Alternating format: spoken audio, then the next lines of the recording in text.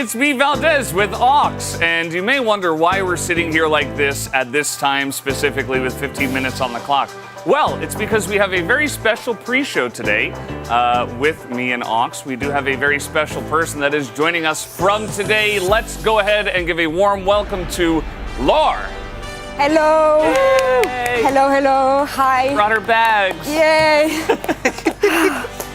Finally made it. Hi guys. Hi everyone. How are you doing? You had a huge flight over. You must be exhausted. Yeah. You're here now. How's it going? It's a tricky question. 10 hours flight from Europe. I'm here now. So far, I feel fine. I slept 15 hours, I think, from last night. Ask me again around 8 p.m. We'll see how I feel. But so far, really excited to be here and with you guys. Yeah, and I want to ask, joining the LCK, what does the LCK mean to you? Oh boy, that's a loaded question. Yeah, no, that's a big one. That's an interesting one, actually. I think I fell in love with League of Legends, esports, through Korean League back then in 2013. Yeah, so far I'm scoring some points here for you guys. But yeah, no, I love the league. I really love the league. I fell in love with the country first time I came in 2018. I got to enjoy the LCK Summer Finals with you. And it was amazing. It was really amazing. And it's been, I don't know, one of my goals and dreams to be able to work here in some capacity one day. So I'm really happy to be here. And now you're here. Yeah. Now you're Finally. here, and you are on the stage, you're on the space, but we do have a little test. Let's call it a quiz. Oh boy. Pressure, just to make sure that you are well versed in the LCK, as you say you are. All right. What happens if I fail? You just put me back in the plane and Yes. okay. Yeah. Otherwise, Nice. it's gone. Okay. Let's take a look at these questions All right. here and see if you can get them right. Now we're going to start off pretty easy. What is the name that's of cute. LCK's venue? Is it Riot Park, Lil Park, my favorite rapper, Lol Park, or Lol Park? I would love it if it was answer 4, honestly, but no, LOL Park. It's actually the first time I see the LOL Park alive. Like every time I came here, everything was closed. Jisun, thank her, got the park open for me so that I could visit and film a vlog. So it's the first time I actually see the venue with fans. So yeah, welcome to LOL Park. And do you think Lil Park is a good rap name? Brendan is wondering. It should be your rapper name, honestly. If you start rapping about League of Legends, Park, like yeah. Korean League of Legends, you should be Lil Park. That could be Jisun, She is that- Jisun Park, Lil Park, maybe. Now Maybe it is. okay. That's what it Now is. I really want to hear Jisun rap. All right, Have to make this happen. Second question. Now this one's a complicated one, because you got to really think and get into the mind of Atlas. What would Atlas most likely do? Yeah, so say that you would be Max. biased, take Cloud Souls, or Definitely Habits. be biased. I wanna, yeah, shit. be biased, but that's a given. I think it's what we're supposed to be Yeah. here as casters and analysts. I want to say Hairbats, even though it didn't quite land so right for him last time, but yeah, it was a funny one. Hairbats, 4. No? See, Take Cloud Souls? Oh, he has come on. sworn off Habits. I think after it's it a went so multiple badly. question. Yeah. Yeah, it is. This That's was tricky. the trick question, Yeah. actually. So Yeah. sorry, Laura, we had to. I'll apply. But yeah, take Cloud Souls is something True. that Atlas would do on a normal basis. He tried the hair bets, and now, as Ox said, he is 100% off of the hair bets. More Hairbats, so yeah, no, I Now, have to this come is back to a this. this is a very special question, personally. What does Valdez not hate? Is it Tsunami, Zeri Lulu, blast cones, or stopwatch, or none of the above? I'm still surprised you like the game, actually. Do you like the game? Do you really like the Yes. game? Blink twice. I would say none of the above. All right, well then you would be correct. Oh, yeah. Because I hate all of those things. Although yeah. stopwatch, this is kind of like a thing. Stopwatch, I'm actually okay with. I just It's feel like fine people now. should buy it often. Yeah. I don't actually hate it. I think it's maybe a little bit too strong. You hate But free stopwatch. yeah, the free stopwatch, I wouldn't say I hate it. But Yeah, I'm no. not a big fan. You strongly dislike it. Sure. Yeah. Yeah, Okay. That works. Yeah. Next question. All right. What is the name of our official LCK Global podcast? Poggers, Pog Start, Pog Tates, Pog State, or my favorite, Pog Tails. Cocktails would have been fun. Of course, Pog State. Hog State. Yes, that is It's correct. Love it. Yeah. Yeah. Can I come next time? Yeah, probably. We can make that happen. Pogtails.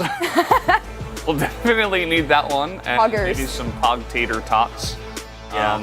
If you're Pog hungry, tates. with the delicioso, and the Yeah. potates. What's your garlic? That's what I really want to know. Let's get into this next question. There are things you should never say about KT Rolster. Oh God. What is the one thing you should never say about KT Rolster? I'm really happy because they're playing today, actually. As a longtime KD fan and member of the church, unfortunately, I have to say, get excited. That's right, and we're. Although, Uh-huh. if I may, I'm not getting excited here, but last time they made it to Worlds was in 2018 when I was here. I'm here again this summer. We'll see what happens. What does it mean? We'll see what happens. does it mean? No, but What yeah, do you never get mean by excited, this? guys. Yeah, we're not excited for that potential outcome. No, but no. But it's It might possibility. happen. Yeah. It might happen. So, never get excited for KT. No, please don't. We're not. Please don't. Even though Laura's now with us. And the next question, what is the Twitch emote that goes best with bro leaving? Ayaya, Prage, Giga Chad, Kek W, or Plink? I love it so much. And Twitch chat, you can vote yourselves as well on this one. Think. Giga Chad. Giga Chad. Giga Of Chad. course, you know, Yeah. Lord Morgan represent. Bro Lever. Hmm. I love it. Is that the actual name of the fan club? The Bro Levers? Like, The Bro Leavers? yeah. we could reference it like this.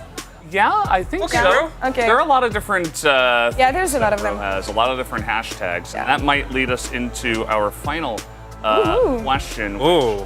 This one, if the Atlas one was difficult, this one Oh my might God. throw you for a loop. Which of these does not correctly match the LCK teams and their official hashtags? Hashtag Tiger Nation, hashtag Unbreakabro, hashtag Superdive, hashtag Bite It, hashtag We Connect It plus D, hashtag Cool Kids Never Panic.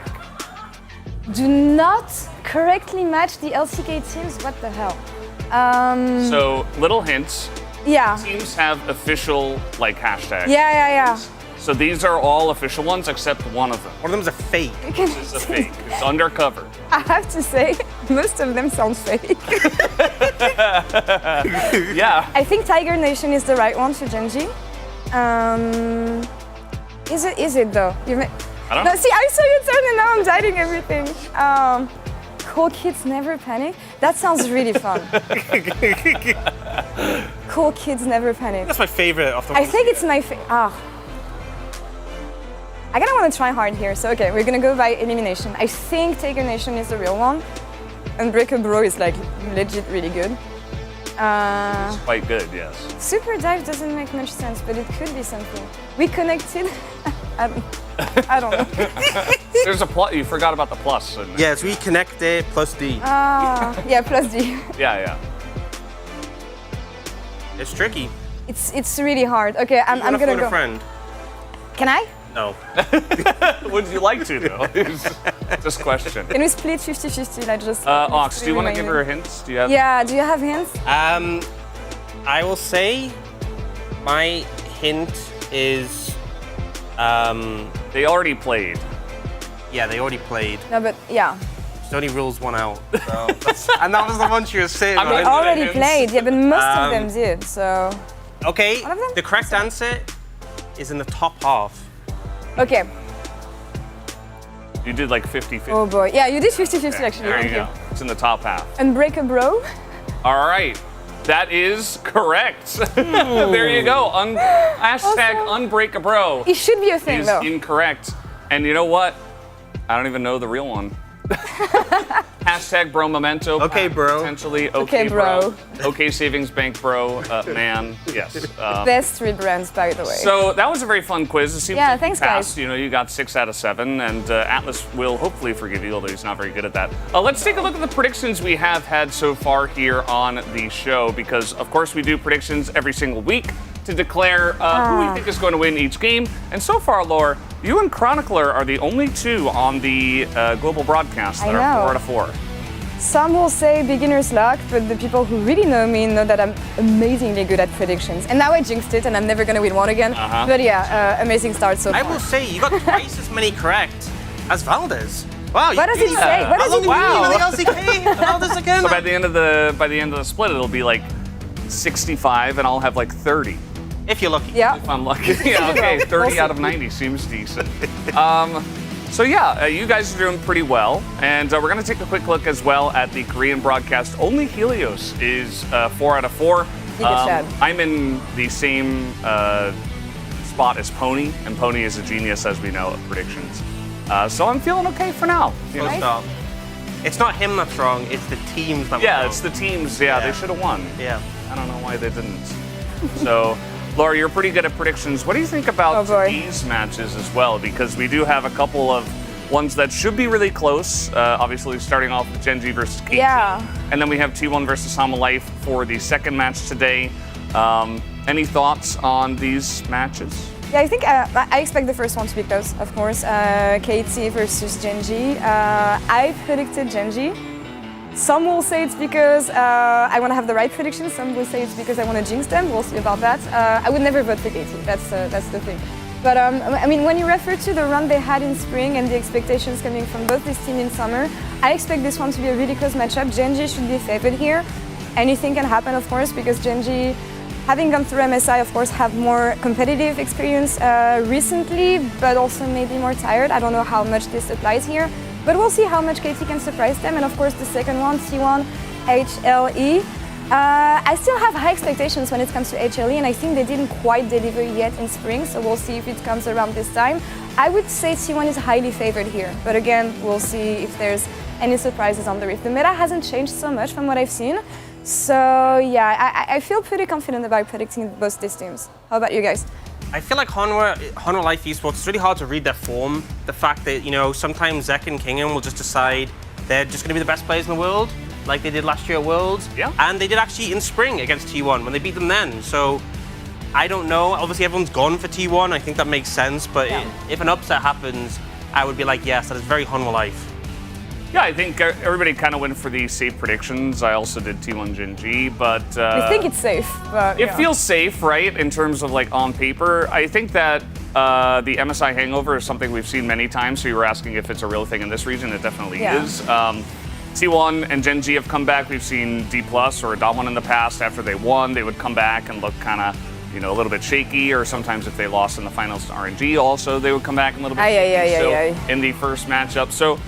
Could happen today. I think if, you know, KT's looking really strong, Hama Life Esports looking pretty strong, I think that this would probably be their best bet in terms of getting an upset. So I think it's going to be closer than we all expect. And maybe we do get one upset, but maybe I want 3 games. I want 3 games, both series. That's all. So my first day would be the best gift. I think we'll probably get that. I don't think either team's going to go down without a fight. Well, we'll have to wait and see when it does come down to that. Any final thoughts going into the rest of the week, Laura? How happy are you to finally be here? I'm really happy. I'm really happy. I mean, you know, maybe you at home know as well how much of a struggle it's been getting the visa approved and everything, and how. I mean, you've been through this as well, so you know what kind of a headache it was. But yeah, no, I'm really happy to be here. I've been working for a region that doesn't win anything internationally for the past 6 years. So I'm happy to join the second best region in the world for now. But yeah, I'm really happy to enjoy some Korean League of Legends with you guys and work with you guys for the next months. Yeah, you did bring your bag that says LEC on it. I mean, yeah, it's like we may have to statement put you showing. back on the plane. No, we'll get an LCK bag. I mean, yeah, one out, don't worry. That's a sign that I want to get hooked up with the LCK merch that looks banging. So yeah, we can. How about the bucket hat? You like the bucket hat? I love it. We can get a bucket hat for the next segment. Perfect. I'm not going to be hosting actually in the future. It will be Laura that's going to be hosting today and for most of the days that we have from here on out. So that's going to be really fun. Definitely a new look to the LCK. Ox, what does it mean to you? What does it mean? I mean, I've waved low before. It's always been fantastic, a lot of fun. Yeah, and it means, you know, we can go more in depth, have some really focused segments on Flaming Yuumi and Flaming Zeri. What does getting a visa to Korea mean to you? Oh my God.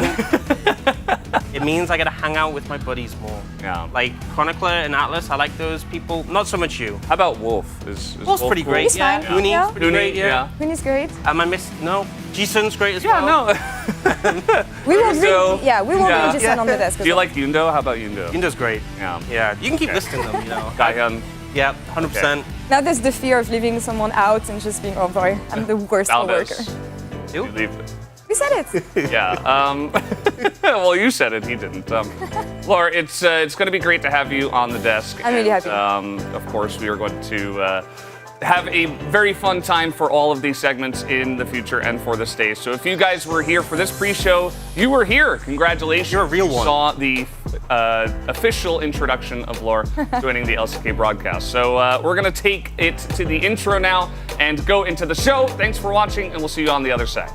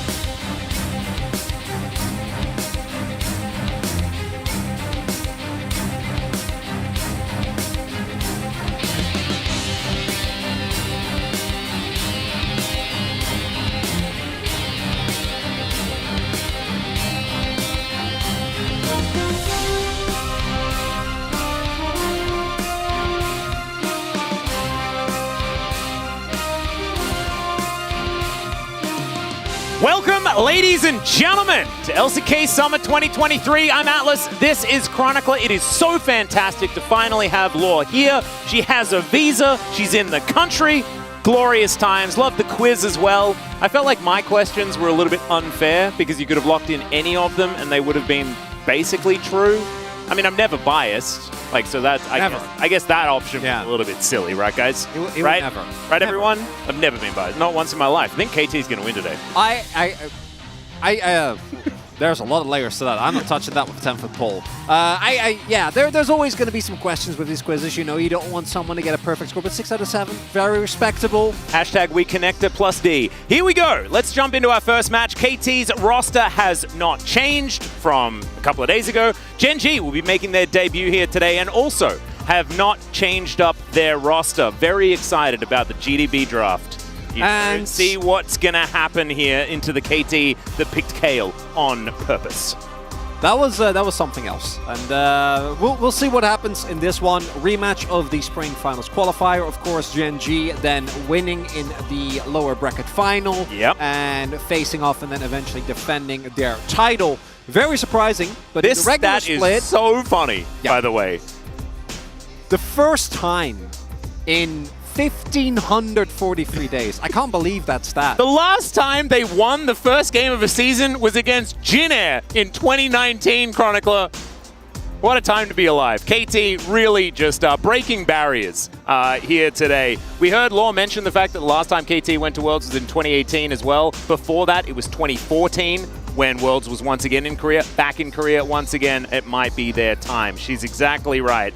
But the junglers are going to be facing off. This is going to be a big one, but let's hear from the players.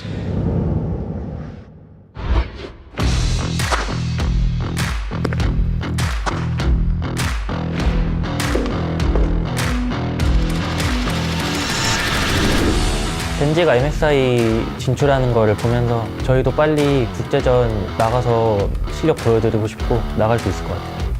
끝난 지 얼마 안 됐는데 컨디션 관리 잘 못하셨으면 좋겠고 이게 컨디션 관리가 안 그래도 살짝 좀 뼈아프고요.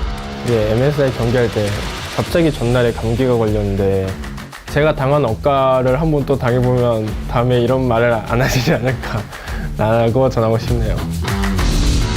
저희가 이제 젠지한테 최종 진출전을 지면서 떨어졌는데 다 같이 이갈고 있었거든요. 그래도 아직도 저는 저희가 더 잘한다고 생각해가지고 이번에 꼭 복수하고 싶어요. KT가요? 무섭네. 한 번 맞겠네 이거. 젠지한테 마지막 경기만 졌지 정규 시즌에는 좋은 경험이 많았어가지고 이번에도 충분히 이길 수 있을 것 같아요. 아니 저희가 우승했는데 그냥 그 우승 젠지 그대로 가면 되잖아요. 거기서 더 잘하던가. 그 아래로만 안 내려가면 될 것 같아요. 이제 KT 하면은 서머의 KT가 있잖아요. 이번에는 더 높게 올라갈 수 있도록 하겠습니다.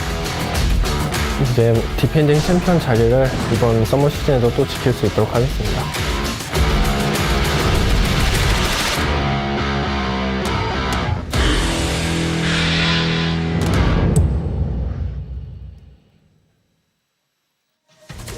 Actually, some fighting words between the two mid laners from both of these teams. Of course, BDD playing for Gen G for a very long time, so this one a little bit personal. And let's welcome his team, KT, to LoL Park for the second time this week.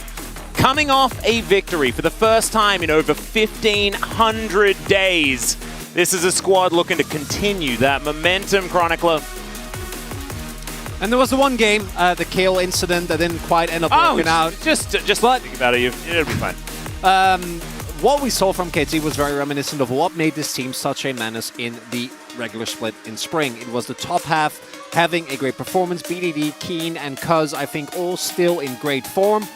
Just kind of boils down to what can they get in drafts and what will Lahans bring out. And in the current meta, Yuumi is good, so they are B1ing Yuumi. And I wouldn't be surprised if we see more of that here today. They have extremely high prioritized it whenever it's available. And also, let's not forget, last summer, where Lahans is singed, was a big problem for enemy teams.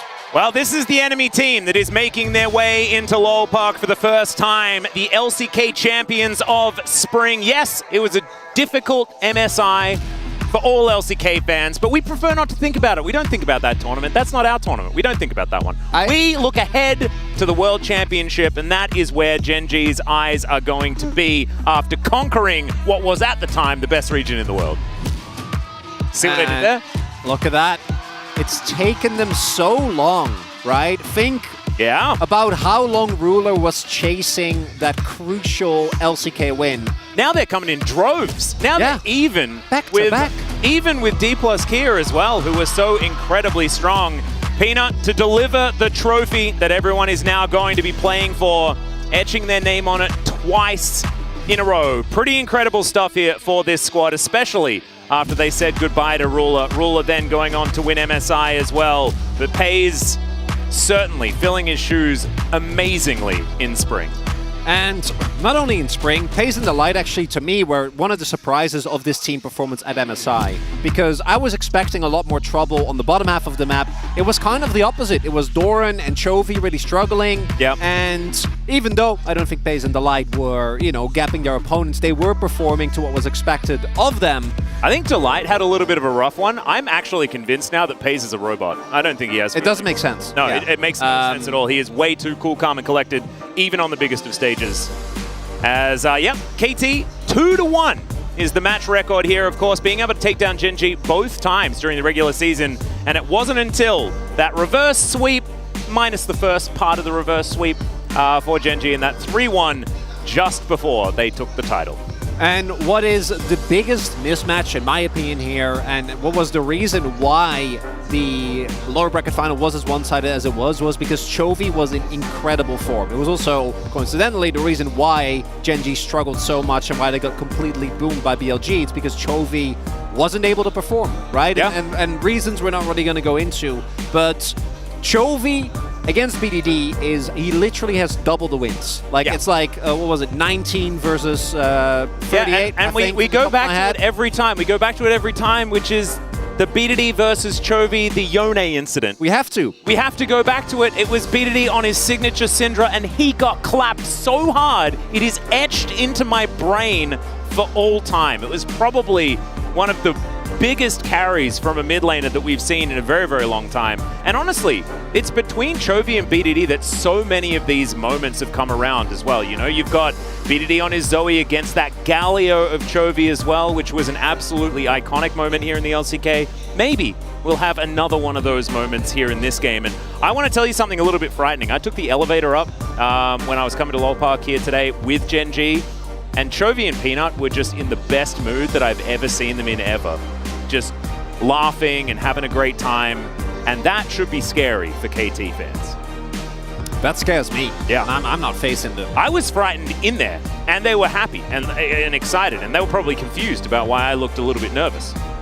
If the regular split in spring is any indication, we will definitely be going to 3 games here. These two teams should be very closely matched. This is the lower bracket final. This is some of the best teams of our last split facing off against one another. Of course, Gen G actually winning still was a really big surprise. We're able to get the upset, but even against KT, they weren't really favored, right? Because of the regular split, because of KT doing such a good job against T1 in that upper bracket final, or in the, it was the upper bracket final. Yes.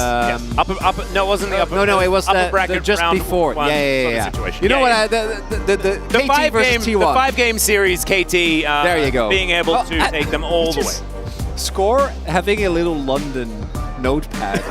Like, I think very, I very saw cute. a red bus on there. Yep. Some Big Ben action. Yep.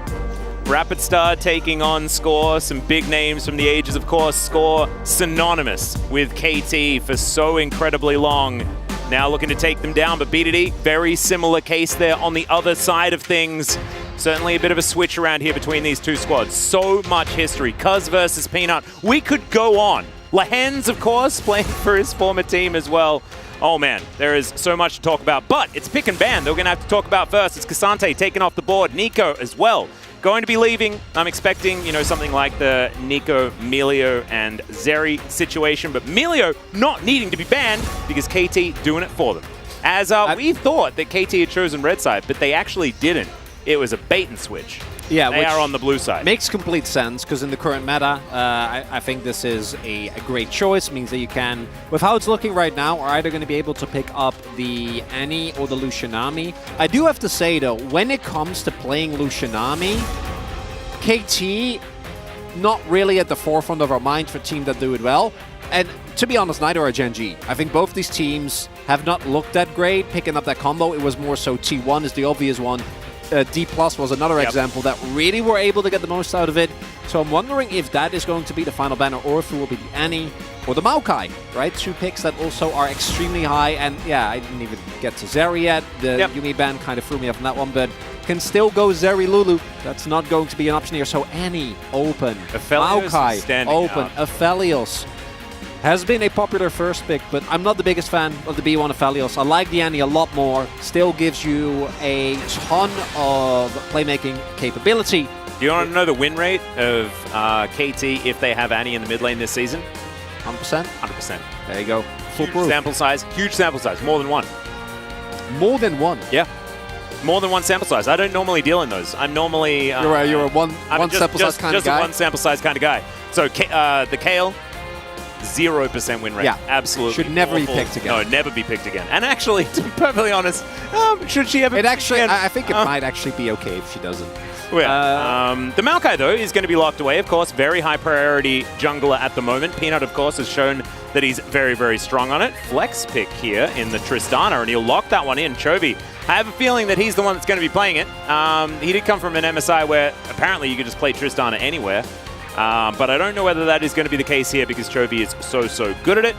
I was thinking about that Aphelios that we were talking about, and if you don't pick it up in the first round, I think that aiming, grabbing it here is no surprise whatsoever. This really opens up the draft for Gen G, though. If Paze is able to play Ziggs and you have a Tristana mid or top, because we of course also saw Flex at the Doran at MSI, it gives you so much more space because you don't need to fill the AD carry role, already has been. Aphelios and Nautilus, very straightforward, very strong combination. We've seen it countless times. KT also very happy to leave aiming on an island and just have lands roam around the map. Yep. Nautilus is a pick that does that very well with the amount of CC that he has available here. And Gen G now has the opportunity to lock in one more pick. Wonder which direction they're going to end up going. As might be a top lane. Maybe pick up Gragas here. Oh, Draven? That would be interesting, because then you cancel out any flexing that you are doing there. Of course, we weren't expecting Tristana to go into the bottom lane or anything like that, but now we definitely know that it is not happening. As Paze locking away the Draven. Them some fighting words. Yeah, that's somewhat surprising with what Gen G have done in recent times. You know, playing towards Pace has definitely happened, but it's always been with him on hyper carries, as opposed to him on the Draven, a pick where you effectively want to start snowballing in the early game. If you don't, really comes down to like a first fight, actually able to get your execute. Does mean that KT can now focus on banning away some of the supports that you might not want to play into when you are facing down a Draven. The Rakan ban is not even necessarily for the matchup, it's for Delight. Yeah, Delight loves the pick. So I wonder whether Braum is on their minds. I don't think Braum really helps with the aggressive type of playstyle you're looking for with Draven, but Braum into Nautilus and Annie and Aphelios I think is so incredibly strong. Might see Gen G go that way, and then there are 5 can be used to still hide, because again, we're expecting this to be a Tristana mid for Chovy, but we don't know for certain, because Gen G have actually flexed it already. Means KT might be in a bit of an awkward spot. It's going to be the Kench instead here, taken away for Delight. And so now we haven't spoken about the fact that Nautilus could theoretically be flexed as well. Very good point. Could certainly happen. I wonder whether Cuz is good friends with Kanavi or not. But it means, you know, Nautilus can kind of go all over the place. Yep. The Sejuani going to be locked in here, so not going to be going into the jungle. Actually, it's a really good point, because if it would, and now we have a very KT composition. But imagine if it is the Nautilus mid or the Nautilus jungle, and they go like Lulu. Yeah. And you're playing Braum into Lulu, you're going to be feeling pretty bad. As Doran back on Gnar duty. So this is a peak KT composition, I think. BDD, right, on a champion that has a lot of agency, is able to start off fights. Keen on a carry, Cuz in a facilitative role where he can do a lot early. Synergizes really well with his top side as well, particularly, you know, the 2v2 of Sejuani and Jax. Really strong. I do think that the composition and Jax and Sejuani being picked up into a face-up Braum and a Nautilus, the late game, you're really going to struggle. Like, it's going to be extremely tough. I think KT really need to look and try and make this a very chaotic game, try and find skirmishes, 2v2s, 3v3s, and snowball early, because if you end up having to team fight against Gen G, which is something that they already were good at, with this composition, like Maokai and Braum, you're not going to reach the back line. No, it's going to be a really rough time. I think that if KT focus on potentially like some early Drakes, get them into the bank, and then allow Keen to split push without having the threat of losing souls or things like that, could be another win condition. In theory, KT have played split push quite effectively. Any composition's not great at it. However, the Jax certainly gives you that string to the bow. The one problem is that in the bot lane, you should not be able to get Prio because of how favored the matchup is, right? Draven Braum does really, really well. And without bot lane Prio and even into the Trist, getting early dragons can be hard. So I think this is a really tough one for KT. Great red side draft here from Gen G. Yep, Score coming out of the gate swinging here with his first draft back. Everyone does like to talk about it, but ladies and gentlemen, it is time for our first game. KT taking on Gen G.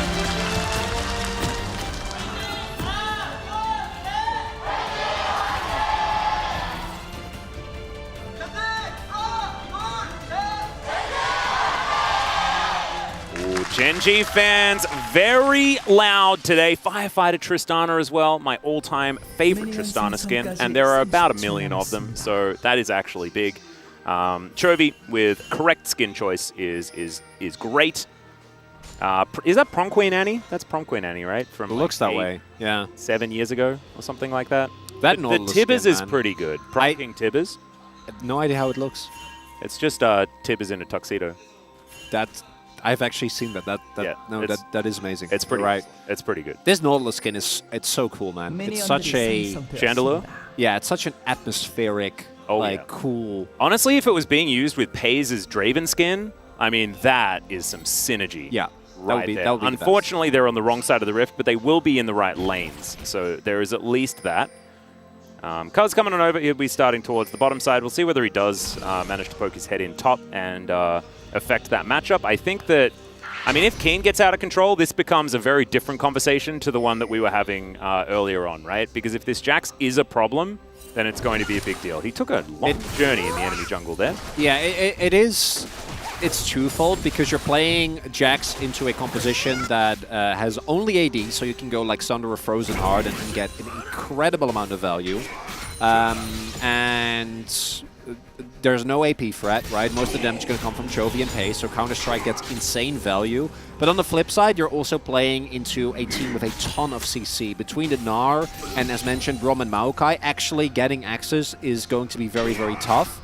And it's going to be up to Keen to show that he can make that happen nonetheless. And Doran has not had the greatest tournament. Of course, came off of an incredible final and was with his Gragas one of the big reasons why. I mean, Jeffrey last was we able saw to him win. domestically, he was absolutely amazing. It was insane. And then I think apparently he went to London, but I'd prefer not to think about it. We're gonna just deny it ever happened. Yep, that's Okay. that's how I'll follow you on that one. It's how I've decided to take it because I think that will be better.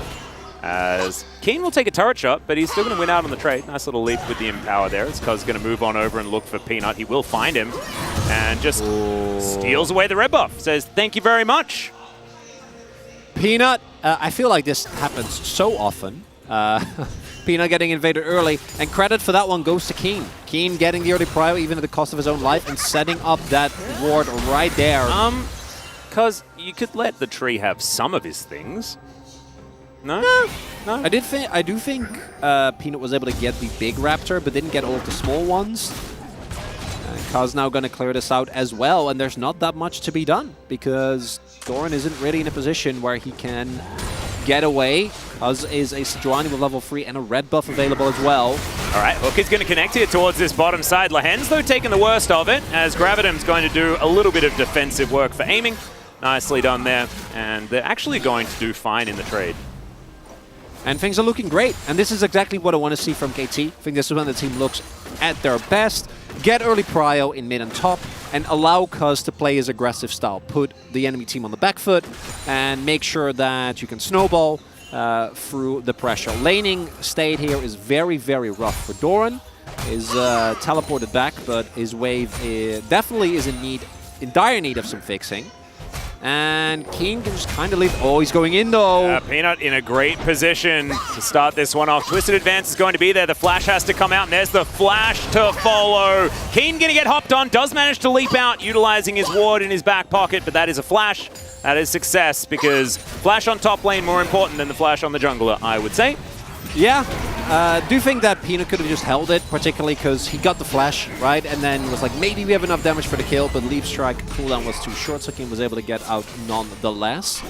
And with the most important thing, I think, there, besides Keen having to flash, is that Doran's wave state is now fixed. So he gets the crash, can look for a back here, looks like that is going to be the case, and won't have to suffer very far up a lane with the threat of either Keen all-inning him.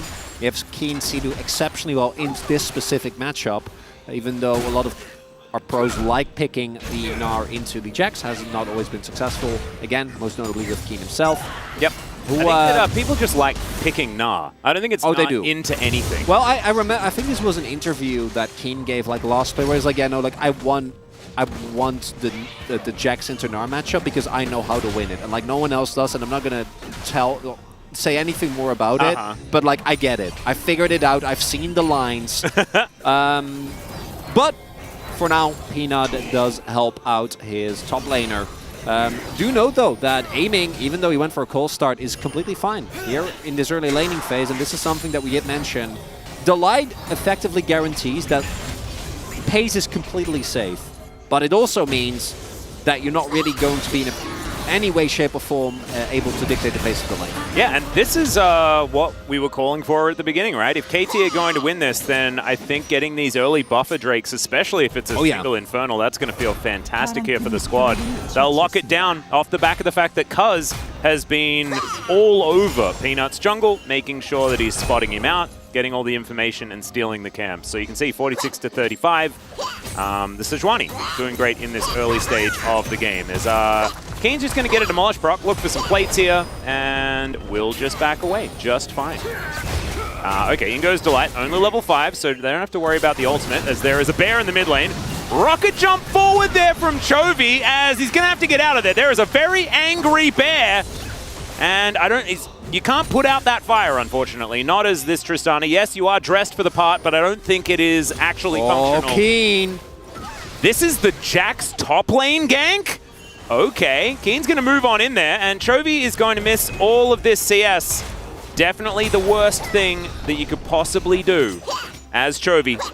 And so really nice pressure to be put on here by Keen, trying to spread out his success from the top side of the map. DDD has Flash. Flash W is frightening. I was about to say, Chovy, as long as he has his W, though, should be feeling relatively safe. Cuz in a position for a gank. Doran wants this plate. Yeah, and Doran doesn't actually know. Gets the information a little bit late there as Keen has pressed his ultimate button. The hop does come through, but Permafrost is going to be there. The prison is down, and Cuz will pick up first blood.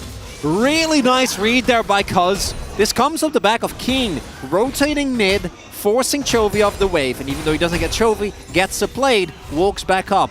Doran uses the time that Keen isn't in lane to then shove in and try and get a plate here, and the read here from Cuz is beautiful, able to make his way over, and like by the time Cuz shows up, there is zero way you ever get out. Tragedy there for Doran, where he flashes after the E from Permafrost already is in the air. So then the lineup for Cuz is extremely easy. That's the power of that Sejuani and Jax combination. And KT off to a perfect start here. This is exactly what you want to see if you're a KT fan. Whoa, Vidity is booking it. Able to get the stun there onto Chovy.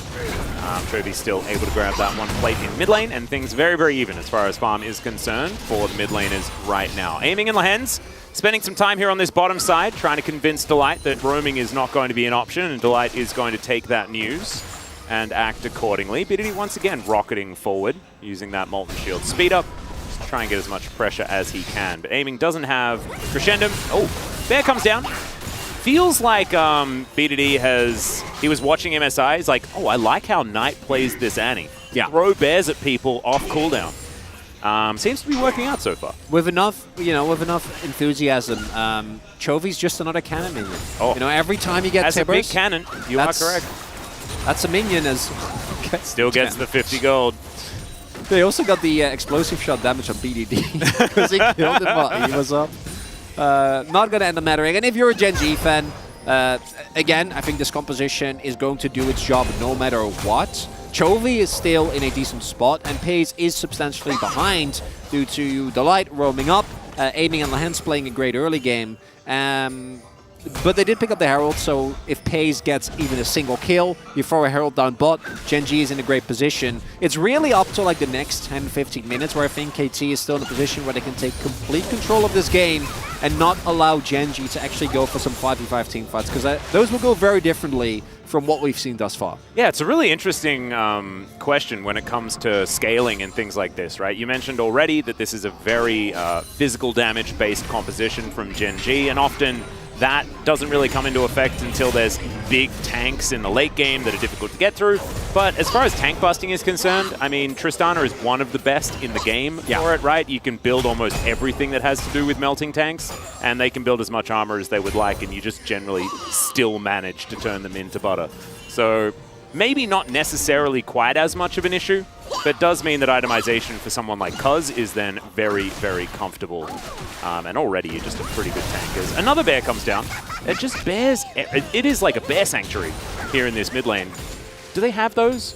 Raw We don't have peanut? bears in Australia, so it's confusing. His cousin is going to get found by a tree. Chovy not going to be able to come and help him, though, because there is another stun as BDD so aggressive on this Annie. Man, so much success on day one of Summer and continuing to move that forward here on his third game of Annie so far this season. And KT's looking great, right? At doing exactly what we want of them. Slahans should be fine. Is a Nautilus. And Pace is also sitting on a pretty large amount of gold. And that's the one thing that you need to avoid at all costs if you're KT now is you don't really want to look for a 5v5, which with pushing back Chovy probably isn't going to happen, although we do see some movement here. Pace is should not be allowed to get a kill here. We also see Keen moving over. Teleports coming from everywhere. The Nature's Grasp come down, but can they actually get there in time? The Drake is secured by the Abelios somehow as the Whirling Death comes in, and he gets the cash in! But can they actually stay alive in the fight? Chovy's already dead. Delight as well. Doran's gonna have to try and hop out, but it's a leap strike for the double, and Keen is flashing to get even more. Peanut does make his way out of there. KT win the fight, but the cash in does come forward. BDD, can he actually get the kill onto Pace here? He doesn't have flash anymore. Just convinces the Draven to go home somewhere else. And yeah, that's what I was thinking. Pace is sitting on 2,600 gold. And Yeah. a large part of that was picked up just now. Essence Reaver now done. Okay, well, Keen is dead, guys. Trying to get out of there. Just the explosive shot is going to be enough. And something led to that moment. I was taking a sip of water, and then Keen was underneath an enemy turret. And now there's a Rift Herald. And now, to be honest, NG are going to move to at least gold parity.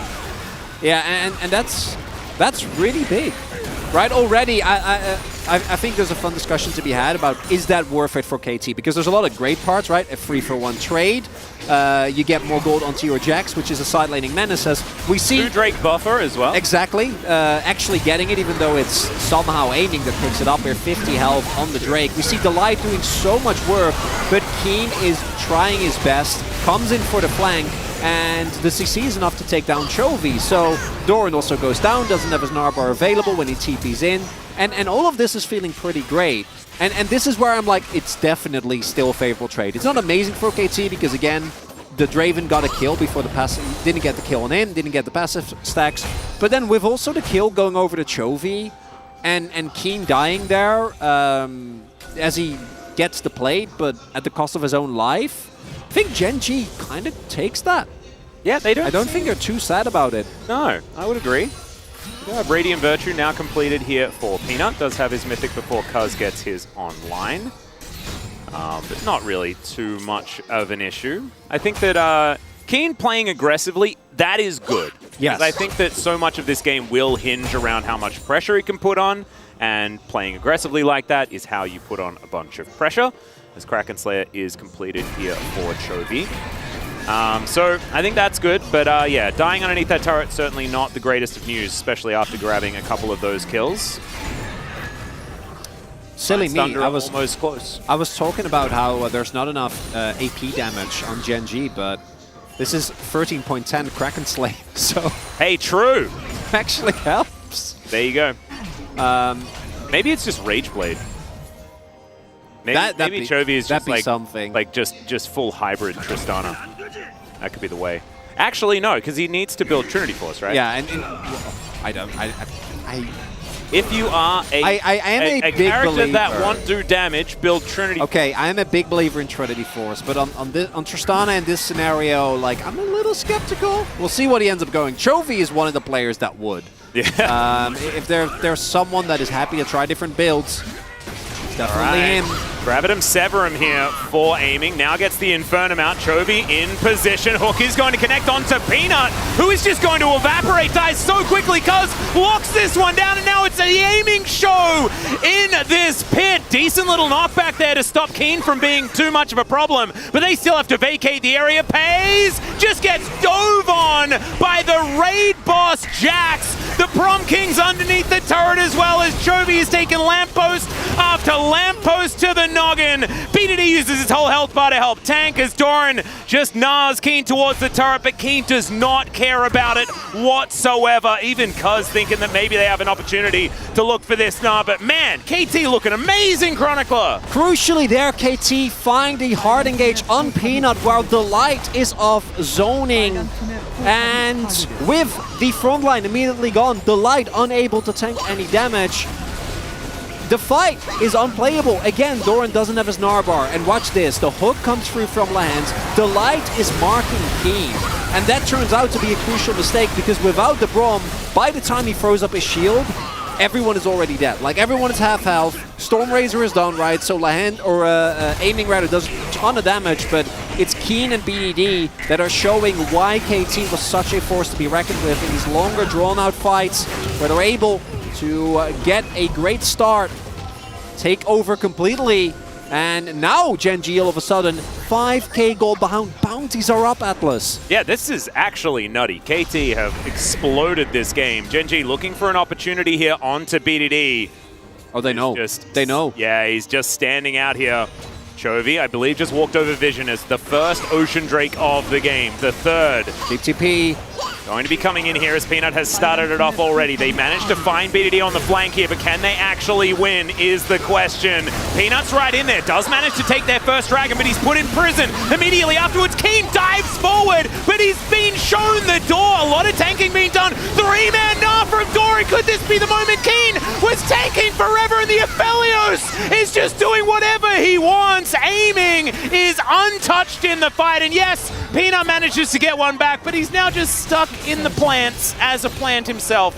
It's a little bit sad as over they go. Oh, that was almost very, very cool from Lahens, but they'll be able to get a turret for it at least. And KT, they lose out on the Drake. Definitely a big deal for Gen G, but still feels like the KT show here for this one. Really does, because they get a great trait when it comes to the kills, and most notably, we see the problem that Gen G is now dealing with. Even if they're able to neutralize the initial engage, the carries, all the carries on KT are fed. This time around, as we see, the engage on Peanut doesn't matter as much because the light can tank a lot, but Doran's Gnar timer is a little bit late. When it comes down and hits a 3-man ultimate, it basically salvages the fight. BDD wasn't able to join. I think he might have gone ultied away by Chovy, but wasn't in the fight. So this was effectively a 4 versus 5. And Gen G still wasn't able to win, right? Because Aiming could just do whatever he wanted because they were dealing with BDD, they were dealing with Keen. And this is an Aphelios with Stormrazor. Guildforce done as well. Coming up huge here is Aiming. And it was almost like the perfect scenario for Gen G, right? Like, if you think about what happened in that team fight, there was a 3-man Gnar. The Annie was completely zoned, so Flash Tibbers couldn't actually be that initiation option. And the amount of value that the Unbreakable had in that fight was just absurd from Delight. But ultimately, it just didn't really mean enough. And yes, they managed to get the Drake, and it's only a 2-for-1, right? But if this is a tale of what's to happen in the future, they need to figure out a way to stop Aiming from shooting everyone. And that's going to require something else than what just happened. And as now he's just going to walk towards Doran and Delight, I guess. Pace is so far behind, right? 2.5k gold here on this Draven. All right, that's a fadeaway jump shot into the hook as well. Massive knockup with the depth charge, and they just say goodbye to Delight. But it's another big Gnar from Doran, but he's just way too weak. There's nothing he can do. Max range hook, and Lahens says, "Remember me! I now play for KT, and we're going to kill your Nexus." And that might be it. KT can either look to push. The ultimate from Peanut is going to hold that off, but they should be able to make their way over. And I say to Baron, but we're 19.5 minutes in, Atlas. They're going to go to Baron and then sit there for 30 seconds. And they get back. They have the entire enemy jungle lit up. Gen G can't walk back in. And that also means Pays able to build up some stacks. Those are all taken away now. He's going to remain far, far behind. And you can feel them scrambling. This was so beautiful from Lahens as well. Like, every opportunity, he's just in, getting worked up. Lahens' hooks have been incredible this game, right? Like the hitbox of the dredge line should have hit the turret there, right? It should have. It should have. But it wasn't, and yeah, there we go. A little bit of a zooming. The man has earned it.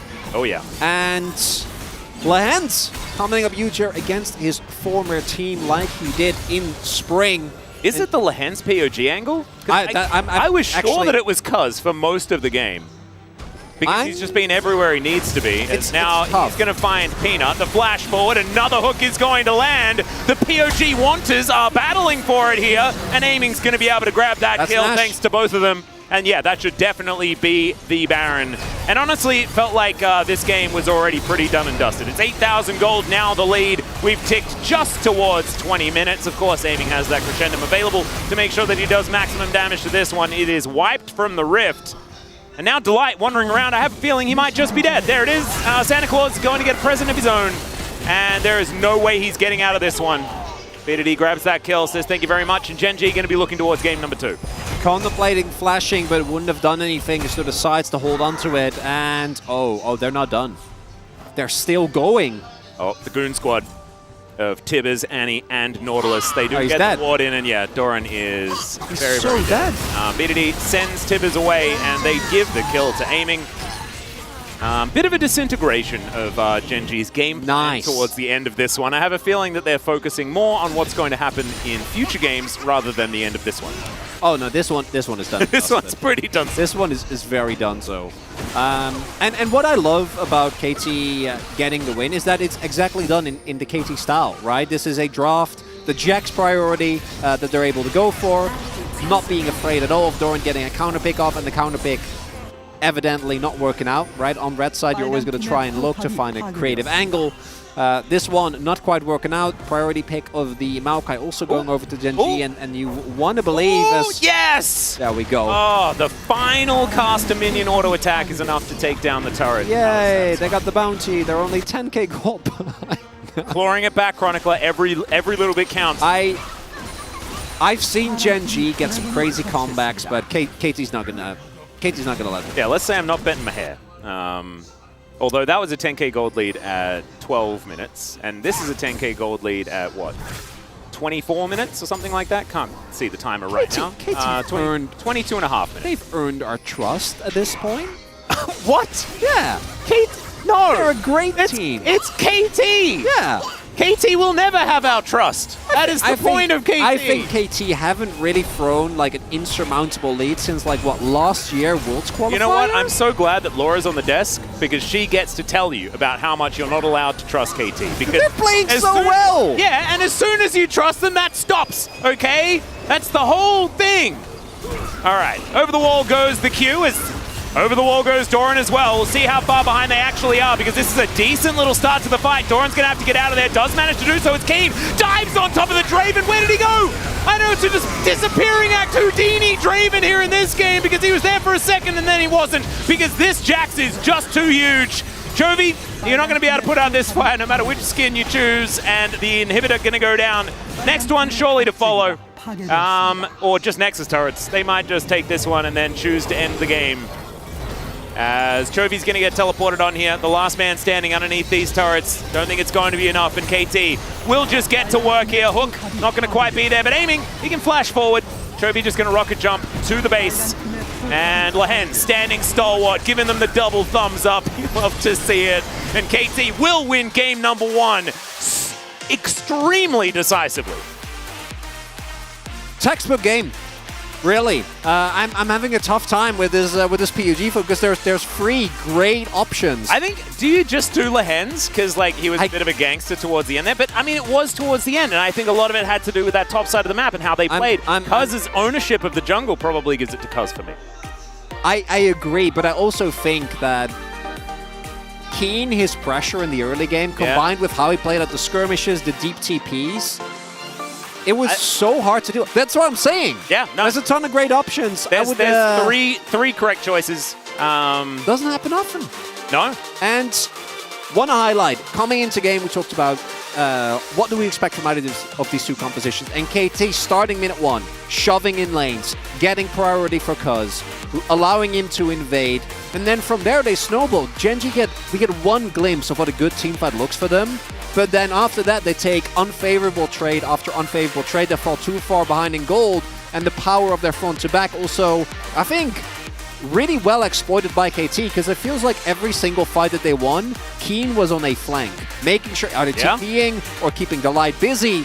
And we also mentioned that he had so much on his shoulders at the beginning of this game, right? Like, if KT win, it is through topside pressure. It is through the fact that Keen is the one with that good matchup. KT? Look at this damage difference for aiming and pace. Like, we haven't even been talking about aiming. You mentioned earlier that they shouldn't have even been able to win that lane. They crushed the lane. And then aiming was untouched, perfectly positioned in every single fight, and it made Genji's composition look like it was unplayable, when at the beginning of the game we were like, oh, they've got the Maokai, is very, very strong, so much team fighting power, blah, blah, blah. Yeah, feeling a little bit silly. Now, 24 minutes. Yeah. KT coming in hot. Absolute shellacking. Ladies and gentlemen, it is a best of 3, though. So Genji, the ability to bounce back is going to be there. They'll have blue side, things like this. We're going to go to a short break. We'll hear from the space, and then game 2.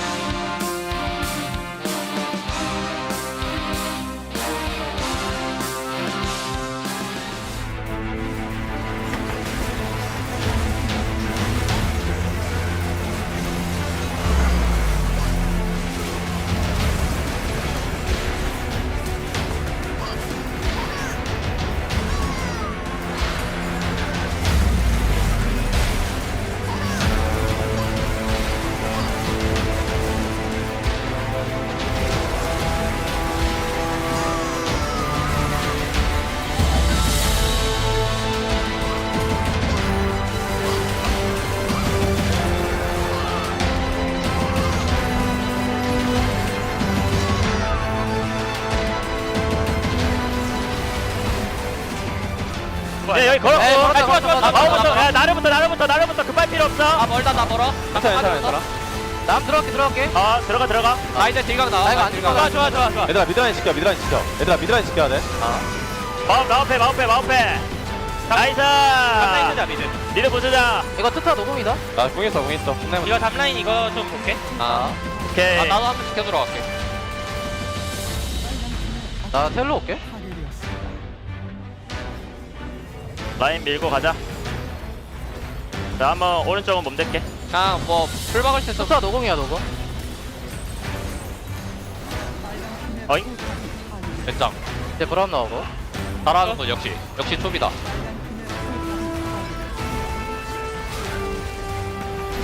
나이스.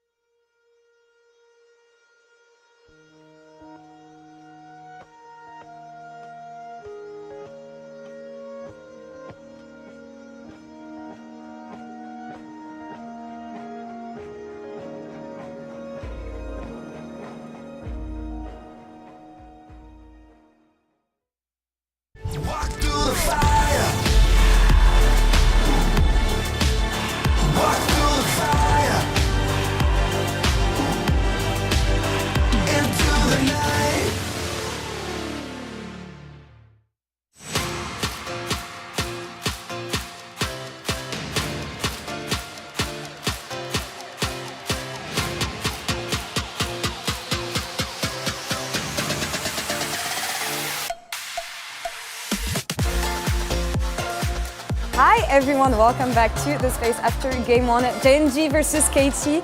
KT take this one so far, but as we said in pre-show, never get excited about this. But guys, have you been any surprises when it comes to the game so far, the development and the results, Ox?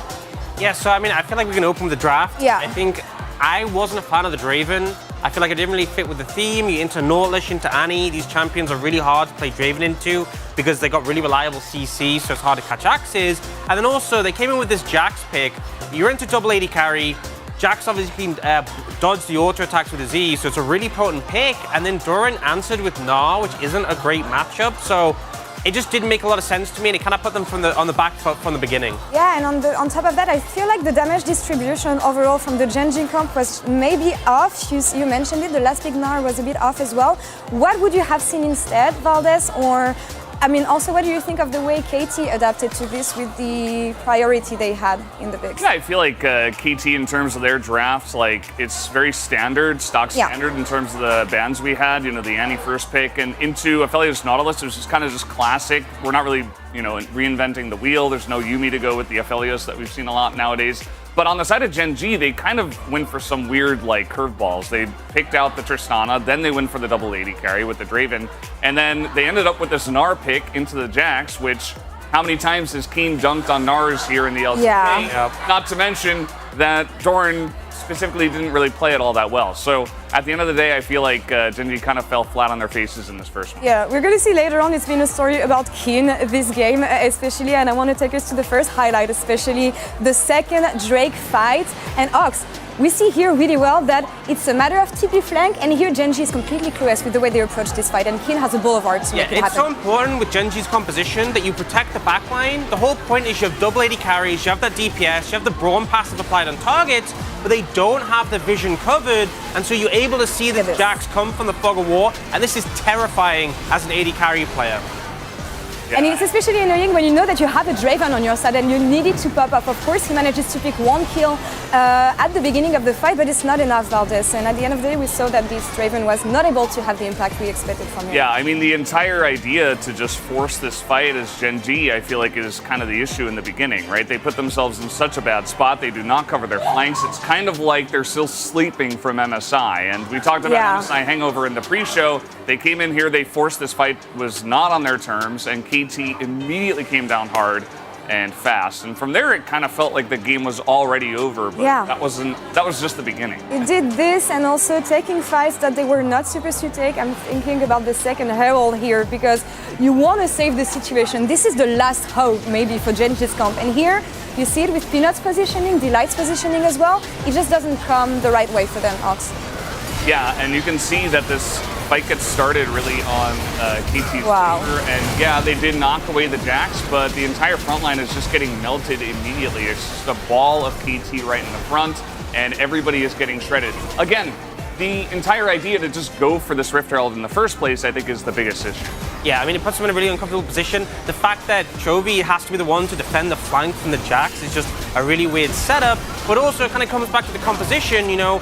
They don't actually win the front to back here. Draven isn't a pick you want to be taking when you want to have the reliable DPS onto tanks. And you can see there, the Maokai dies so quickly, the Braum dies so quickly, partially because he didn't max E. But just generally, like, I feel like if you're going to go for this composition where you have the Tristana mid, the Maokai jungle, AD carry plus Braum, Draven isn't the pick. He isn't the one you want sitting on the back line shredding. He wants to hit squishies. Or if it is, maybe play differently. I don't know, maybe more about botlane, because we were talking about the fact that the Braum pick especially was maybe the escape here for this composition in the terms of protecting the Draven. It was not enough, but how would you adapt with this composition? Let's keep the comp. What would you have done better? Because for me, it came down to vision setups mostly and tracking Keen, which has been missing in most of the fights. Yeah, I think it's super important, especially like the whole function of Maokai is like the anti-flanker, where whenever someone tries to come from a dodgy angle, you have the sapling down to catch them out to slow them, and the fact that that didn't happen, it just shows the setup was poor, the vision control wasn't good. You need to ensure that your backline can just sit there and free fire and stack up lethal tempo and do work. Yeah, because the backline, as we saw it, didn't stand a chance. We said it, Keen was just free during this game, and of course, rightfully so, player of the game here. Valdez, I think it's deserved. It was all about him and his Jax this game. Yeah, it's the king of the game. He comes in, he blind picks the Jax in a great spot against the 280 carries, and then he goes on to just bop Doran. He was already getting aggressive, like maybe a little bit over-aggressive before this first gank came in, and he was dominating the lane from there. Maybe it was a little bit too much, but it didn't matter because he got so far ahead. And yeah, we see some of his individual highlights here, but really just his game sense and the way he was able to flank in those first couple of fights was what made the big difference in this game. Yeah, he's so good on this champ. The Gnar matchup, especially when you have a Sejuani in the jungle, if you jump on him, get the stun stacked up, really devastating. But also in these team fights, not only finding the good angles, but the counter-strike value is so huge. You have 3 auto attackers, a Braum and a Maokai. Blocking the damage from the autos just makes you so hard to deal with. Fantastic performance from him. And KT, as a whole, what can we expect in terms of adaptation and changes on this side of Gen.G? They will be playing the blue side on Game 2 here. What is the expectation here for Game 2? Well, I think it all starts from the draft, right? I think we were all looking at this draft and we were kind of scratching our heads. You're on the blue side, try to get something standard. Don't try to first pick Tristan or anything weird like that. Don't try to go for Draven comps. There is a reason why here in the LCK we sometimes are stubborn in our picks is because a lot of the time it works very well, right? So you don't have to, reinvent the wheel. All right, reset the mindset. We'll see if Gen.G can make it happen for Game 2. They're back to the casters for the second game. Thank you so much, Law and Valdez and Orcs, for the breakdown of game number 1. Yes, some holes in the draft perhaps being pointed out here, but we also need to tidy up the play. I'm just glad that we can see Doran with a bit of a smile on his face, not taking this one too badly. It is, of course, only a game 1, and losing on red side, are you that worried about it? Chronicler blue side's where it's at. It was also in the lower bracket final that Gen.G lost game 1 and then went for 3 straight wins. But I do agree, they need to fix the mistakes both in draft, in maxing the correct skills on Braum. And I'm so glad that he brought it up. I was wondering whether it was going to happen. Had to get it in there. And then finally in play, because I also think that Gen.G, with some different setups, with some timing and with some individual play, most notably looking at Doran and the Gnar there could have been a angle for them. Not going to be the case this time around. And Gen.G throwing Sejuani ban towards Cuz makes sense. I'm a little sad we didn't get a Lahens vote. I really think he had a great game, but the Cuz vote's very, very earned. Man did a wonderful job with dictating the pace of the game, and it really is that 1-2-3 of BDD, Cuz, and Keen that make this KT such a joy to watch, and why they can pull off Jaxes and TFs. Also, ADTF is actually pretty bonkers. Trinity Force TF, I really want to see it. I want to see it. And on a KT on red side? I was calling for it 2 days ago as well, man. I'm so ready. I am so ready for BDD to bust it out. I don't know whether it's going to happen. Especially not in this particular series, because this is a big one, of course. This is against the defending LCK champions of Gen.G, and it may not have looked like that in game number 1, because KT kind of put them in the bin. But it is game 1, and KT, if they do anything to their fans, it's give them hope just to smash it down. As the Kasante going to be the final ban here on KT's side. Annie still up and available. Chovy has been spamming a heck of a lot of that. But Vi is also there, so Pino going to lock that one away. Yeah, so the Vi is going to get taken away, but Annie and Nilio are both open. Ooh. Yeah. Yeah, that's a thing. Of course, the Melio Draven was my favorite that we've seen so far, but Draven wasn't my favorite in the last game. So we'll just have to see how that one's going to go. I think KT also, I believe they played Melio in their first match, and he was a bit of a something. Wow. As old school. So now it becomes, do you want to play Melio when you know Lahens is going to pick Yumi? Is one of the big questions that we do have. Valios gonna get prioritized here. I, as mentioned, have been not the biggest fan of the extreme high level of priority that we do have. And it's going to be the Draven again. This time, though, is the opportunity for Gen.G. The only problem is if they pick an aggressive pick like Nautilus or something. No, it's going to be Melio instead. Because I was going to say, if you pick Nautilus and they pick Braum, you're in really deep trouble. So, unsurprisingly, Lahens is going to be looking towards his Yumi. The big difference for me is the Vi, and I'm hoping that we're also going to see Chovy on, well, I don't think he'll get RE because I'm 99% sure it's going to get banned, but a pick that can enable, because I think Gen G after last game should take a page out of what we saw BLG do on the side, which is just dive bot lane like 15 times. You have a Draven, you should have the tools. This time around, you're also not playing into Aphelios Nord, which actually is quite a strong lane. You're playing into Aphelios Yumi. If that bot lane isn't dying, if aiming and Lahens aren't stuck underneath a turret and getting dove, we're not going to be happy. No. And Gen G isn't, because they're gonna lose. Because going into late game against any Aphelios and Yumi is not going to be a good time. No. I would say that there are definitely some issues there. It might be Wukong Kha'Zix to be the bans here, because of course we know has a crazy champion pool full of basically everything that you could ever want. The Aurelion Soul going to be taken away from Chovy. This is something that Showmaker really wanted to play, managed to play it earlier on in the week, and looked very, very good on the champion. Has been kind of creeping up in that priority, but we're not going to be dropping any stars from the sky today. Yeah. Also perma-banned against Bulldog. Not allowed to play it. Yeah, he's pretty good at that champion. Oh, the Viego, I do really like this takeaway. I think Wukong and Viego are very different in how they play and how they set up for the team than in Kha'Zix. Kha'Zix, I think, is stronger when you look at just the pick, particularly with the state of Ghostblade. Oh, there it is. There is the Volibear again, and this has been one of the go-tos for, at this point, most LCK junglers when it's not available, when the Viego isn't available. And that'll be the case here as well as the Dora. Oh, never mind. Doran, that is. Oh, just pick Nah. Just do it, Kane. Don't be scared. It would be so cute. Could you imagine the BM level? There is a slight smile on that. You see the smirk? Did you see the smirk? Is he gonna like lock Fiora? At this point, I'll trust Keen. Like, I'm trusting this man. I think Ornn fits the composition way more, so he's going to play that one instead. Okay. I would have loved it if he had just insta-locked the Nah and then lost, and we went to 3 games. So Ornn is better.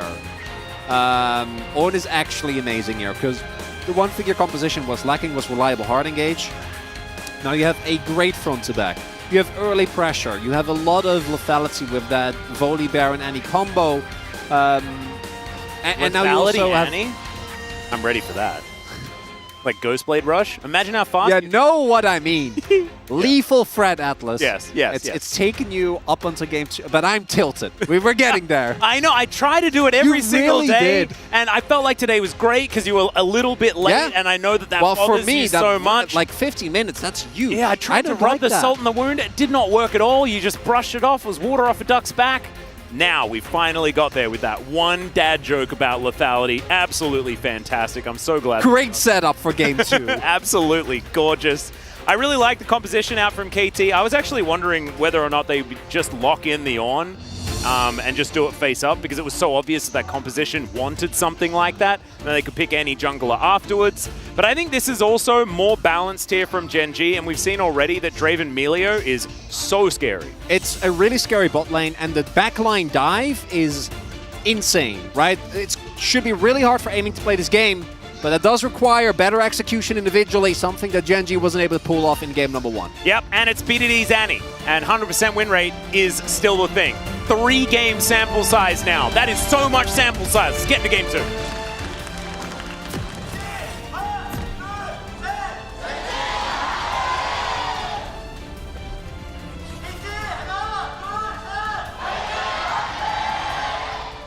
All right, Throne of the Four wins Volibear alongside the Ornn there as well. In fact, it's a full-on menagerie here. We've got rams, we've got bears, multiple bears, there's a cat. My goodness, it's just animals all over the rift on KT's side of things.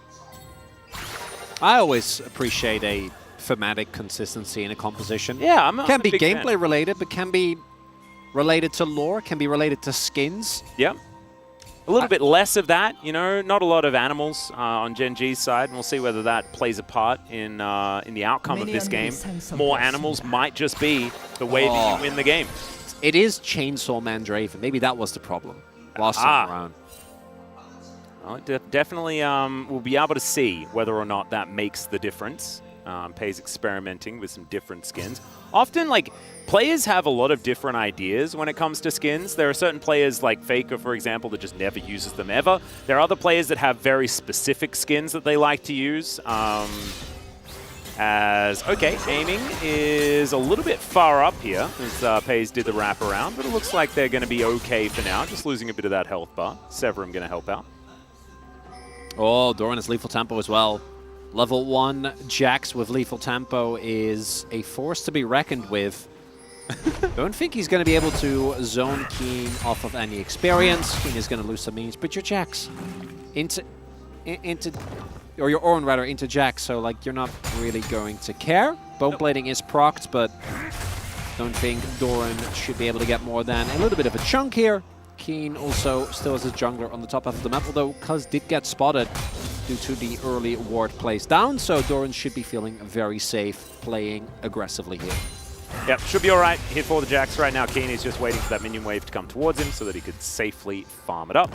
And it's going to be a bit of a waiting game. One thing that has improved a lot, as we see a bit of a scuffle here towards the bottom side, but I was going to say something that has improved a lot for Keen has been his tank play. He's always been a bit of that aggressive player towards the top side throughout most of his career, but often his tank play hasn't been as incredible as Pei's thrown axes everywhere. Just got to hang out in the campfire for a moment. We saw just how painful that is. Spinning axes with more range, it's exactly as you'd expect. Really difficult. As it turns out, champions are very, very tightly balanced with their auto range. Yeah. There's a reason why you can give like a tiny bit of auto range and it can completely change so many matchups. BDD. Yeah, Chovy gonna get that body slam down. Very nicely done. Good flash as he gets the double incinerate stun as well. Still, BDD had to burn that flash, so a big win for Gen G, but it looked very cool on BDD's side. Oh, Cuz could be doing a lot of damage here. He does come out of that brush. The rolling thunder get him through, but it is just going to be a bit of a storm being laid down, and Delight is roaming up. Chovy still feeling aggressive, even with barely any health, because he's Gragas. As Melio goes for a bit of a casual adventure in the enemy jungle, just to get some vision down. So Gen G off to a better start this time around. You can feel it, can't you? There's been a change. Feels like we are putting on a bit more pressure, trying to play out this composition a little bit better as Doran goes brittle, but still wins out on that trade, I believe. As Cuz, once again, just going to help BDD push these minions by the looks. And there will be a window, especially around level 6 when Peanut has his ultimate, where BDD is going to need some heavy defense. We do see pretty good vision at the moment. Also, Pei's actually picking up Executioners on his first back, which is interesting to say the least, particularly with Yuumi having a lot of her power kind of shifted towards more shielding as opposed to healing. Yeah. Does have the call this time around, though. That is actually something that we didn't comment too much on last time, but Aiming was able to just stack a call without any issues and kind of get an early lead. And particularly with the Storm Razor AD carries, like getting an early Storm Razor just makes you so good. Like, it's such an incredibly big power spike. Item is also getting nerfed in the next patch. Could also be that Pace just went back, right? They got the very early crash and didn't have the money for Dirk and was like, yeah, next best thing. Build something else. There's a bit of inherent sustain on this team as well. You look at Volibear and stuff like that, just with the ability to stop them from healing up as much, it would be fine. Don't know whether you necessarily need it super early, but there's neither here nor there. As this minion wave getting dealt with, Pei's just by himself. Is Melio making his way back. Projectile prowls around, finds the target. The thing that I'm looking forward to seeing here on KT's side is when we get Bear and Cat roaming together, because that is a lot of power. Stand aside to come in here as Pei's presses his cleanse button just to make sure that he can get this aggression down, because he's rolling on in. The flash comes out from Pei's, and Cuz not going to be able to get the stun. Pei's now trying to turn it. Nice prowling projectile onto Pei's to slow him down. Stop any further onslaught, as Cuz good position here to save his bottom lane. That was so close. If Pace gets hit there by the Cuz's stun inside of the Thunder coming down, he's 100% dead. Oh, Peanut. Very sneaky here. Yeah. Campfire being used as Cuz will be able to take his Grump. Peanut unable to grab it, even though he was unseen by the enemy jungler. A lot of pings out here as the Bear is moving towards mid lane. Chovy's going to be checking it. As good little stun to come down. The Bear to follow up as well. Which Bear? Tibbers is the one I was talking about. As Pay's moving on up as well. So Chovy once again low on health, but still not going to be too worried. Did have to flash in that instance. And Peanut standing on a ward here. Oh, because we're standing on a barrel, there's another one as well. Good shield to come forward as they should be able to take him down. Oh my god! He survives for so long, and now aiming is moving up. Will be able to grab himself the killer's delight. He cannot do anything when he's by himself. They trade back nicely, but first blood over to Gen G. Oh, and that's a kill going over to aiming. So KT, I think, take that trade for sure. Again, gold going into the pocket over the AD carry we saw in the previous game aiming. When everything is going well, he is definitely a reliable carry, can get a lot done for his team. And Chovy and Peanut on the re-engage there, very nicely set up, but the fact that Cuz doesn't immediately die there is so big, it wastes so much time, and it wastes Peanut's flash, which means that a follow-up play on BDD no longer going to be an option. He's going to have the flash available, and even when Peanut hits 6, it's not really going to lead to a whole lot, as Pays and the Light were waiting, maybe aiming and Lahens go forward, get caught off guard, and get caught by an all-in. Not going to be the case here. Yeah, let's have a look at this replay here, Chronicler. Take us through as Cuz gets caught in the barrel. It starts off with Chovy already having a charged barrel there, which gives them enough damage to take him down. Really nice combination there, like throw the cask into the wall so that he stays. Yeah, the mini stun. Exactly, and then Peanut gets off the Q, but Cuz not dying again buys enough time, because otherwise maybe Chovy can get out of there before the bot lane arrives. Not going to be the case here. And Gen G will be finding an early lead this time around. Aiming and Pays also both sitting on a pretty ridiculous amount of money. Wouldn't be surprised if Aiming gets to cancel here, but just be a little bit late as the Light has to flash. Yeah, just gonna have to flash. Does manage to get a ward down, but it's a pretty expensive ward if you have to pay your flash for it. Is Peanut going to be starting off the Rift Herald. More Bears here in this mid lane. This one with a tuxedo on, the other one in a raid in World of Warcraft, I believe. As there it is, Drake for HLE, going to be secured. It's just a Cloud Drake, unfortunately, for those of who are fans of the Cloud Soul, like myself. There are many. I don't know where they are, but oh no, I imagine like there's a lot of people who are huge fans of Cloud Drake because it is just objectively the best. So you could imagine, sure, there'd be loads of people out there. Chovy and Peanut giving Keen a taste of his own medicine. He's already 20 CS down, and they're trying to take him out of this one. All right, we'll be able to get some knockups here. Stops the Vault Breaker. There he is, trying to get out of there. Bellow's breath is decent as Chovy trying to tank it up. Keen, is he going to be able to get a kill back? The answer's no, because Peanut's the one that picks up the aggro. Beautifully played. Keen did everything that he could to try and avoid that, but Gen G were too good. Very, very nicely done by Keen. As you say, really able to avoid almost all of the CC. Wave is already thinned out, so he stays alive for a really long time, but with 3 people, there is enough juggling potential for Gen G to get the kill in the end. And it goes to Doran as well, which is really big. Meanwhile, Cuz was looking for a bot side dive on the cross map, knowing that there was no jungler, no mid laner available. But Pace used his ultimate to clear out the wave. The Light already spotted Cuz. And as a result, cross-map will not come through, and Gen G will be able to slightly upgrade that gold lead. Yeah, it actually, losing on, it's not good, right? As we're going to see it one more time. Let's count the amount of ways that Keen tried to get out of this one, because that interrupt was fantastic. This flash was decent. Almost everything he did was about as good as he could possibly do it. Yeah, that Bellow's breath value there, simultaneously ignoring the cask and the ultimate from Peanut, was really well done. But yeah, even though you're tanky, you're not that tanky this early in the game. And just one kill for Keen isn't going to matter as much, but it going to Doran is big, because this does mean that Doran can apply way more pressure than he otherwise would be able to. Does need to deliver on it though, is Chovy. Yeah, big old bear comes in. You can see BDD trying to move it so that Chovy couldn't go over to the left, but instead he just goes to his turret. So it's going to be all right.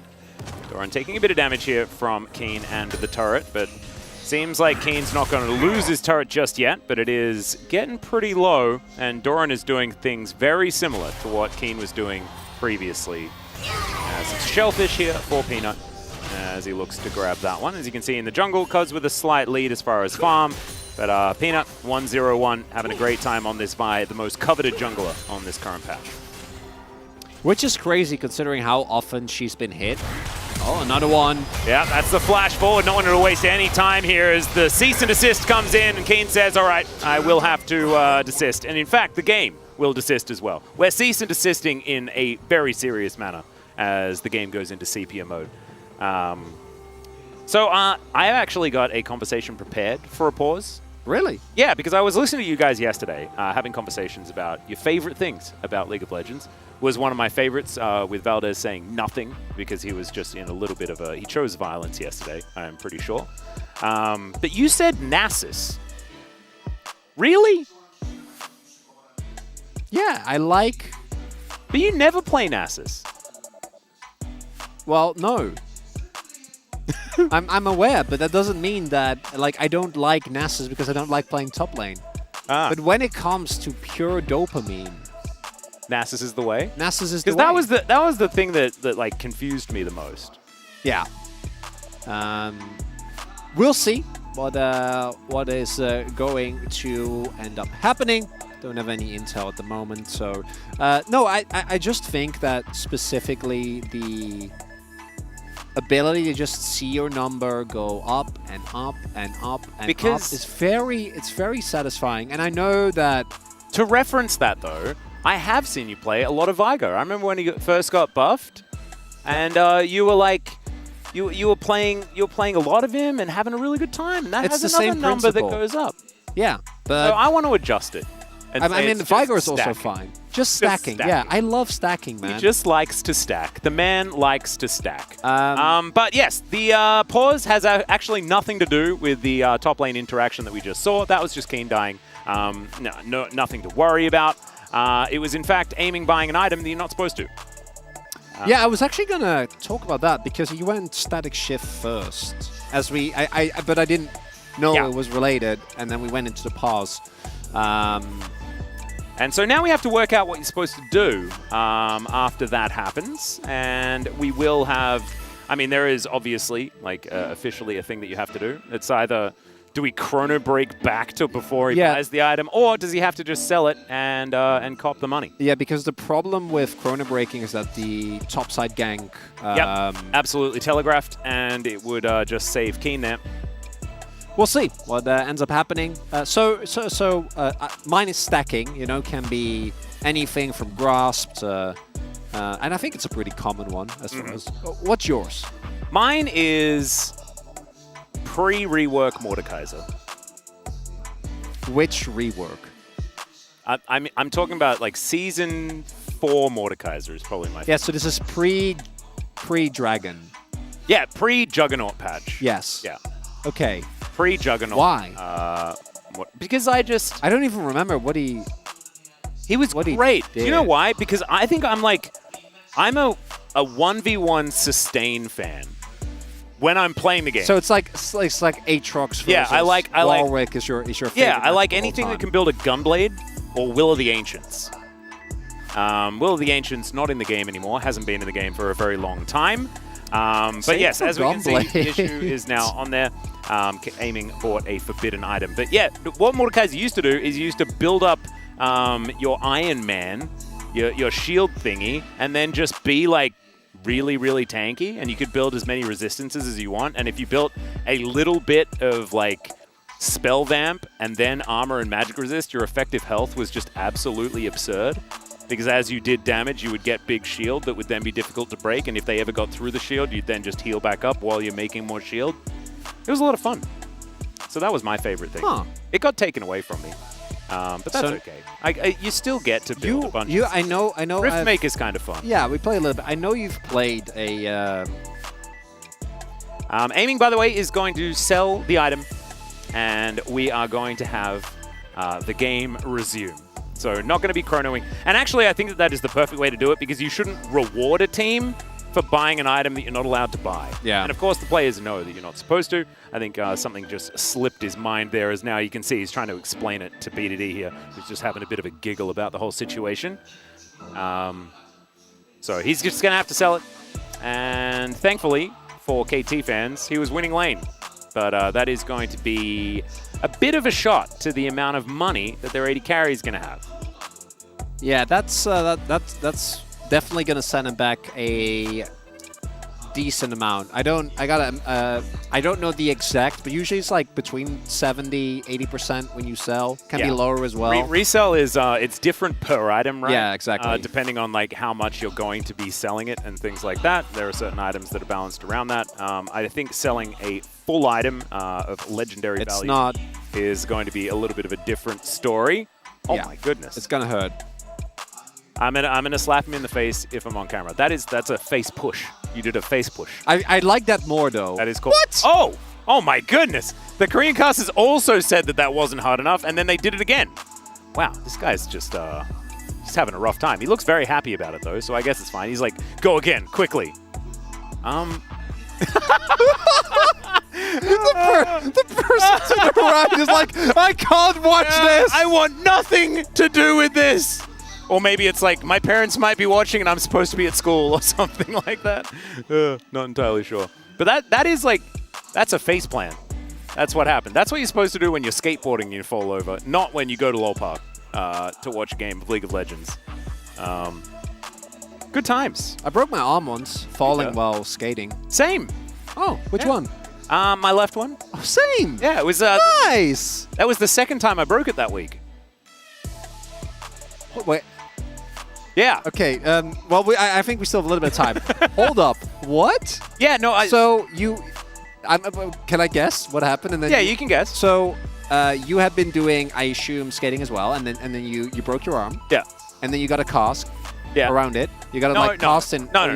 No. So what actually happened was because then I was like, how do you twice? If I was playing basketball with my mates at school, and one of my friends got pushed into me. I fell over, and then he fell on my arm. Yeah. And that really hurt. But I then went to the nurse's office, and she was like, "He's not in enough pain. It must be fine." And then I went home, and my mom was like, we'll put a wrist guard on, it's fine. And then like 4 days later, I went rollerblading, of course. And then and then I fell over, and then it was the bad one. And then I went to the doctor, and he did an x-ray, and he's like, Max, why are there 2 breaks that were obviously done at different times? Like, what's happening here? Are you okay? And then he just put plaster on it, and then we were all right from that point on. Yeah, the second break definitely hurt way more than the first. I broke the left arm 3 times, and the first time my parents actually had the same thing. Like I fell out of like a tree hut, and I was able to grab myself on the way down, but then I fractured. But they were like, because you're a kid, they didn't really know. You'll be fine. So they put me behind a PC. I think I was playing like Red Alert 2. Nice. And then after like 2 hours, when I was still like unhappy and crying, they were like, okay, he's not playing his video game. Something is wrong. We have to go to the hospital. Yeah, that was the same with me. If I wasn't playing video games or eating, my parents knew something was actually wrong. If those 2 things were happening, I wasn't getting any attention. Yeah. It was not what was going to happen. But we are just going to get back into this as soon as we possibly can, guys. Thank you so much for being patient with us and hearing our life stories about... So, is this... those 2 breaks, are those the only time that you've broke it? No. That was just twice in a week. And I thought that was how many times? Noteworthy. It was 4 times, and I've got... I always get like people like front 3 times? Right. I fractured my foot. I've done a lot of things, but I was one of those kids that did my very best to be in as much danger as possible. I wasn't, which makes it all the more like... you know me very well, right? Like, I'm not the dangerous type of guy. My mother had a hard time. She's got a very strong heart now. One time I got, I just walked into a class. I think this was like economy during high school.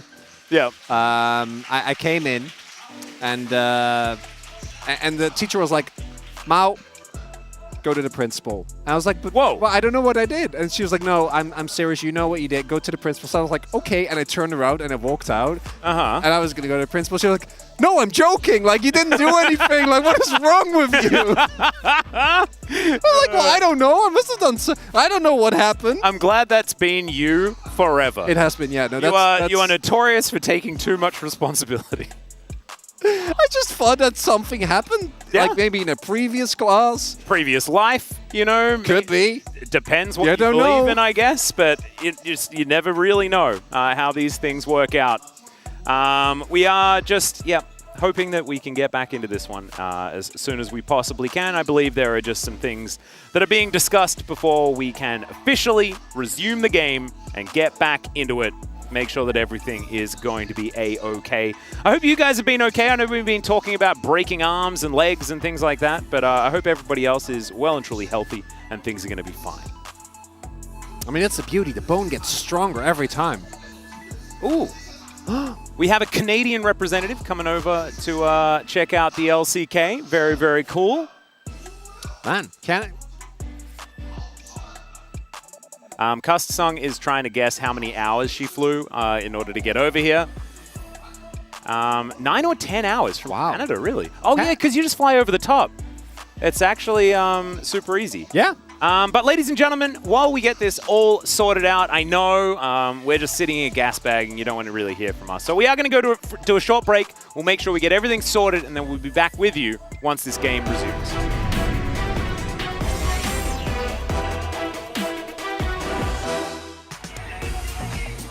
이거 제가 평가해도 되나요? 그냥 보고 있었거든요. 은희가 들어간 줄도 몰랐어요.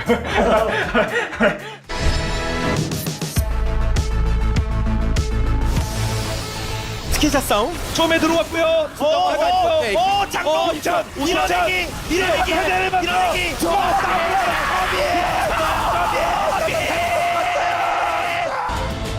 자, 젠지와 디플러스기야. 야, 어떻게 이렇게 만납니까? 결국에 젠지와 디플러스기야 되게 심플해졌잖아요. 그럼요. 여기서 이기면 되는 겁니다. 뭐? 그러면 제리벤이 그렇게 아픈 건 아니겠죠? 일단 뭐 요네. 그냥 요네. 아, 이거 참 재밌어요. 이 구도 자체가. 그 젠지 코치 감독분들도 많이 얘기하셨는데 이 뱀픽을 할 수 있는 게 말이 안 된다 뭐 이런 식으로도 말씀을 하셨거든요. 그러니까요. 초비 선수가 요네를 굉장히 잘하고 잘해서인 것 같아요. 요네 선픽 한다는 게 되게 뭔가 자신감으로 하는 거여서 이게 원래 르블랑 상대로 하기가 쉽지 않은데 이제 상대하는 챔피언이 르블랑이다 보니까 이걸 이제 CS를 하나씩 먹을 때마다 상대팀한테 이제 먹어도 될 거라는 허락을 받고 먹어야 되거든요. 깽칠 생각인 것 같거든요. 근데 진짜 때리는 쪽도 엄청 열심히 때리고 있고. 예. 미드 하나 더. 피 빠지고 본인 피 빠지고. 근데 라인전을 좀 세게 해서 누르지 않았습니다. 아니 근데 그게 원래 그것보다 더 힘들어야 돼요. 네. 사실 이기는 건 거의 말이 안 되는데 잘 버틴다? 살짝 그런 마인드가 있는 거예요. 라인전에 버티기만 하면은 문제 없다. 이제 라인전도 잘 넘기고 이제 한타 때도 뭐 이런 슈퍼 플레이도 하시니까 되게 잘하신다고 생각했죠. 네. 다시 찼어요. 아, 다시 때리고 있는 일단 젠지 스키샷 싸움 처음에 들어왔고요. 장로 이천 설계한 거죠. 정피를 일부러 깎아서 상대가 더 빨리 오도록. 이제 용 피가 적으면 막 앞으로 쏠려야 되거든요, 다 같이. 그래서 딱 그 타이밍 맞춰서 잘 들어온 것 같습니다. 장로 이천 밀어내기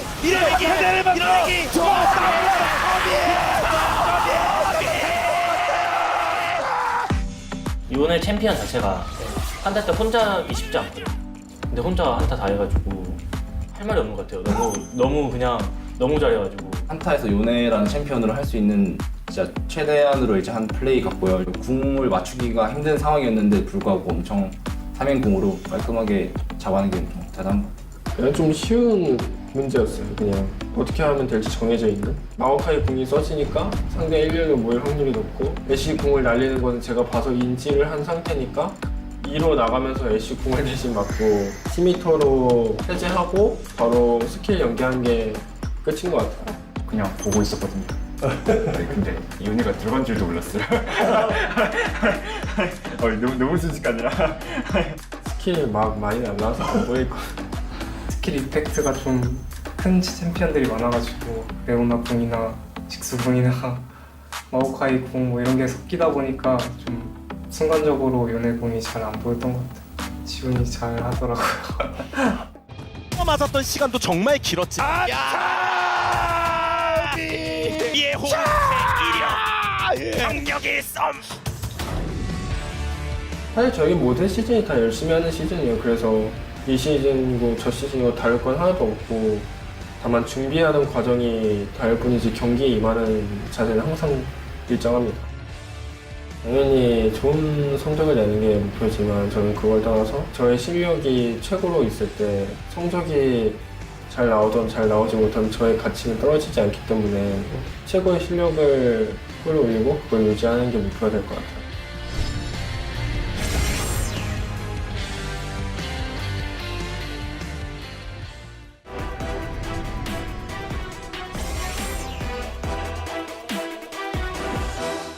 서포터들에게 쓰레쉬는 어떤 챔피언? 꽃이죠, 서포터에. 기본적으로 다 가지고 있어야 된다. 주기도 싫고 하기도 싫은 그런 챔피언인 것 같습니다. 정석 챔피언, 주인공이 될 수 있는 그런 챔피언인 것 같아요.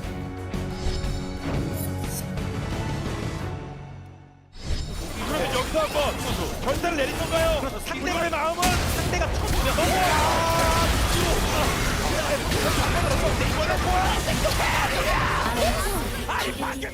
당시 한타가 어떤 구도였는지.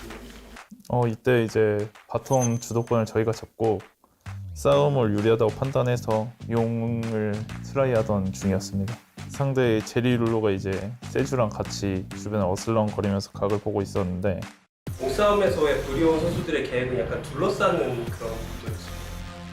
저 타이밍이 제일 저희가 할 만한 상황이기도 했고 저희가 좀 꽝싸움을 이제 열면서 이제 싸먹을 생각을 했는데 그때 순간적으로 상대가 먼저 걸 거라는 걸 좀 생각을 못 하기도 했고 먼저 걸어서 그냥 아예 저쪽으로 뚫어버리더라고요. 이제 꽝싸움을 하면은 상대가 더 유리한 조합이었는데 꽝싸움을 피하면서 싸움을 시도하려 했고 마침 상대 팀도 많이 포지션이 갈려 있어가지고 순간적으로 상대에 갈려 있는 쪽을 바로 봤던 것 같아요.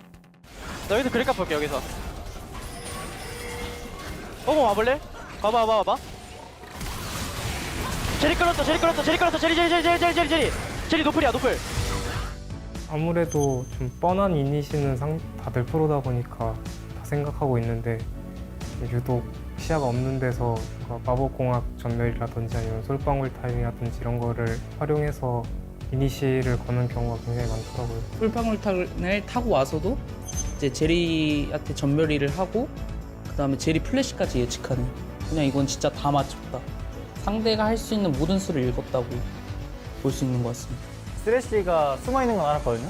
근데 이제 끝방울 탄 거에서 일단 처음에 당황했고 그 전멸 1로 시작을 하더라고요. 그 전멸 1 때 제 E스킬이 빠졌는데 그 예측 드래곤. 그것도 다 미리 생각을 하고 있어서 결국 나오는 것 같아요. 저기서 제리가 결국 세 갈래로 풀을 쓸 수가 있는데 왼쪽으로 쓰면은 그라가스한테 토스 당해서 결국 죽게 되고 오른쪽에 쓰면 결국 오공이나 아펠리오스한테 묶여서 죽는다고 생각해서 상대가 살 수 있는 플래시 경로가 하나밖에 없다 생각해서 거기에 딱 제가 썼던 것 같습니다. 아니 방금 캐리야 이 체계도 뭐예요? 풀 쓰는 상황이 약간 어쩔 수 없는 상황이 나와버려가지고 제가 풀 쓸 자리가 확정적이니까 쓴 느낌이라 좀 잘했다고 생각합니다. 좀 슬프네요 좀. 이거는 진짜 경이로운 수준이라서 뭐 말할 틈이 없었네요. 그냥 감탄하고 있었습니다. 캐리아 선수에게 쓰레쉬랑 어떤 챔피언? 그 자체. 스프링 시즌에는 제가 생각하기엔 정규 시즌에도 그렇게 좋은 경기력이 아니었다 생각했는데 어떻게 좋은 성적을 내서 다들 뭔가 문제점을 인지 못하고 있었던 것 같고 저도 포함해서 그게 이제 결국 결승전에서 터졌다 생각하고 남은 시즌 마인드부터 잘 고쳐서 열심히 해야 될 것 같습니다. 저희 팀 우승을 한 지 벌써 1년이 넘어가고 기대에 비해 좋은 성적 내지 못하고 있어서 이번 서머 시즌을 꼭 좋은 성적으로 마무리하고 싶습니다.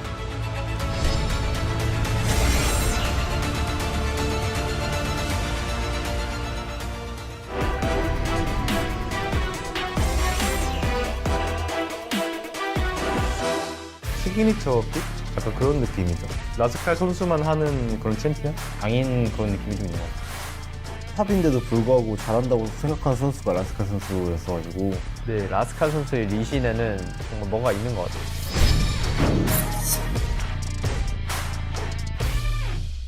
뭐 되나요? 스틸도 안 될 것 같은데요. 따라면서 싸우겠다. 일단 시간이라도 벌어보자. 근데 술통이 돌았고요. 든든히 잘 맞았어요 앞에서. 그리고 바로 들어가.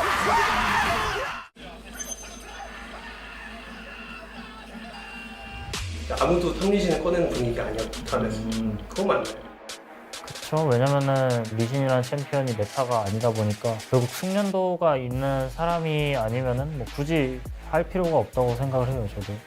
지금 이때도 되게 안 좋은 픽이었어요. 사실 이 크산테 대 리신도 사실 나올 수가 없는 구도였거든요. 이게 저도 그 구도를 해본 적이 없어요. 크산테는 너무 좋은 챔피언인데 리신은 아무도 안 하니까 이제 혹시 여기서 킬각 잡으려고 하는 거 같아요. 그래서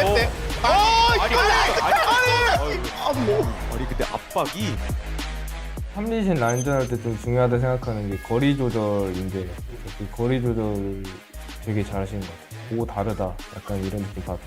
라스칼 선수가 큐선마 리신에 최적화되어 있는 것 같아요. 워낙 솔킬각을 잘 보시다 보니까 그 솔킬을 언제 당할지 모르는 무서움에 라인전을 해야 되기 때문에 그게 무서운 것 같습니다. 여기서 한타가 열릴 수도 있겠는데요. 지금 움직임 보면은 양쪽 다 할 말은 있는데 진짜 구도가 너무 중요합니다. 그리고 이후에 물론 움직임이 있어요. 뒤쪽으로 다 터쳐놓고 아칼리다 보니까 일단 버티긴 했고 리스 아칼리 와! 아니 왜 그래요? 아칼리 지정이 다 부었어요. 진짜 4인 당구할 각이 그 타이밍밖에 없었어요. 안 그러면 애들이 다 흩어지기 때문에 그 한 타이밍을 여기서 봐가지고 만들어낸다는 게 저는 못할 것 같아요.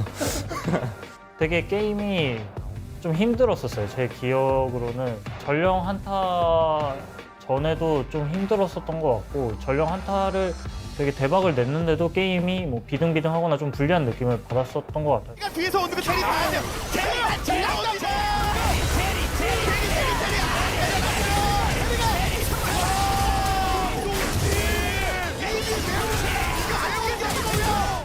바론 전에 이제 대길이 형이랑 제가 죽은 상황이었는데 그래가지고 3대 5인 상황이었단 말이에요.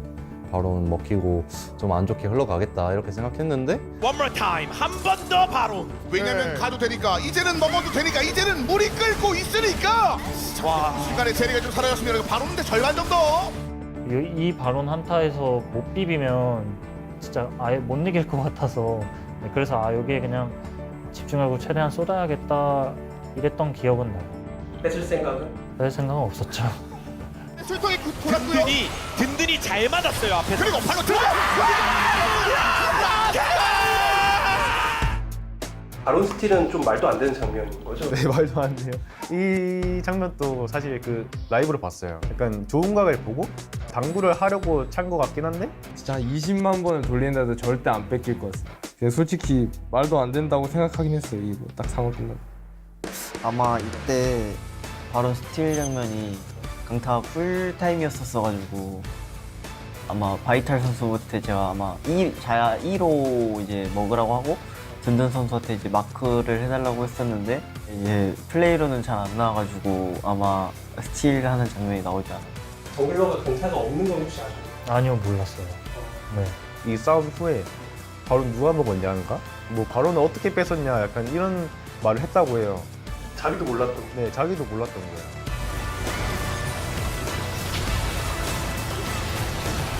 뭐야, 어떻게 뺏었어? 왜 뺏은 거지? 그때 왜 뺏었지? 리신 사실 궁이 데미지가 그렇게 세지가 않거든요. 그게 그냥 운 좋게 이제 바론 스틸까지 이어졌죠. 제 기준에는 사실 리신이 해야 하는 플레이였어요. 뭐 리신으로 져서 아쉬웠지만 리신을 하고 완벽하게 못했으면 져야지. 네, 좀 이렇게 생각했던 것 같아요. 그 다음 장면 사실 못한 거 많거든요. 그냥 아쉽죠. 네. 스프링 시즌은 좀 외로웠었던 것 같아요. 결국 팀이라는 게 뭔가 다 같이 하나가 돼서 뭔가를 해야 하는데 다 같이 헤매다 보니까 다 따로 노는 느낌? 그러다 보니까 저도 좀 외로운 스프링이었다라고 생각합니다. 서머는 다른 건 몰라도 망해도 그냥 다 같이 망하고 이득을 봐도 다 같이 이득을 보는 되게 팀적으로 조금씩은 발전할 수 있는 팀이 됐으면 좋겠어요. 네, 그래서 뭐 결국 스프링이랑 비교하면 더 기대가 되네요.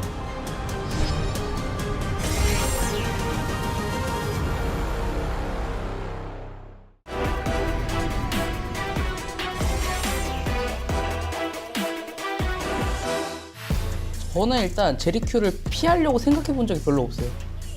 이게 피할 수가 있는 건가 근데? 그 속도도 빠른 제리큐를 그렇게 피하는 게 좀 기괴하더라고요. 이렇게 초근접에서 썼는데도 피한 거 보고 좀 감동받았던 것 같습니다. 이게 근데 원래 전 죽을 줄 알았거든요. 근데 혁규 형이 무빙이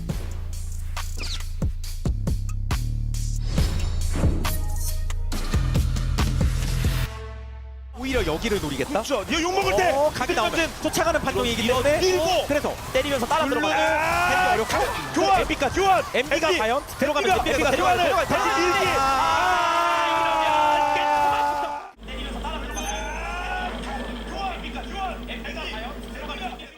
상대방이 5레벨이었고 저희가 4레벨이어가지고 좀 무리하게 호응을 하다가 되게 위험한 상황에 처했다가 이제 잘 피해서 살았긴 했는데 아 이거 좀 너무 무리하게 호응했다 이 생각이 제일 먼저 들었던 것 같아요. 저는 물려가지고 빼고 그냥 빼면서 탈각을 봤던 것 같고 그때는 엠비 선수는 그냥 그 루시안을 잡으려다가 아깝게 그냥 못 잡으니 그때 실시간으로 보고 있었거든요. 그 되게 MB 선수가 아 이거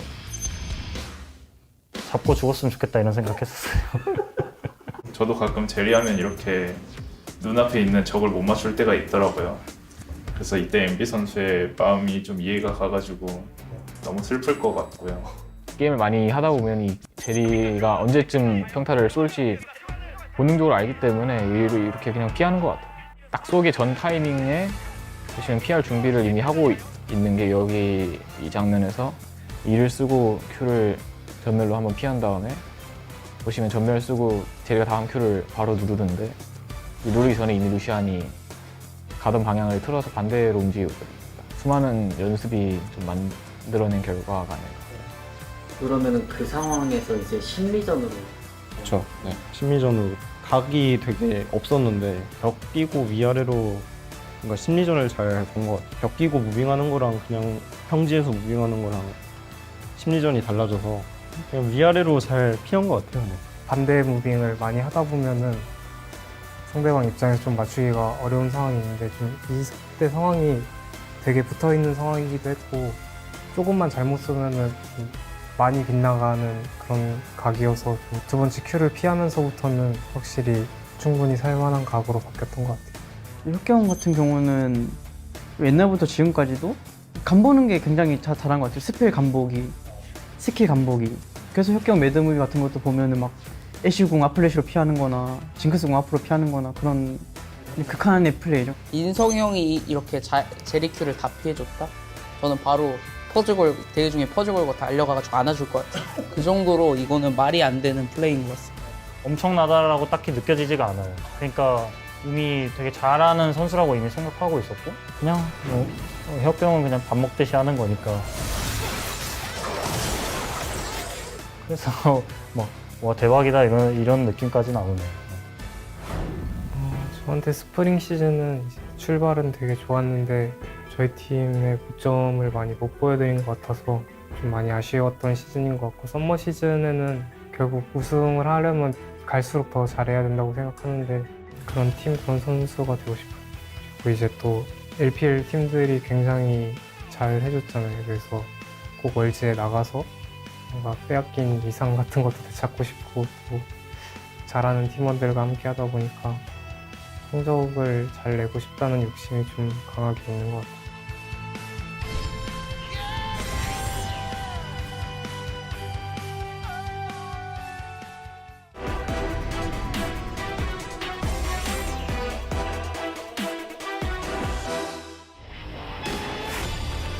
안 죽어. 기가 막힌데? 네. 두두 선수는 진짜 최고점을 보여준 것 같습니다. 두두 형은 이런 걸 얻어 걸리는 게 아니라 의도한 거죠. 벼랑 끝에서 하는 챔피언은 두두 선수가 정말 잘 다루는 것 같아요.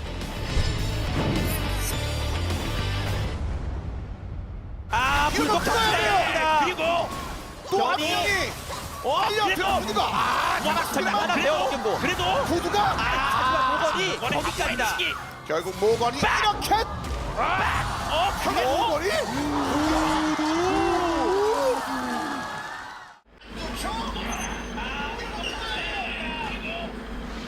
어떤 상황이었어요? 일단 제 기억으로 그 전에 한타를 졌나 사고가 났나 해서 저희 팀원 3명을 죽어보고 이제 바로를 못 막는 상태가 됐으니까 미드라도 밀어서 타워나 억제기까지 해보자 이런 상황이었는데 키오라가 뭐 미드 밀고 있어서 아마 저희가 막 자르러 간 것 같은데 상용까지 약간 천천히 와가지고 약간 내가 아무리 해봤자 뭐 한 명 죽고 얘 잡고 할 것 같다 이런 느낌을 했던 것 같은데 이때 제가 상황 인지를 잘 못해서 WQ를 앞으로 잘못 박아서 저 공짜로 죽고 시작했는데 선체 파괴자 되고 있었을 때여서 오히려 그 아지르 죽어가지고 오히려 더 할만해진 느낌. 아지르가 그 타이밍에 스킬도 빼주고 죽었던 걸로 기억하거든요. 제가 의도한 것 같아요.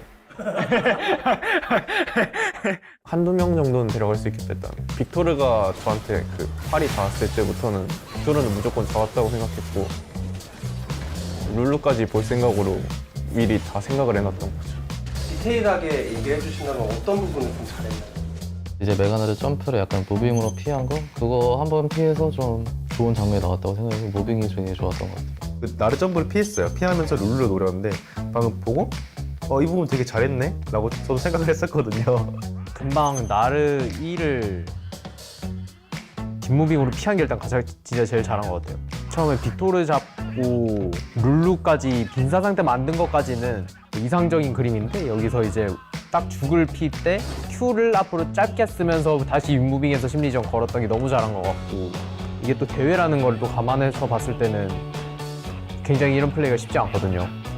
그날 뭔가 유독 집중력이 많이 좋았어가지고 솔직히 근데 저였어도 그 타이밍에 피오라가 아래쪽으로 일자 밟으면서 끝사거리에 서 있으면 7할 정도는 솔직히 다 글로 점프 뛰었을 것 같아요. 보면은 쓸만은 해요. 네, 쓸만은 한데 이게 동작 무빙이 싹 돌아가가지고 궁 쓰고 평타 치고 W 쓰고 평타 치었으면 잡았으면 했는데 궁 바로 쓴다 W 바로 써가지고 잡을 줄 알았던 거예요. 거의 잡았다라는 생각을 할 거기 때문에 스킬을 더 짤 필요도 없고 그 심리를 유도하고 플레이했던 거라 이렇게 하는 게 제일 낫겠다라고 순간적으로 판단했던 것 같아요. 다시 보니까 이렇네. 이래가지고 잘 도망갔구나. 잘했는데.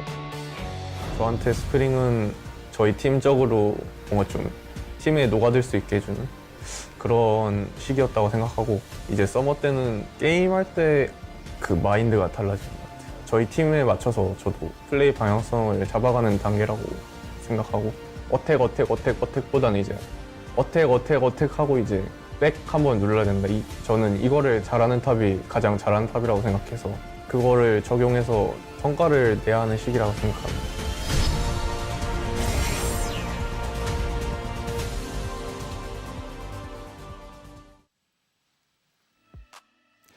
Welcome back, ladies and gentlemen. We are still within this pause between Genji and KT. The games are so far away, I've forgotten what Summoner's Rift even looks like anymore. I'm pretty sure there are some lush vegetation, perhaps some bubbling brooks, some rivers, things like that, some towers. Mountain ranges in the back. Oh, potentially. Some dragons flying around and appearing on the rift.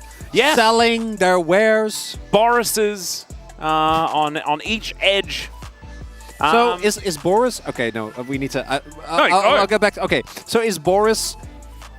Is that the name of like the clan of salesmen? Because I know that he's named Boris, but there's one on either side. Yeah, it's Boris and Boris. Are they just all called Boris? Yeah, it's like the clone army from Star Wars. Okay, yeah, gotcha. Okay, thanks. I just wanted to clarify that. In fact, because there's multiple games of League of Legends running at the same time, right? Yeah, no, there's an infinite army. No, I understand that. Millions of Boris. I thought maybe it was a title as opposed to... Is Boris kind of like sheep? where if you pluralize it, it's just more Boris. Well, that's what I'm thinking. Are there 3 Boris or are there 3 Borises?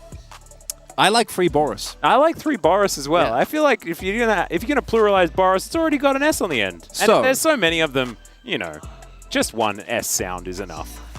Yeah, just to give you guys an update once again, Aiming bought a static shiv. Not allowed to do that. It apparently does things that are real broken in the game right now.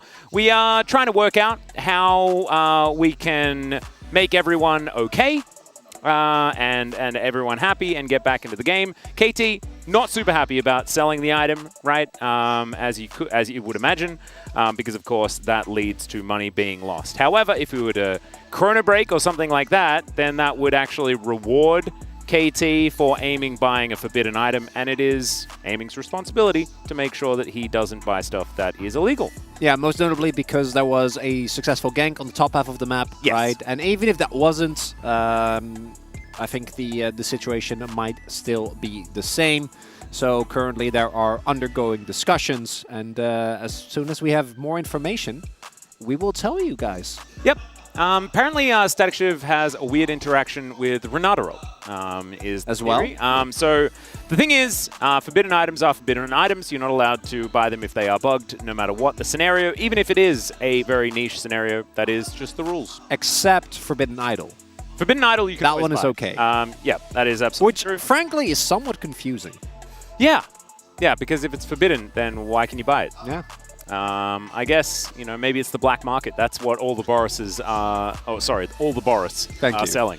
It is contraband. Man, does that mean that, like, oh, that's kind of cool. It's like a bit of a shady deal. Pretty crazy that everyone goes to the same shop every day, but it's actually the black market. Maybe one day, there, you know, because with Arcane we get the opportunity to dive into all these plots. Maybe one day we will deal with the monopoly that is Boris on Summoner's Rift. Why can't I go to another shop? Hey, that's true. With better deals. Maybe it's like Noni's going to come out and open a different shop to make sure that, you know, we can buy some different items. What would they sell? Maybe it's like all of the disabled items. Like you can buy GFG, Will of the Ancients, all of the great stuff. It's gonna, Gunblade? Yeah, it's going to force Boris to like bring back all of the really fun items that have been taken away from the game. Oh man, I would love that. I would be all about it. What would, maybe Cage's Lucky Pick will come back, Philosopher's Stone. I want all the gold generation items in the game. I want them to stack. I want Heart of Gold. Yeah. I want Ancient Coin. Yeah. You know, throw them all in there. Get Klepto back. Revolver. I need to play 6 Revolver Vladimir again. That's what I need. That's what my life needs. Man, do you remember when that item wasn't unique? There was a lot of we had League of Cleavers as well, right? Yep. Yeah. Oh, Atmog's. Atmog's Impaler. That needs to come back. Does it? Yeah, of course it does. Doing damage based on how tanky you are, that's something that how many Dread's Blood Razor, which kind of, I mean, there's still Health Shred. Yeah, Wriggle's Lantern. Yeah. How many people do you think that are in chat right now that actually know any of the words that we're saying? And played with all these items? You know what? I'd like to say that we have a very refined chat that has been playing League of Legends for a very long time and has now needed to witness the best of it that you could possibly get. As ladies and gentlemen, we have found a resolution, and so the game will be resumed once the players have come back. They went off to their green room because this pause was taking for about infinity years, and so they are going to come back, sit on stage, and we are going to resume. It's probably about 5 minutes or something like that before we get in there. So yeah, we've got a little bit more time. Do you remember what champions were picked? I got a quiz. For you. Chronicler, to test your memory. Okay. Who is the... what is the bottom lane duo for Gen G this game? That is Draven Milio. Correct. Well done. Absolutely amazing. On the other side of the rift? That is Yumi Aphelios. Oh, that was an easy one because that's based on why the pause is happening. BDD has a 100% win rate on his champion. On Annie, what is which it? is 3 out of 3 games. Yeah. A big sample size. It may go down. It may plummet 25% with a loss here. is possible. Also, I just heard KT, or Aiming rather, will sell the item and the match will be resumed at 6:50, which is in about 3 minutes. Yeah. Do you want me to go through all the... Yep, now we're going to do the full quiz because we've got another 3 minutes before we get there. Unless you want to play a different game. Do you have any better because I know, so then I feel like it's not funny if I know. Oh, they are all kind of here. That helps, but we weren't actually looking at the production monitor. I can tell you he wasn't cheating, okay? No. But I imagine the I would quiz never. was less fun for those at home because they could just look at the screen and all of the champions. Is it time? Is it? I mean, I don't like going here, but is it time for an impromptu Dutch lesson? Is that where we're at? I don't What think about we need that. an impromptu Australian lesson? That would be illegal. That's worse. You know how there's like a forbidden item was purchased in this game? Yeah. That is a forbidden lesson. Forbidden to be language. Taking on broadcast if you want Atlas to come to work tomorrow. That's how it goes. Although I'm not coming to work tomorrow. Anyway, I've decided I will just now. Yep. It's not going to be a thing. But yes, as you can see, players making their way back out again.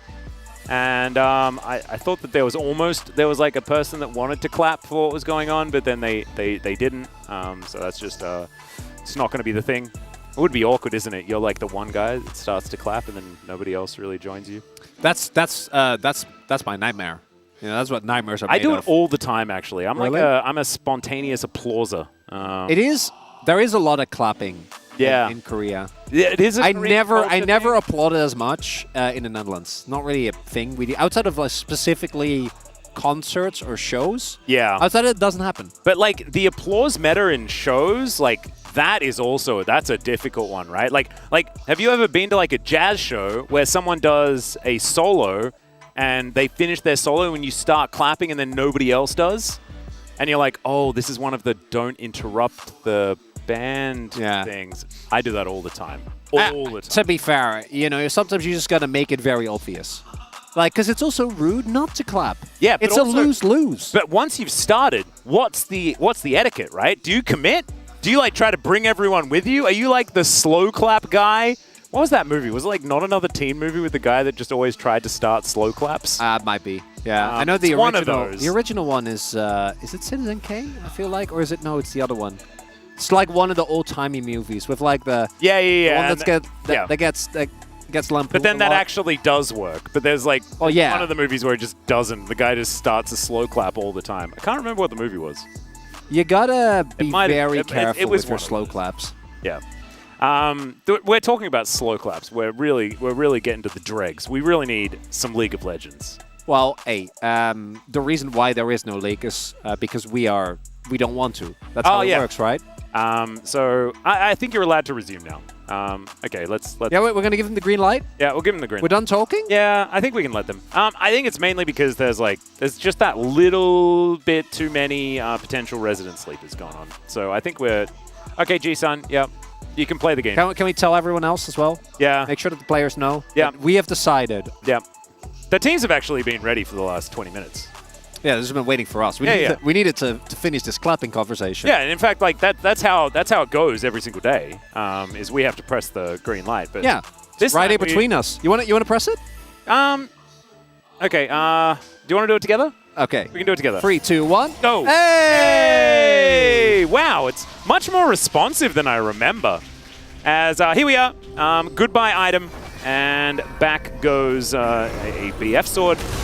And a critical. So here we are. The resolution looks simple. Sometimes these things need a lot of discussion before we come to a resolution. Doran is going to kill a turret, and Genji going to have a big advantage in this game. Just to bring you guys back up to speed with what had been happening, if you're just joining us, over the last 20 minutes, not a lot was happening. Prior to that, this game made it 12.5 minutes. So, in the interest of the stats, Shiv sells for 2,100. Shout out to Orcs, by the way, who gave Thank you very much, Dan Harrison. On the desk. 2,100 gold, which is 70% of the value, which is about what we were thinking. So, there's 900 gold being lost here, which, particularly for a role as item dependence AD carry, is Unfortunate. Also, as we saw, the gank on top side working out. So first turret blood going over to the Jax. And game state looking good here for Genji. Yep, and this now comes down to a little bit of an emotions game as well between these two squads. KT going to be feeling pretty silly about this whole situation, and I don't think that will help their chances for coming back into this one. However, their composition certainly does do a bunch of good things if you do manage to make it towards later stages of the game, try and deny things like cash-ins and stuff like that for the Draven. And we'll see what they can actually make happen here in this one. Of course, best of 3, and this is game number 2. If KT lose, there's another game. We could be here forever. Imagine if there was like another pause. This is just... Like, maybe there's a pause every game. This is just Series 1. Yeah. We got T1 Hama, you know, those series, they go the distance. They certainly do. I mean, that's one that you would not be putting money on for a 2-0. Know what I'm saying? It's not how that one goes. As Peanut and BDD going to say hi to one another, of course, old friends from the Gen G days together. As Delight and Pace will look for some Dragon, Shellfish, all of the good stuff here as Gen G have a lot of control of this map. And first rig was picked up by KT. Second one now going to get taken.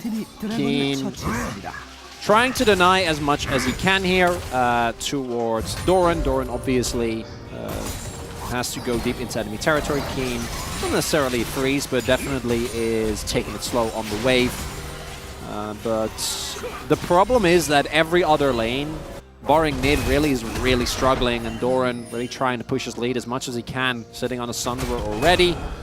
Also, Coalfield's done now, and even though the second gank towards Keen didn't go towards him, he still got a little from the turret, so still going to be extremely happy with where he is in this game right now. And with the amount of hard engage available to Gen G, can make it very hard for KT to play out this game. Yep, 4.5k gold lead as well. Decent little buffer there for Gen G as they've evened out the Drakes after that one. Once again, it's going to be an Ocean Soul, so a very pretty Rift, but not exactly the most hard-hitting Drake as far as souls are concerned. Shirley going to go over to Gen G. They just have ownership of the neutral of this map right now. And aiming, just going to set up shop. Ooh, set up shop. Freudian. A little bit of Freudian slip there, I apologize.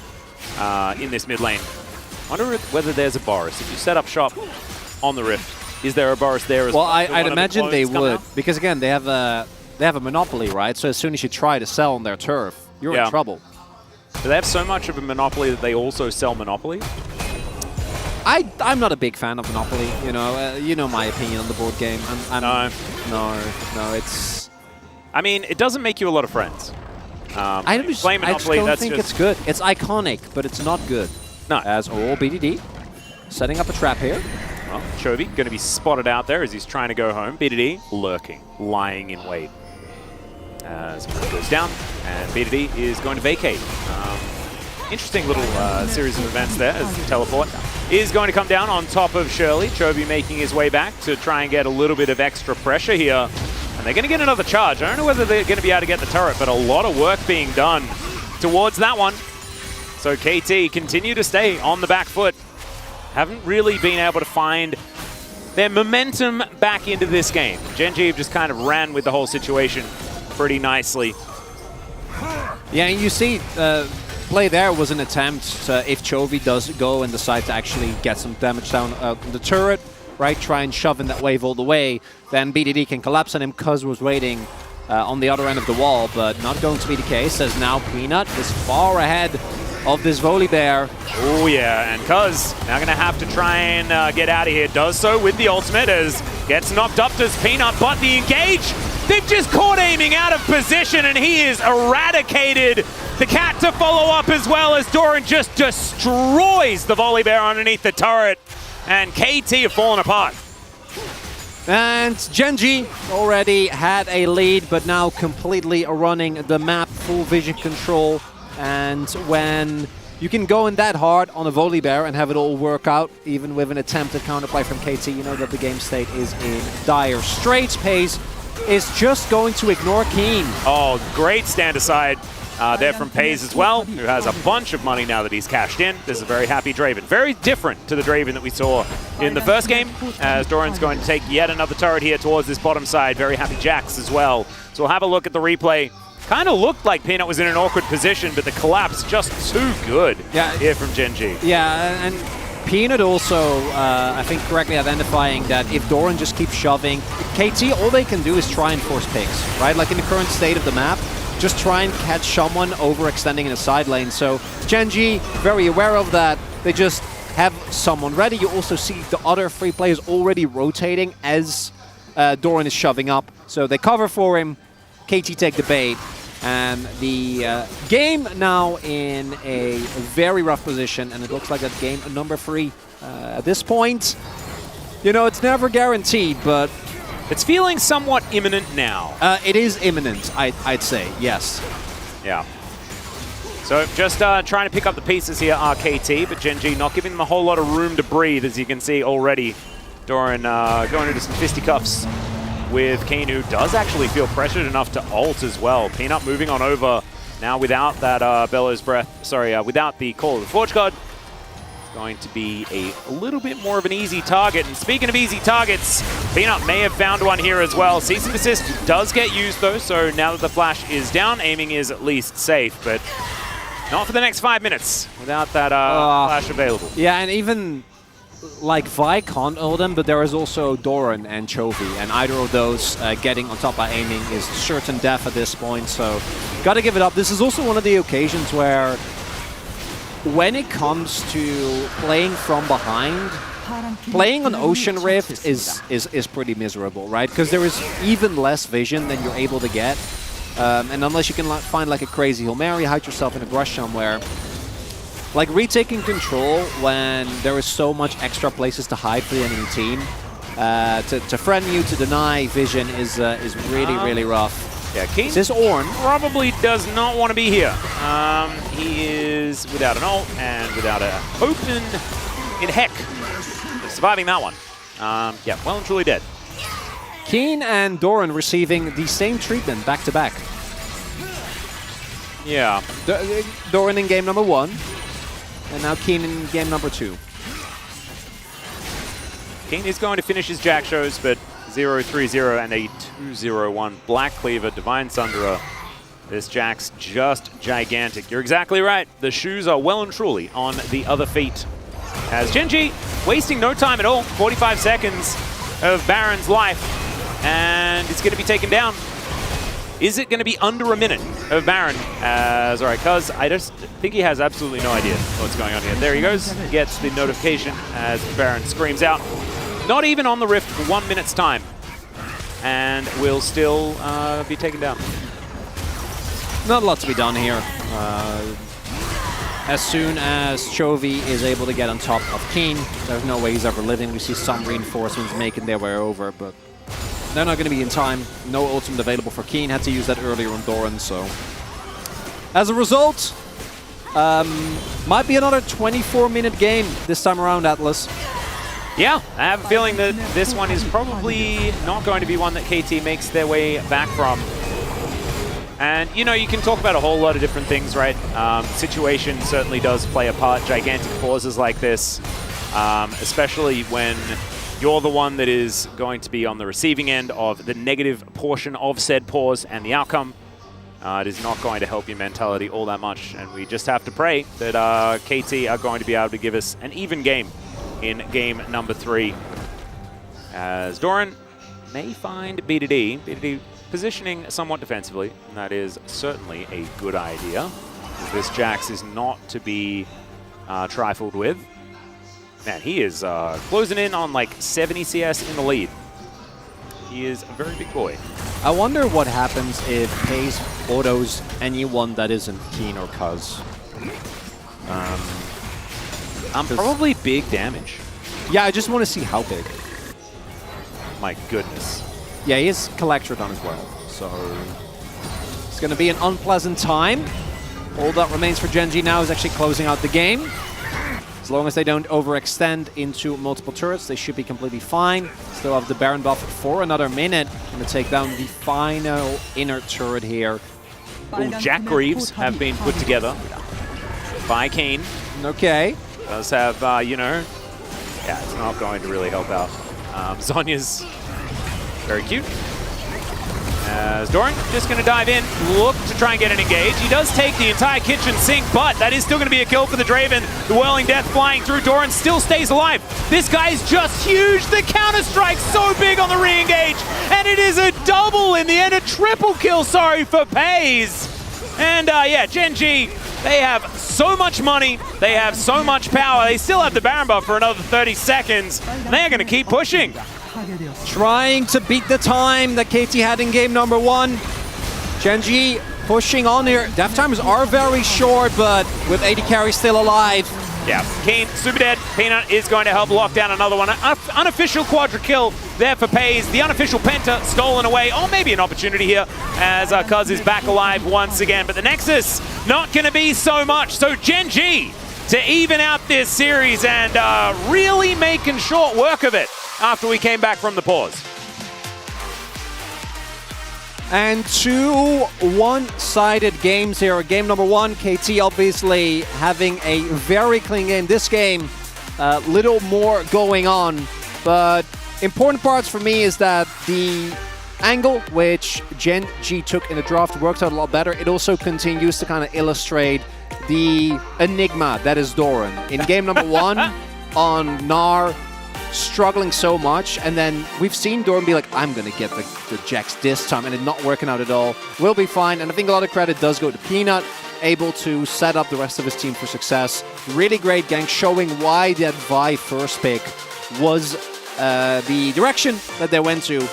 And draft probably going to be completely revamped again, as we will, I assume, get KT on the other side, as they will now have the opportunity to go back to And I just really hope that they can sort of refresh their mental moving into the next game. As you can see, big differences in a lot of these numbers that we can see on the screen.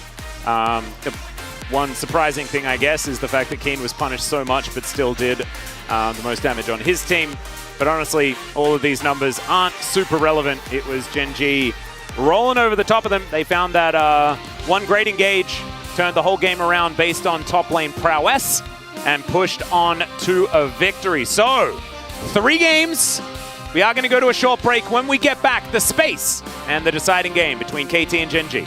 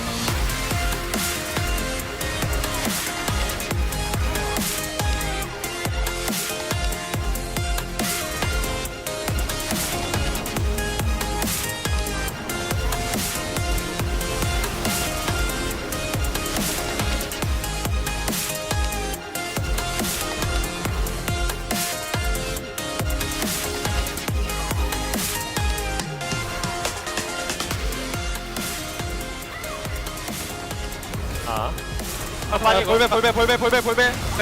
궁 써줄게. 궁 써줄게, 좋아. 나 이거 앞에 루플이야. 앞편한테 궁 박는다. 박아. 애니 루플. 한다. 메타. 되나? 안 돼. 끝까지 해야 돼. 바텀.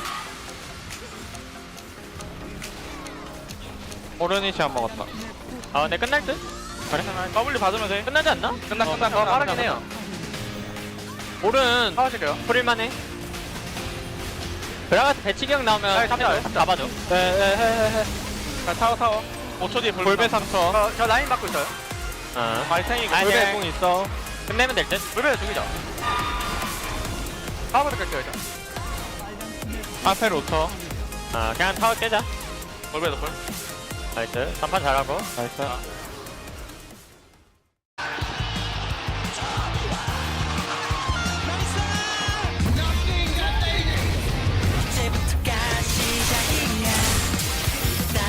승리만 겨냥한다.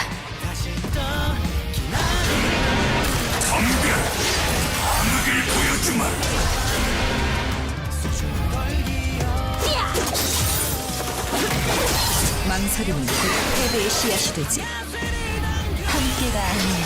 아무것도 아니다. 한 번의 세발. 이제 빗나갈 일은 없다.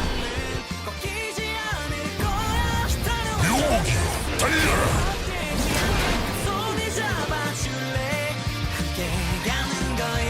저 너머로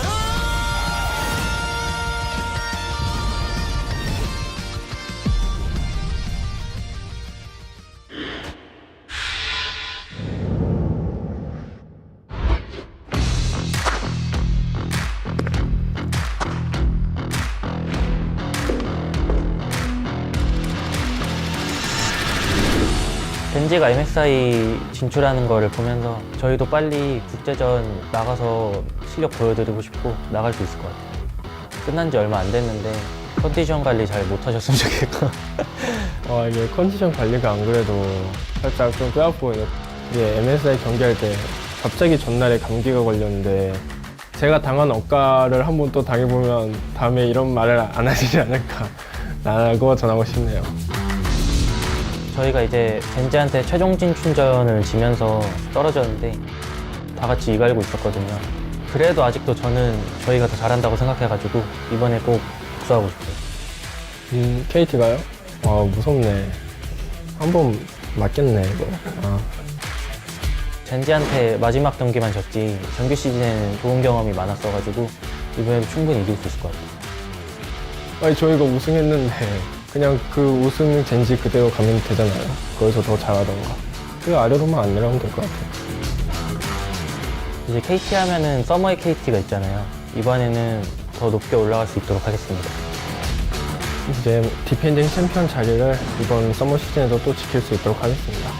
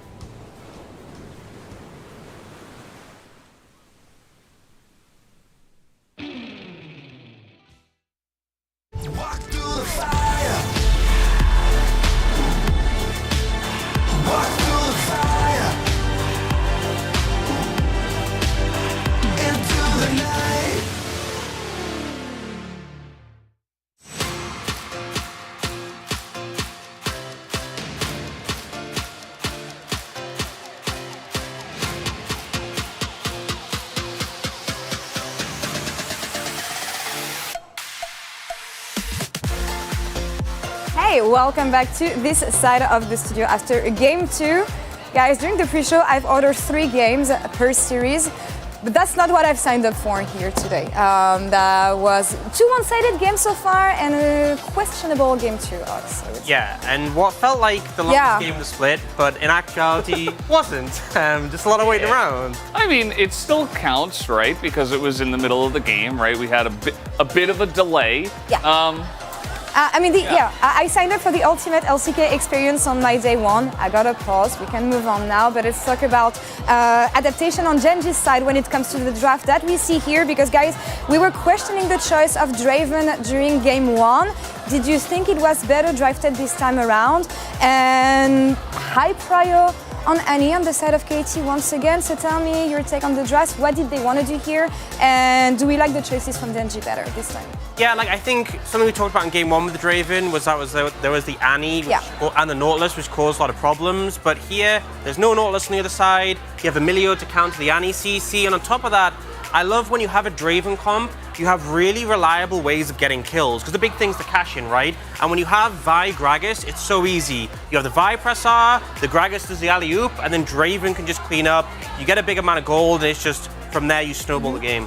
It's a pretty insane tempo comp when you look at it as well, because if the Jax is also getting ahead, you're getting your Draven ahead, you're not going to stop that snowball. It's just not really going to happen. And there were some ways with, like, you know, Ornn and Annie for pretty hard CC, but the Emilio's right there, and it's a much better support for the Draven in the bottom side. I didn't really like the third pick Draven without a support in the first game, but this time around it feels like a much better situation in the bot lane. Yeah, that's it, and it shows, and I think Genji has been way more opportunistic in the sense, in the way they approach the fights.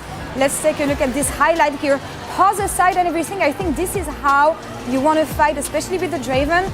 We'll talk about aiming positioning later, but Ox, what did you think about this fight? Well, I just think it's doing a fantastic job here from Chovy to pick out the Aphelios, and here's the thing, is you're not just removing one champion, you're moving two. They take Eamon out, and now the Yuumi is isolated. Easy setup for the cash-in, and you see all that gold, 1,038. Getting that bag. Especially on top of the fact that we saw Aiming have to sell his item and lose some gold there, and the fact you get that big cash-in, there was just such a gulf between the two. Yeah, and when you see a situation like this, Valdez, and given everything that happened, selling the item and everything, KD losing some gold, do you think they could have come back? Do you think there was an opening here? Because when you look at the comps and the tools they can have, with the proper setup, I think there was hope. But when you look at how much gold Draven had after this fight, I feel like this is creating a gap between the two comps. Yeah, I mean, you know, the gold being what it is, definitely not going to help, but the mental situation of it all, like going through that much of a 40, 50-minute pause, trying to figure out the situation, they're like, well, you're just going to have to sell the item. Like, Aiming was not in it from there. So it was pretty clear, like, his positioning on that one, he was just free food, and, I mean, the game was already in a bad spot, so from there, you're just giving away Aiming, you're giving away the fight, you're giving Draven a massive shutdown. It's like, game's over from there. I think especially when you have both teams have these mobile, short-ranged, quite snowbally AD carries, if one of them gets a big edge, it's just like, what can you do? Because the thing is, with the Aphelios Yuumi, you kind of play it like a bruiser, you get up into people's faces. That doesn't work when a Draven Axe does half your health bar. Yeah, the really difficult situation here for KC. Let's take a look at the player of the game. Who would you guys have been giving it to? Peanuts for this game. Do we agree here on this? It's hard, honestly, giving a player of the game after a game like this. So snowbally, really fast, but yeah. Dan was like, oh, well, you know, Chovy's always the player of the game, so we really got to vote for Chovy on this one. I was like, hey, you know what? I think Peanut might have. The jokes aside, though, I think that Chovy and Peanut together did a great job in roaming around the map, creating opportunities for the team. And that's what you got to do. I mean, Gragas and Vi, you're going to create so much disruption. This is how you have to play this early to mid-game. And I think this is when Genji look best, is when Peanut and Chovy are super active together, working as one of those duos. A lot of things they played are like the Vi Ari or like the Lissandra with Chovy has been really effective. And the Gragas Vi here works the similar way. They find a target, the CC is layered, and this setup is just so flawless. And this duo are just a treat to watch. And honestly, Peanut, from game 1 to game 2, I would agree giving it to him. Chovy not robbed from us. In this situation, no, it's fine. We'll see after here. You know, I thought the engage onto Aiming, that was all him. That was all Chovy, is all I'm saying. KT, blue side for next game. Quick prediction before we toss. Who do you think takes the series? I think KT, if they can calm down and kind of do what they did in the first game, I think they should be totally fine. As blue side, they'll look good. All right. Genji's got momentum. I'm confident on them. All right. Well, let's see what the casters think of this. I will get ready for game 3. Take it away, guys. Thank you so much, Law and the boys, on the space for the breakdown. I, for one, really appreciate Orcs taking one for the team, you know. Chovy not robbed. Well, not only that, but someone's got to be the worst at POG votes. And, you know, he's making a strong start this split. Hey, if you're bad enough, they'll take your vote away. Trust me. You want to talk about it, Atlas? Actually, I should not ask that question. Oh, because the answer is yes. I do want to talk about it. I should Yeah. still have blah blah blah blah. Hey, fortunately for you, every Monday and Tuesday, you do. Hey, that's true. Make sure you check out the Challenger broadcast where Atlas is allowed to vote for POG. And I hit above 50%, I think, in our first nice 3 best of 3 day, and I didn't do too bad. So here we are, into the draft. KT back on the red side, blue side, once again. Gen G on the red, because KT are on the blue. Can't have both teams on the same side. Very much so, yes. You have to have your own Boris. Yeah. That's how it goes. Xante and Vi to be taken away, and so the Vi that Peanut picked up a well-deserved POG on for game number 2 will now be removed, but Sejuani, the same treatment. Interesting adaptation here from Gen G. And is understandable, I think, given how much impact Cuz had in the game number 1. What is mainly going to be the question for me is how does KT deal with it, right? Like, obviously, the last game was unfortunate in many ways, but this game, you're on the side that is generally perceived stronger. Your game number 1, where you were on blue side, you played an incredibly clean game of League of Legends. Very interesting here, but this means you get either Milio or Zeri. And there is also, because it's KT, still the opportunity for them to like just slam Yuumi on B1. Wouldn't be shocked to see the hands go for that. So what does Gen G do? Do they decide to ban one of the two? Yep. Or take the trade and then ban something like Maokai, Sion, another example of a pick that really Gen G in particular has not wanted to deal with. And that does mean Zeri gonna go over here, so now you're kind of locked into picking away an AD carry and Yuumi, or because otherwise, like playing into Zeri Yuumi is a very, very bad time. Yeah, that is not recommended, and that's actually why I'm a bit curious, right? Like, why do the throwaway ban situation when it's Milio and Yuumi that you have both of them up and available? Yeah. Yuumi going to be the pick away here for Gen G.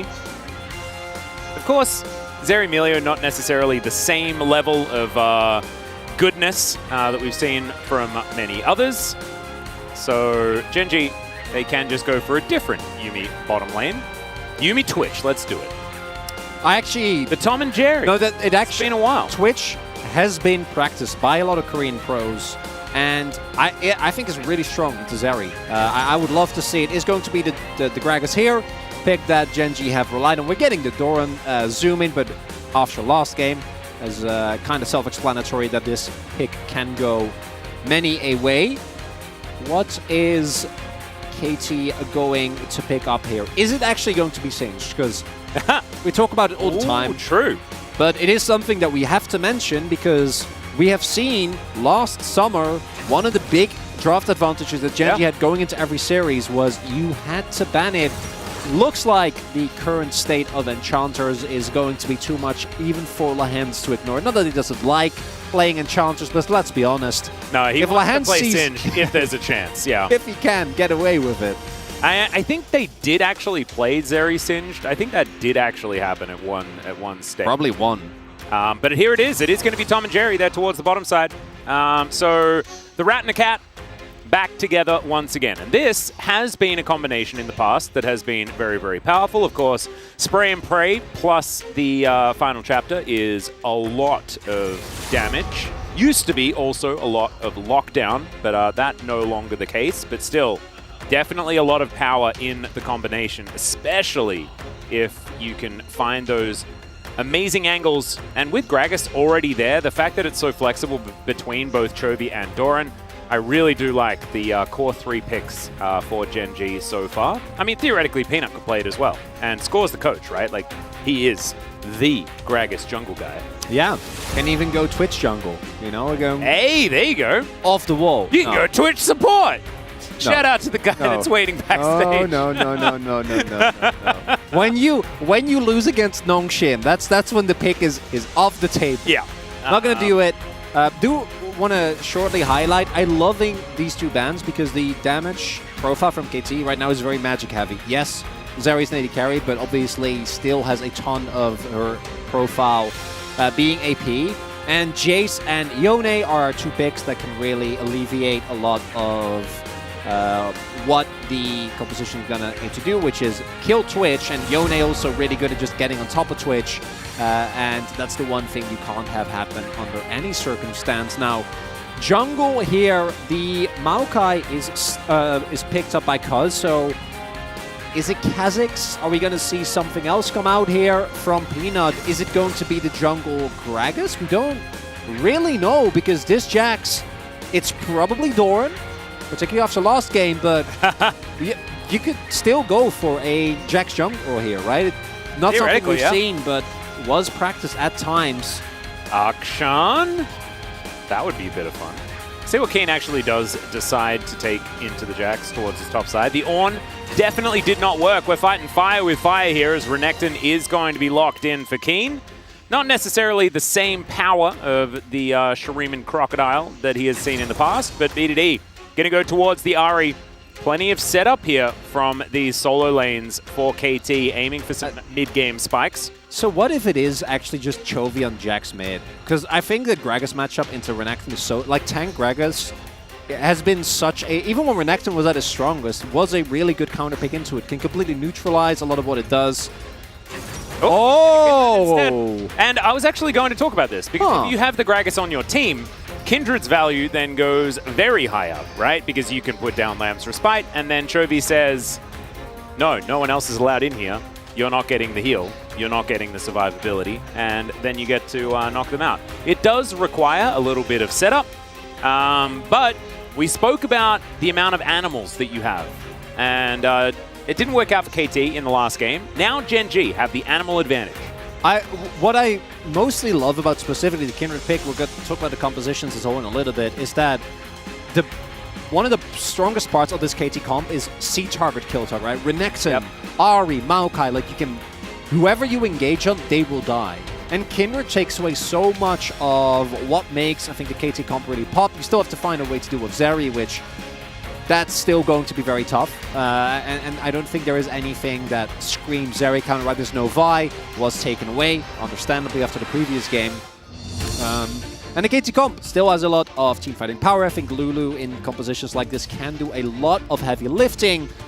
And the early to mid game is nothing to scoff at either between Renekton and the Ahri. Just looking at late game and who can actually deal with Jax in a side lane, for example. If Peanut gets out of control, Twitch will be just absurd, especially with a cat on his back. You know, sizes seem a little bit weird there because rats, I think, are generally smaller. But let's just hop onto the Rift for game number 3.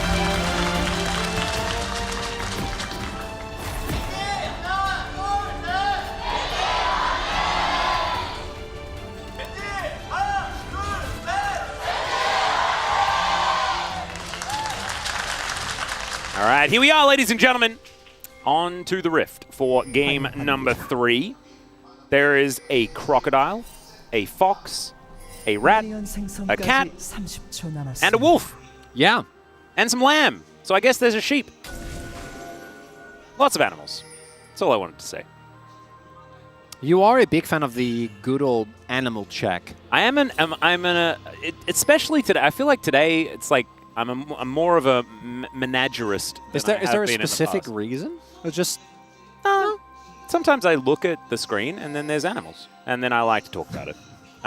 There's not a lot of filter between my brain and my mouth, and so if I want to talk about it and there's a bit of an inkling towards talking about something, I just talk about it.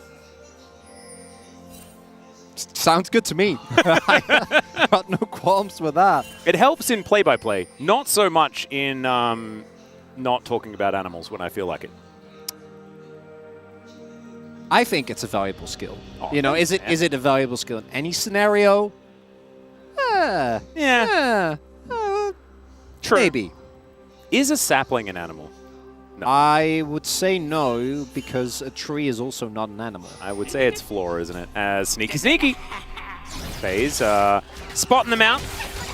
And it begins. So, is Zeri broken enough to deal with Tom and Jerry? Yeah, do want to highlight what Lehans did there, right? Starting with the control ward, put it in the brush, because one of the things that we see almost all the time from the Twitch is take ambush level 1, open fire, and try to chunk for as much as you can.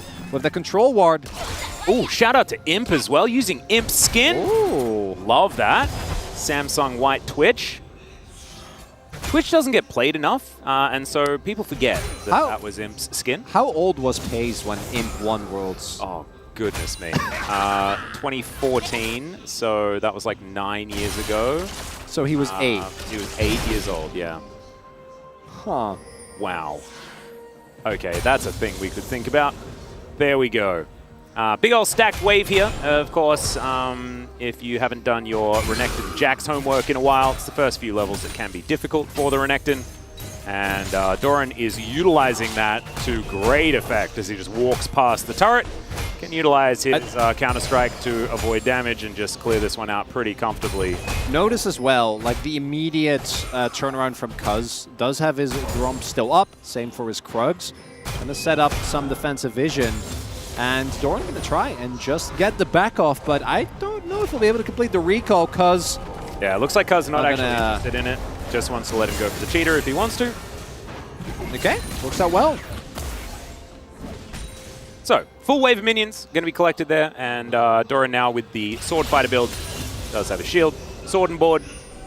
That's one of your preferred weapons from Monster Hunter, isn't it? I am a big sword and shield guy. Yeah, there you go. It's and if you take a sword and shield, then you can use your items without sheathing, which very is true. Pretty cool. Yeah, it's that in Charge Blade, but Charge Blade that's a whole. That's like I mean, that's sword and shield if you get bored. Yeah, it really is. And you want to add it. Peanut did get spotted on mid. Will he make his way over? Keen should be aware, especially due to the Kin remark, that he cannot walk up. Well, there's the slice. See whether Keen is going to be able to survive this one without flashing. The answer is no, because he had to do so. Peanut takes the turret shot, isn't too worried about it. And good start already for Gen G. Getting that flash out from the Renekton will alleviate a lot of issues. Speaking of issues, here towards this bottom side, Aiming and Lahens are doing a great job. And here is a dive attempt. Cuz is real squishy right now, taking so much, he just explodes. Not entirely sure what the plan was there, but I don't think that was the outcome that they were going for. Is it just me and he looked way squishier than he needed? Oh, it's first strike and red tide. So oh goodness. Okay. So that definitely I hadn't had the opportunity to talk about it yet. Oh well, I did, but I didn't want to come off as overly molding.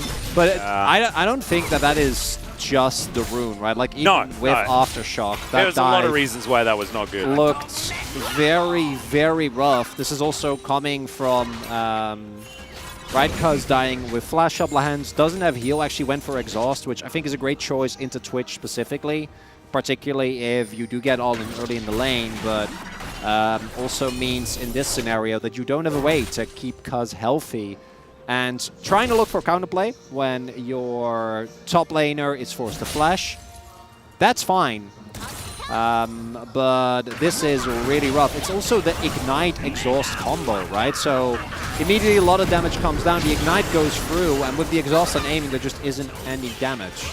Yeah. 갖다 따요, 실리안전. 이거 안 닿을 것 같은데, 안 닿을 것 같은데? 탈진에 그냥 제리한테 걸어줘요. 뭐임 이거? Yeah, I agree. I think that Cuz thought that he would be able to tank enough early on, that because he's obviously waiting, right? He wants to wait to grab aggro until he's actually on him, and then Q, and then try and drop aggro with a W, but he just gets 100% burned down. And like, Twitch this early on is still very, very strong, particularly with PTA. Like the amount of burst that you're able to get is very rough. The only win here, if anything, for KT is that it is the Light that picks up the kill. So it's a small victory. But that's what you're gonna get. A lot of Contaminate, formerly Expunge damage on that anyway. Very satisfying. As Peanut will start off this dragon, and Cuz is going to look to see whether he can get some pressure onto Chovy. Chovy gets charmed up. See what Cuz can do. Looks like the answer is Brambly Smash, some minions. And Peanut will be gifted with this dragon. And afterwards, should be able to go collect this Rift Scuttler as well. Feeling pretty happy about the whole situation. Happy Kindred is a scary thing if you're a KT fan. DDD making his way over, but just gonna get himself some fruit for his troubles.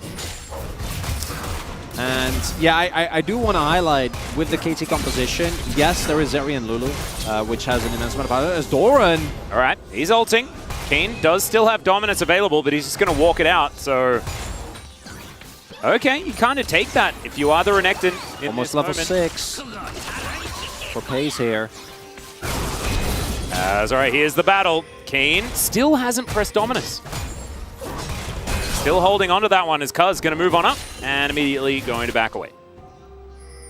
So Cuz not having a whole lot of luck so far this game, and as soon as Peanut sees that there is a tree on the top side of the map, of course there's a lot of trees, but a specific tree on the top side of the map, and he's going to be able to steal away his Bramble back, as aiming wants to stop that one from happening, but it's not going to work.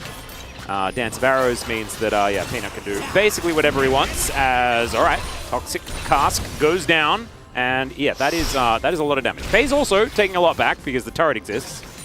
Yeah, he got a little wiggle into the wall there. Ends up costing him an extra turret shot, but as long as he's able to make his way out, like he got 2 turret plates off of just Cuz showing for a second in top, right? Like gank not working out, and immediately the Gen G bottom lane already with a lead decides to really push it. Pace is a level lead, so there was no way for aiming to look for counterplay here. Top side of the map, though, is going great. Even with Keen being forced to flash early, we are seeing the Renekton value come out pretty hugely here. Yep. Problem is that Renekton value is something that does fall off a little bit later, as Chovy is just wandering around this lane, having a great time. Belly bop and BDD. But things very, very even. That mid lane hasn't been the biggest story, as Keen just dives towards Peanut, who does have to get over that wall. Cuz going to come in here as well, as Nature's Grasp not going to work out. Peanut not going to get the steal, I don't think, and Cuz is going to be able to pick up the eye. So, very close to a disaster, and they get Peanut's fat flash for free, I guess. Big win for KT. Get a freebie there. That one is important, both for the game state and I think also for the mental. Getting a win after the early game hasn't exactly been going your way is quite nice. And it all comes down again to Keen. And Keen, to me, is one of our best tops that we have in the LCK at this. Like, the amount of times just in this series where Keen gets an early lead and just starts running around the map, right? Had to play on Chovy in level 1, where he zones him off the wave. This time around, decides, hey, shoved in my wave, I can either go for a back or I can just walk up, see what is happening. And Peanut trying to take a Herald by himself, very aware of the fact that just Keen, he can survive, but not really take on. And Cuz was also shortly behind him, so has to vacate the area. Yep, doesn't quite work out. Peanut almost buys too many recurve bows, but he doesn't, as it turns out. A few fun item choices now on the Kindred. I actually kind of feel like the item update worked out very, very nicely for Kindred, but not building Trinity Force. Yeah, I was about to say, that's no Triforce. Yeah. Which I'm a little bit sad about. Because you have an ability that you can use relatively often. If that happens and your aim is to do damage, Trinity Force is the item. It's Pace. Pace also not building Trinity Force? What is this? Very disappointing. Disaster. One day, everyone will be building Trinity Force. But today is not that day, unfortunately. Aiming and Lance making sure that they're trading back. Peanut now showing up. Just going to make sure that there is some vision being cleared. Yep. And then wandering back into the river. And as you can see towards the top side, the matchup has moved towards the Renekton. As we stated, you need to kind of get all of your items together and stuff like that before you can get all of that power. And it has now happened. As Chovy, oh yeah, he sensed chickens. We all know Chovy's feelings towards chickens. I wonder what Chovy's garlic is.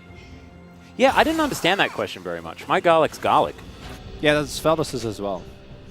And then yours was black garlic, but isn't that still just garlic? Well, yeah, but it's a different. There is even a substantial flavor difference between like sliced garlic, minced garlic, and pureed garlic. I mean, yeah, but it's all garlic.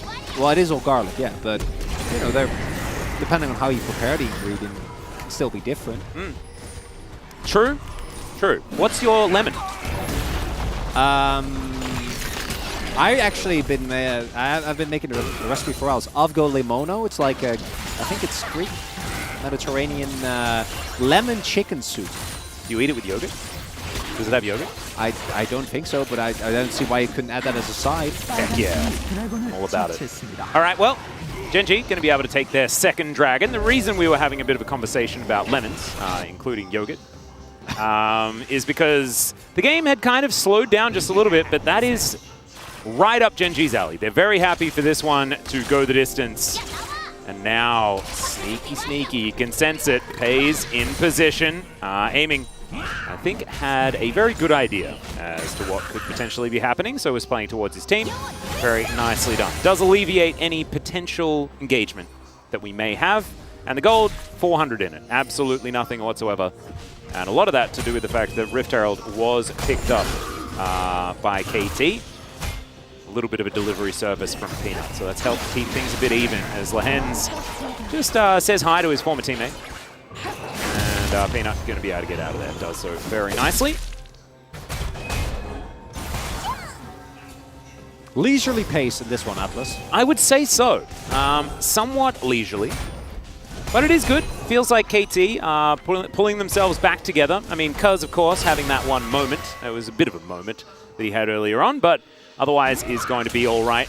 Now has an item that has a little bit more health on it. We're not huge fans of this particular build, especially when BDD is playing the Ahri as well. He can just go for a more damage build, and then you don't need to worry too much about your array of different damages. Yeah, we'll see what ends up coming next. That to me is going to be the big switch up. If he does end up going from tank from here, I think the build is still fine. Otherwise, I'm going to be a little bit sad about it. We saw even with full tank how quickly Peanut kind of evaporated in game number 1. What is happening though is that KT is pretty far behind in Dragons. Now, Cloud Dragon, Cloud Rift Cloud is... Soul! I know, yeah, we have... Heck yeah! Already talked about it yet. But is there... A Cloud Soul for Gen G would be really bad news, because trying to get onto Twitch and Yuumi when there's Kindred and there's Gragas is hard enough as is. Add a Cloud Soul to that and you're in for bad news as aiming... yeah, skates his way out. Skates away. Always get a little bit excited, you know, when Twitch moves in and then it's like, no, it's Sari. It's fine. These Prowling projectiles landing quite nicely here by Delight. There's actually like a few of Delight's greatest games alongside Henna was actually the Zeri Yuumi.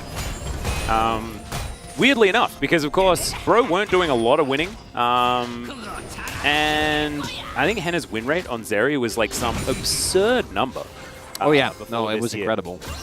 And it didn't really make much sense, but a lot of it came down to teams leaving Yuumi up. And so Delight certainly has had a fair bit of practice, has proven himself on this particular pick. Blade of the Ruin King, done here for Pays. We have the Trinity Force collected for aiming. So one player on the Rift has passed the test, the Trinity Force test. And it's aiming, and it's the one champion that is almost always going to build this item. We did see, what was it, Stormrazor Zeri in Challenger? Yeah, crit. It was not good. I don't want to talk about it. As okay, BDD gonna have to ult. And Peanut and Chobi look kind of okay with that. Orbit Deception flies through, but not actually going to find too much more there. I say Peanut and Chobi, but Delight was there as well. I apologize. I want to also highlight that it's only 2 marks for Peanut as he tries to go in. Okay, that's a teleport. Don't know about that one, but the eye, I think, isn't going to be picked up. KT should be able to get out of there unscathed, but not going to be able to collect this as the defense is being set by Gen G. Nice little heist to at least deny the Rift Herald being used against them, but still not going to be able to get the added value of the charge. Still get the gold, and that's kind of good. That's 2 TPs, though, used by Gen G. So KT, I think, is going to be very happy with that trade, even though you don't end up actually getting the eye and getting the charge capability. Peanut will be picking up his 3rd mark here, which that feels okay, but the fact that you're still getting marks on Scuttle 16.5 minutes in, you're not going to be super stoked about. That's not going to be it.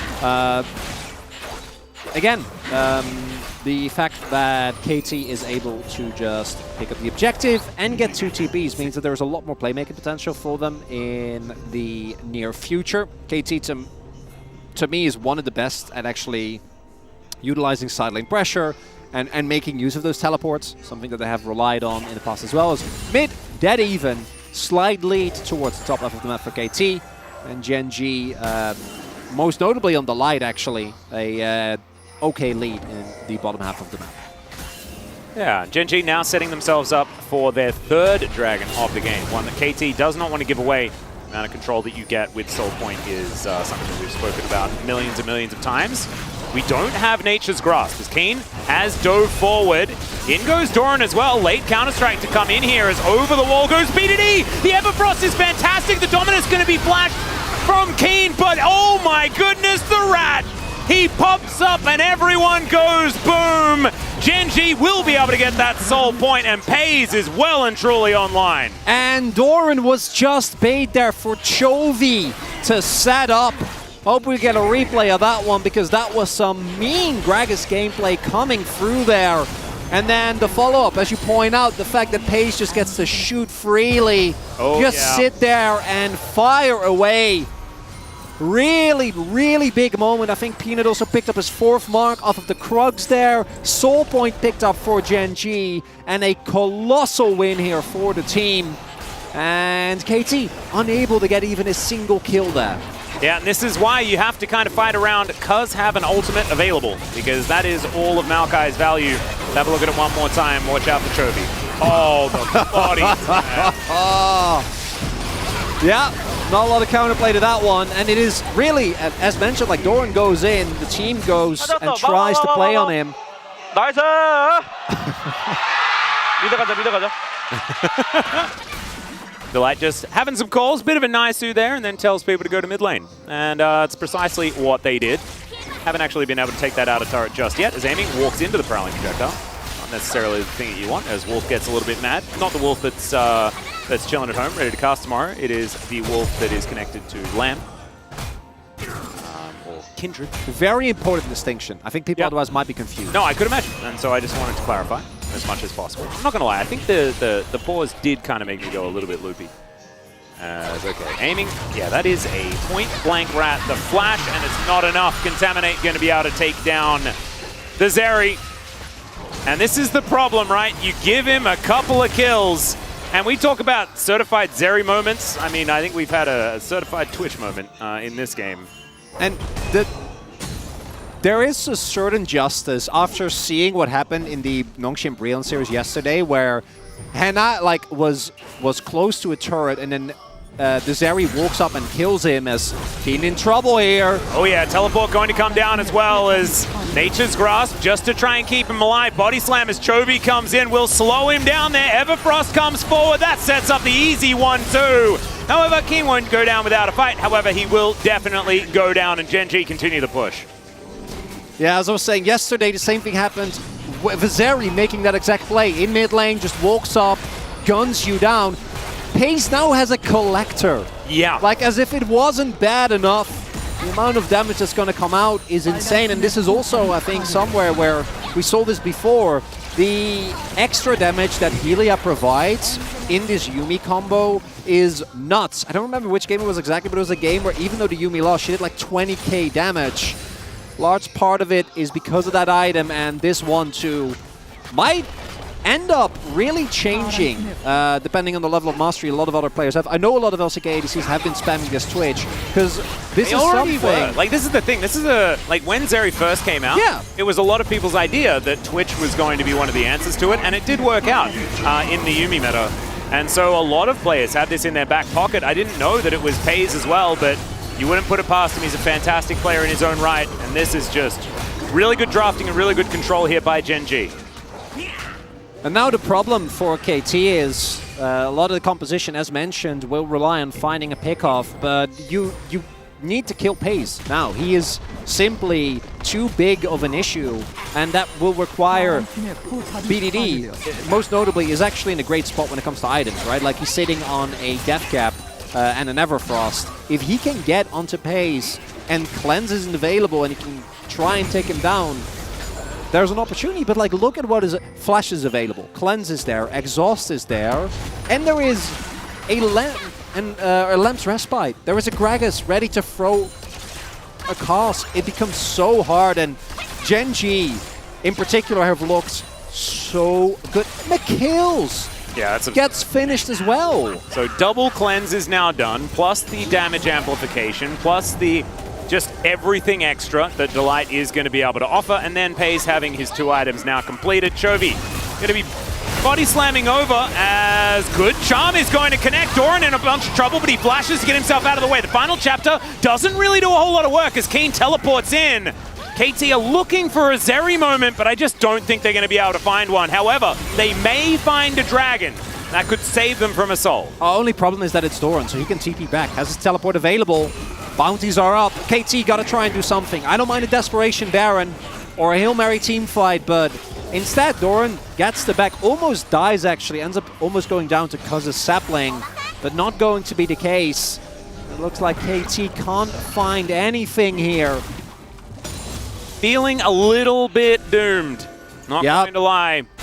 0-6 is the kill score. I mean, it's 1 turret away from a perfect game, to be honest, because the Rift Herald, even though they did get gold for it, they didn't even manage to pick up the eye, and we didn't put it on the scoreboard. Peanut went from 2 marks to 7 in like 8 minutes. And 4 is the break point, guys. That's when you get real good range. 7 is the next one, and that is, it almost feels like overkill some of the time. That's a very, very strong Kindred in this game. And look at all those swords. He's got so many swords. One of his swords is like 2 swords. It is. Nutty. And now for KT, it all comes down to like, can you kill an overextending Pays or Chovy or Doran, right? Like you'll take anyone you can get as long as Pays isn't there. As BDD, this is the problem. Like when you fall behind against Twitch in particular, you have to play so respectful, which buys a lot of space for the rest of Gen G to like play aggressively. That's an old force. That means BDD for like the next minute and a half won't be able to access Pays. Yeah, it's a big problem. And all the while, Jax is getting much better than Renekton. This Renekton pick not really working out. And you can see Gen G happy to just move into the enemy jungle over and over again. And the problem is that Kindred is one of the biggest win more champions. Oh yeah. Because as soon as you have control of the enemy jungle, all of these marks just come in over and over again. And it gets very difficult to deal with. Pays with his trusty cat wandering towards the Baron. As KT. Keen does need to be standing in front. But Pays going to jump out. Lehens could be in trouble here. Does speed himself up, and now the final chapter going to come down. Gets another flash out of Keen. KT, they will get to relative safety. The cooldowns are looking a little bit dire. Gonna need to be a hero play here. Somehow, some way, KT need to catch anyone. Can be Chovy, but he's sitting on a bench. He has a stopwatch available as well. Doran. All right, gonna find the body slam. Goodbye, Lehens. Keen's gonna go down as well, and Chovy just walked past them and said, no, I'll kill these guys. And he absolutely did. Nature's Grasp, what's that doing, cuz? He's gonna dive on top of Peanut, but he doesn't win that battle. Now BDD and Chovy mano a mano here towards the top side. Doran comes in, he didn't get the memo. This is a 1v1. Chovy's like, Doran's a 1v1. Now I have to leave, and he is going to do so. As now Gen G, if they'd like to, they can grab themselves a Baron. I figured it out. Oaks was voting for Chovy in this game. Aha! Nice. We got there. We're on the same page. Yeah. KT falling apart at the seams here. Gen G able to get everything. The only thing they lost this game were 2 turrets, and I think the first Herald, second Herald, they did lose, but the eye wasn't picked up. Yep. That was it. Yeah, it is certainly very, very close to a perfect game. And look at this. Like, Pays is there as like a living ward. Goes into his camouflage, stealth, and then just follows him around. With how fed Pays is, I don't even know, like, they probably would have died even without Chovy. The Chovy again hitting a perfect body slam there, sets up the play, gets them what I think is the 9th mark for Peanut, gets them Baron, and now this composition is a nightmare to try and play into when you lose control, because Pays can be anywhere at any time. Beating Doran in any situation that isn't 1v2 is basically impossible at this point. Yeah, Urnan's Hurricane completed for Pays. I think he just bought that one outright. So that is frightening. Gale Force is done for Peanut. He found a Mythic in the shop. Pays not so lucky just yet. I'm sure he'll get there. As now KT desperately trying to figure out something that they can do, but I don't know. Even from this angle, I don't see too many possibilities in this particular game. It's going to come down to a miracle. We'll see whether KT can find one. Inner turret going to go down in that mid lane. You can see split pushing being done for Keen, trying to get whatever money he can find. He's actually going to cancel the back, realizing that I don't know whether he's actually going to help. And I kind of agree. As level 16 hit here for the Jax. And nice. Charm is going to connect there onto Doran, but still he does have Leap Strike. Nature's Grasp going to come in as the turret is going to be taken. Nice work, Keen.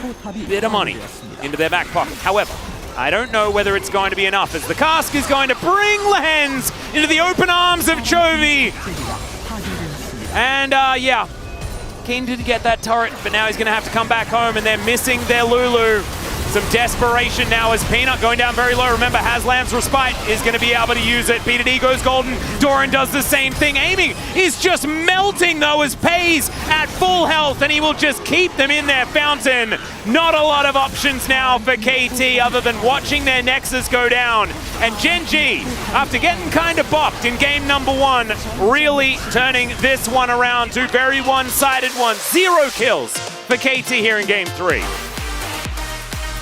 And we get the immediate zoom in on Chovy because I don't know what the damage numbers are going to look like, but they're doing stuff with good numbers. They are very high for Chovy, 100%. Oh, and yeah, the ending there, Chovy knocking his old teammate of both Gen G and Griffin back into his team, but at that point the game was very much done. And it is the Twitch, which I do think played a large part in the adaptation. KT, understandably, for multiple reasons, rough loss to take here. Yep, absolutely. And of course, you know, the pause and all the mental shenanigans, I don't really want to go into that one too much, but it is good that KT are playing at the beginning of this week because they have now plenty of time to go home, reflect, get over it, and come back and really put their best foot forward because these are very unfortunate situations that do happen. However, they do happen. You just have to get past it. Chovy with a bit of a thumbs up. Very expressive. Oh yeah. Chovy's standards. He learned from the best with that particular move. Pays, same thing. You love to see it. And POG will go to Chovy, right? It's not going to be like Pays. I really like when I'm not voting Pays. Like the Chovy game was too good. Yeah. Right? Like he set up the game-winning plays like 2-3 times in a row. Did you say game-winning Pays? No! It's a disaster. But Gen G, well-deserved, and this is what we wanted to see, right? From the team that needed to bounce back. Yes, they had a difficult game 1, but really showing their form, showing their dominance, and also showing their flexibility in draft here as well. We saw blue side win both times in our first 2 games. So against the Curvers, yeah, this is the moment. This is the POG moment from Chovy. It was all a bait. Doran diving in there. Chovy was waiting for it. Yeah, and from that point onward, the map completely belonged to Gen G, and they were able to take control of it. The thing that I think for Gen G fans you're going to be somewhat worried about is the meta read, right? Like, I think game 2 and 3 looking much better. Game 1, though, the Tristana, something that they use at MSI, not really working out, not able to seemingly make the Draven pick work, but picking up the series win in the end. And for KT, that game number 1 was a wonderful start to the series, but unable to bounce back after game number 2. And in this one, they've been able to get a single kill. Although, as mentioned, I think the Gen G composition very good at choking out games once they get a lead. No, 100%. A lot of factors here to think about in this particular series, but we don't need to go into it. What happens, happens. And KT will just need to bounce back. Gen G really showing their domestic prowess here, making their way back into the LCK, and that's slight good. Slip up once, and then this happens. 10k damage ahead is Pays. Just complete control, but look at this. Like, Chovy, Peanut, Doran, all of them. It's split damage between the 4. The real Delight problem is Delight doing damage. 8.5k damage with a McHale second build. Well, that shows that you really got to ban the cat. That's Yumi. Yeah, that is definitely that. But this is the crazy thing. This is only our first series. We also have the space that are going to break down that amazing Gen G victory. Then we've got a whole nother series on our hands. Brilliant stuff. But ladies and gentlemen, it is time to go over to the space right now. Take it away, Law. What an amazing toss. Thank you guys, amazing cast. As always, we're back here on this side of the studio. The Spring Champions take the first series here. Not a lot of surprise here, except maybe in the draft. Let's talk about it quickly. I love the adaptation on Genji's side. Showing the Twitch, we knew that it was a champion that it's been played in some regions in scrims and training, and I'm really happy we see it today, even though we know how obnoxious the duo can be with Yuumi. Yeah, I mean, I was glad to see Yuumi lose, as always, but we've seen a lot of the LCK AD carries been practicing this Twitch as a counter. Yeah. One of the things is you get a fairly free lane into the Zeri, and then you saw what they could do. They just paired up together with the Yuumi and the Twitch. They would find the Zeri, and you know, Zeri's a champion who needs a bit of time in fights to ramp up, to get the ult going. Twitch will just kill you in 3 seconds. You just ult, you're dead, you're gone. And they really heavily played around that. And the Zeri, I think did like 4k damage or something. It didn't go well. Yeah, it turns out you get behind, you don't have Yuumi, you're not really going to do much. And the Renekton, I was very surprised at. I think, you know, we need to leave him kind of buried for now. Maybe in the future or in a different situation, but not really too impressed by that, even in the hands of Keen. And then the Kindred was just icing on the cake. I feel like that was perfect in this situation. What do we make of the win conditions here on both sides? Genji, first side, maybe lots of responsibilities on the bot lane, but also lots of tools to engage and disengage. I really appreciate the Gragas pick here. Yep. And Chobi's performance that we'll talk about later. Yeah, I mean, I feel like Chovy was phenomenal previous game, phenomenal this game, and just being able to set up these plays, I think agency was something they felt like they lacked in that game one. You know, you had this Draven who wants the kills, who wants the cash-ins, but they had like a Braum who didn't have the most setup, the Maokai couldn't do as much, and I think in the next 2 games, they made sure they had a lot of tools to engage, to set up the plays, and it makes it so much harder when, you know, AD carries are so strong in this patch, being able to disrupt them and just throw a cask at them.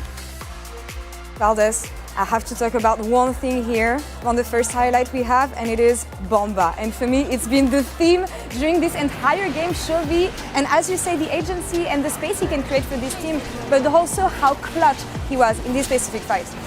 Yeah, it was really good stuff. I mean, it starts off pretty straightforward, but you're always going to have a couple of guys grouped up. We actually saw this from his Yone in the highlight reel that we had during the big pause where he did it on the Yone. Everybody kind of funnels in the same direction, so he's always waiting for that exact angle. It is perfect on the 3 people, and you've got a Twitch with a Yuumi, like, who's right there. So if you're able to set that up, you're going to win the fight. What's really cool as well is he actually knocks the enemy bot lane into the wall. So they're both lined up and CC'd for the Twitch to fire through. Because the thing is, if you ult them towards you, the displacement can actually mean the Twitch autos miss. Because Twitch autos in the ult can actually miss. So it's like, even that seems like a small optimization, but it's like the perfect ult just to decimate them there. Yeah, but then after that, we saw KT collapsing in a way. I mean, for me, they weren't quite in this game as a whole. They had tools, again, as they had in the previous game, but when you have Genji that's so far ahead and that's so in control of the composition they have, the issues to come back here are really thin, I feel. Yeah, it was rough for them. I mean, they could really never get any footing underneath them, and especially when you have Chovy here on the Gragas, he's going to do Bomba once again. Like, he always finds these angles. He's got them corralled up against the wall, and it's 2 people and perfectly done once again. I mean, this is just insult to injury. They were already so far ahead. And you can see the confidence where they're just constantly looking for these plays. Like, even before the engage from Chovy, it was the Twitch popping out, trying to make things happen, getting those flashes, and it just felt like the whole game was super confident, super smooth from Genji, considering, you know, they obviously had that game 1, which didn't go in their favor. Game 2, yes, did, but there was also, like... It was weird, yeah. The issues with the pause were there, but this one just felt like Genji putting their stamp on the series. Yeah, ramping up throughout the series, and Ox, I want to ask you, who should be the player of the game here? We had some disagreements in game 2, you know, in game 2, I thought Chovy was really good in the Gragas. I think in game 3, he was really good in the Gragas. Yeah, you know, people might have seen my vote, and they might have cottoned on, they might be like, yeah, Orcs had a point. All right, Pog, let's reveal when ready. I think it should be Chovy. I think it's completely deserved, and it is, of course. And we know how good he is in these key champions and these champions that can create plays for his team. Yeah, he's really a playmaker, I think, at the end of the day. Like, he's so good on champs like Gragas. Yeah. We've seen his Galio in the past. We've seen his Yone, obviously. And you give him a lead, you put him in a position to carry, he will. And he did exactly that. Not only in this game, Dan, but also the one before, right? Oh, absolutely. You know, the 2-game Gragas domination. And I think, you know, picks like this have really been bread and butter over the course of this year for Chovy. Things like the Sandra and the Ari, and the way he plays them is being that big facilitator, looking for those key engage windows as opportunities. And it really makes the jobs of his teammates so much easier when he's able to do that. And we get to see, yeah, a lot of people following the trend on this one. couple of interesting ones. Nice. But I love it. 2 media votes just totally out there in the wild. Love everyone else realized, you know, after the previous game's pod vote, they were like, you know, that English analyst had a point. You know, Paige did get the kills after Chovy's insane mega play, so that is something to look at, right? Yeah. Setting up his AD carry, that's what we want. But taking a step back here and talking a bit more about Gen.G as a whole, I think it's fair to say that they had a disappointing performance at MSI, given the expectation we had on the team. But did you expect them to see them at that level today? We know how it went against KT in spring. What kind of understanding do we have of Gen.G now in summer? Well, I feel like especially game 1 was very worrying, but then they were able to get ahead in game 2, and obviously we had that unfortunate situation with the item stuff, but essentially, given enough time and space, they were able to hit at least a decent margin, whereas KT looked totally destroyed after the first game. So I think Gen.G played really well, but at the same time, KT weren't really a good match for them after game 1. Weird pace, yeah. I think especially after, you know, MSI was rough, as you said. We're also worried about, like, the hangover from MSI. I think this is a solid performance, and KT aren't a slouch as a team, so it's a good win to have under the belt. But typically, we've always seen Gen.G very strong domestically, even if they don't reflect that internationally. Definitely, and we'll see what they have to say about this victory as we have the interview ready with the winners. Take it away. Thank you very much, guys. This is Ji-sun for the POG interview translation. We are here joined by Chovy, Peanut on the side of Gen.G after winning their first match of the season. Congratulations, a great start to the season. How do you feel, Peanut? Yeah, I mean, first match, you know, I was a little bit nervous, so too bad we lost the first game, but still we were able to come back stronger for game 2 and 3, so it feels amazing to win the first match of the season. Same. I was pretty sure KT was going full on revenge mode, but still we were able to secure this win, so it feels amazing.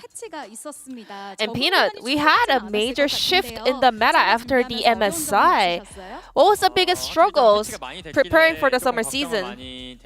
Yeah, because of so many changes and patches, we were really worried about it, but all the players and coaching staff worked so hard to prepare for the summer season, so I'm pretty confident, actually. Chovy, what was the biggest takeaway from MSI? Well, I mean, a lot of stuff, and also we were able to learn our weakness as well. So with all of those lessons, we are trying our best to apply them to our summer split performance. Peanut, one more time, today you were the one, holding the trophy as you guys made your way onto the stage. How did it feel? It's like summer season is here, and yeah, we actually won spring. Oh, I forgot, but yeah, we did. So it was a really good, ceremony before we started our season, and I'm looking forward to taking the trophy back as well. 그리고 초비 선수에게 질문 드리도록 하겠습니다. 지난 스프링 때는 And 초비 Chovy, 선수가 LCK 로고를 붙였는데 you were the one actually putting that LCK logo on that flag, but today it was Paige, the finals MVP of the spring finals. How did you feel? Were you proud of him? Yeah, I was proud, and the youngest ones are supposed to do those stuff, so I was like, yeah, this is a lot easier and comfortable. 잘 양보를 해주신 것 같습니다. 자, 피넛 선수 2세트는 Peanut, game number 2.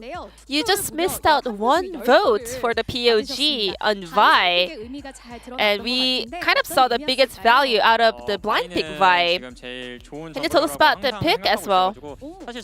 I mean, Vi, she was really strong starting last year, and I think she's OP right now too. And I played Vi so many times. I'm pretty used to it. It's one of my comfort picks, so I was able to pull off a great play on that.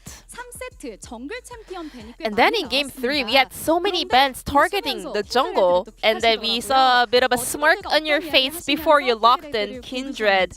Tell us about that situation. What happened exactly in the player comes?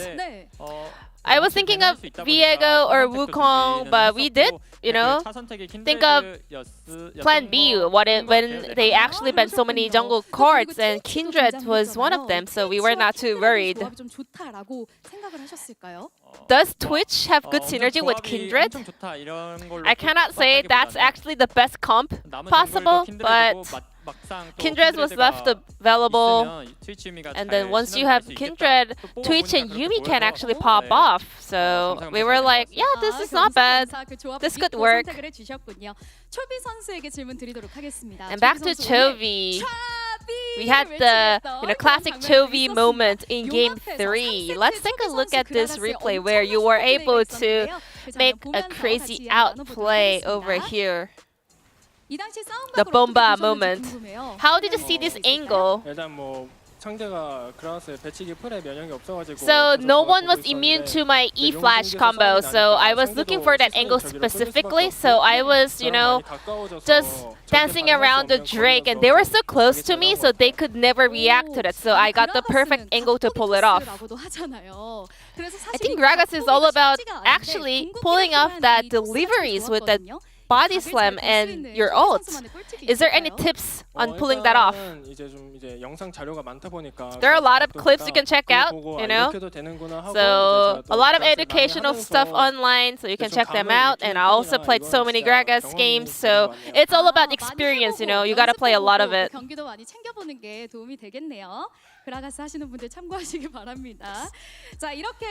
Now, this is a fantastic start to the summer season for Gen G. And Gen G's next opponent will be T1.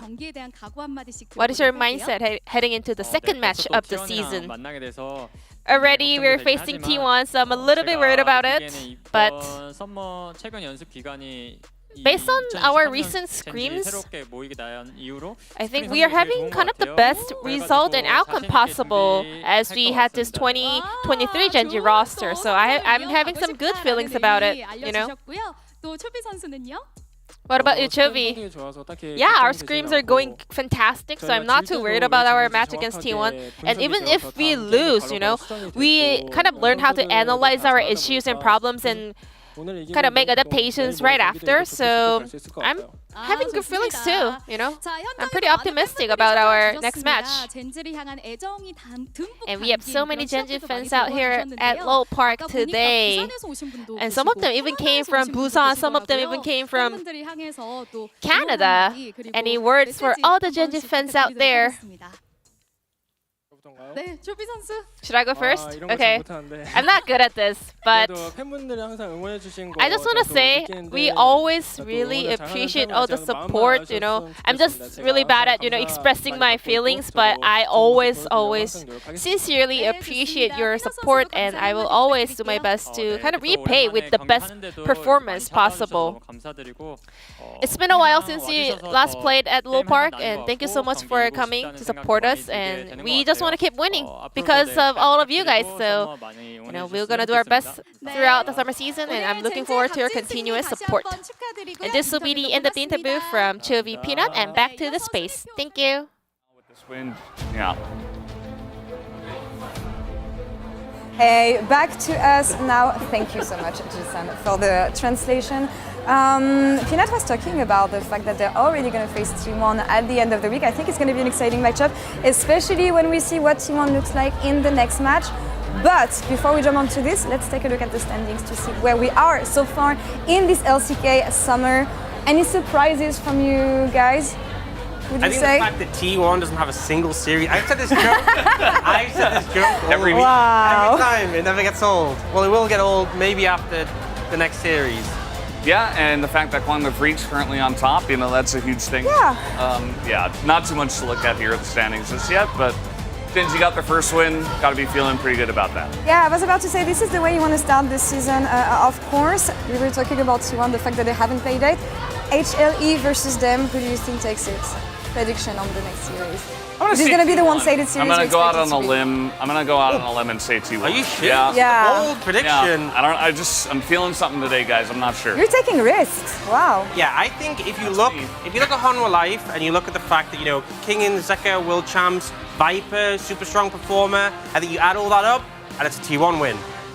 T1 win. We'll all see about this in about 30 minutes. Go grab some lunch, toilet break, whatever you guys want. But come back in 30 for the second series of the day, T1 HLE. See you then.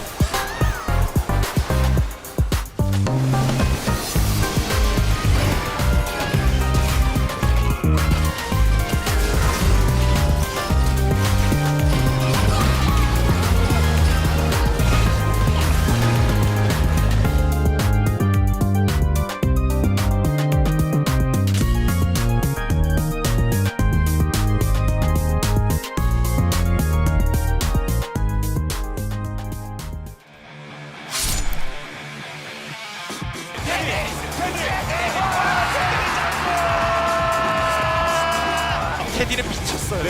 개사기. 마음에 뭔가 변화가 생겨서 이제 솔로 랭크에 좀 집중을 했는데 게이머를 다시 해볼 수 있겠다 그런 생각이 들었던 것 같아요.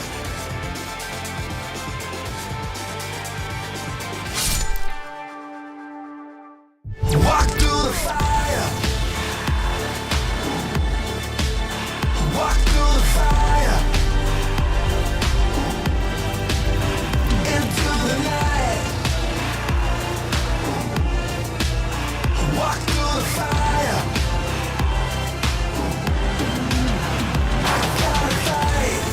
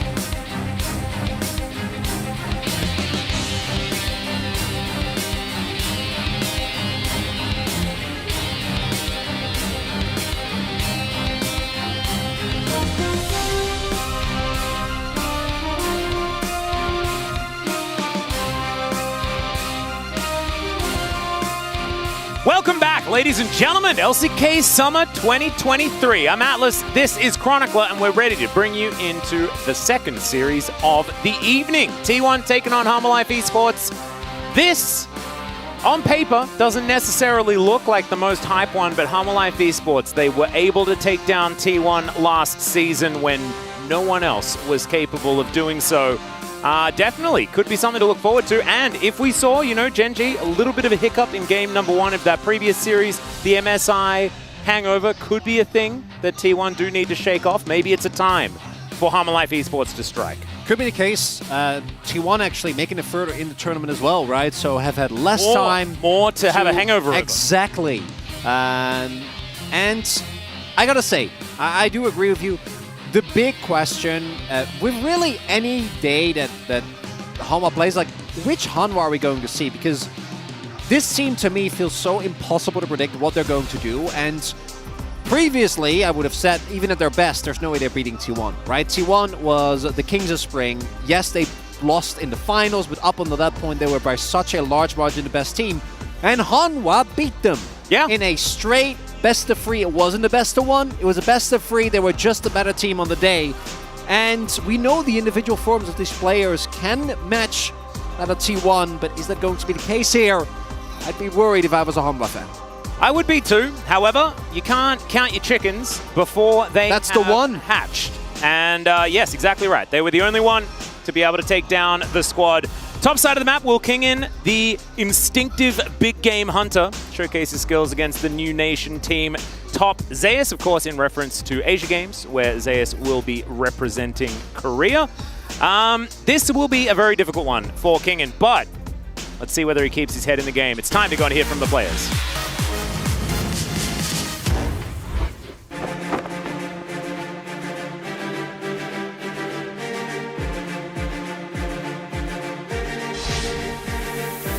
스프링 때 상황 자체가 저희가 아마도 연패를 하고 있었을 텐데 빅게임 헌터의 그 DNA가 그러니까요! 이번 경기 정말 빅게임! 저희가 엄청 절실했던 상황이었던 만큼 1황이었던 T1을 잡고 저희 팀 모두가 진짜 엄청 기뻐했던 것 같아요. 하나생명이 스프링 때 많은 저력을 보여준 팀이라 저희가 뭐 패배를 했다고 해서 기죽거나 그러진 않고 배운 점이 있어서 좋았다고 생각했습니다. 사실 이제 빅게임 헌터라는 말이 좋은 말이 될 수 있고 안 좋은 말이 될 수 있는데 저는 한 80%가 이제 좋은 말을 생각해서 재미있는 별명인 것 같고 팬분들께서 재밌게 즐기시는 것 같아서 보기 좋습니다. T1이 MSI 갔다 오는 기간도 있었고 이제 상황적으로는 저희가 좀 더 유리하다 생각하거든요. 빅게임이기 때문에 그걸 잘 써보도록 하겠습니다. 저희가 준비 기간이 그렇게 길지 않기 때문에 개인적인 기본기 그런 것들을 위주로 준비할 것 같고 메타를 잘 파악하는 게 중요할 것 같습니다.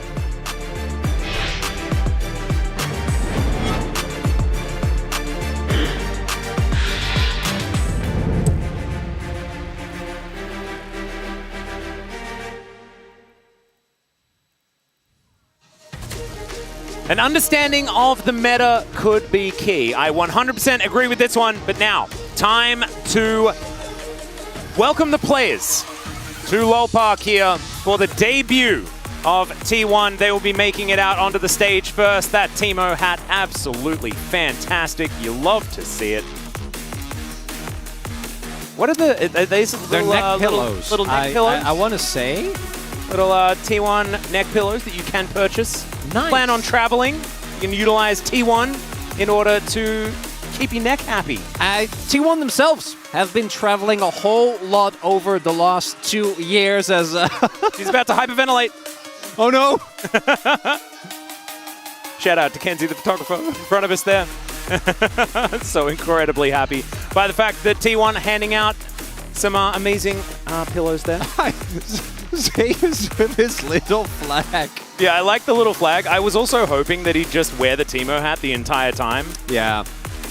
Would have been nice. That would have been fantastic. Not the case. And T1, second seed of the LCK, had a decent MSI. Obviously, the ending not great, but up until that point, were able to match JDG, showed some great things.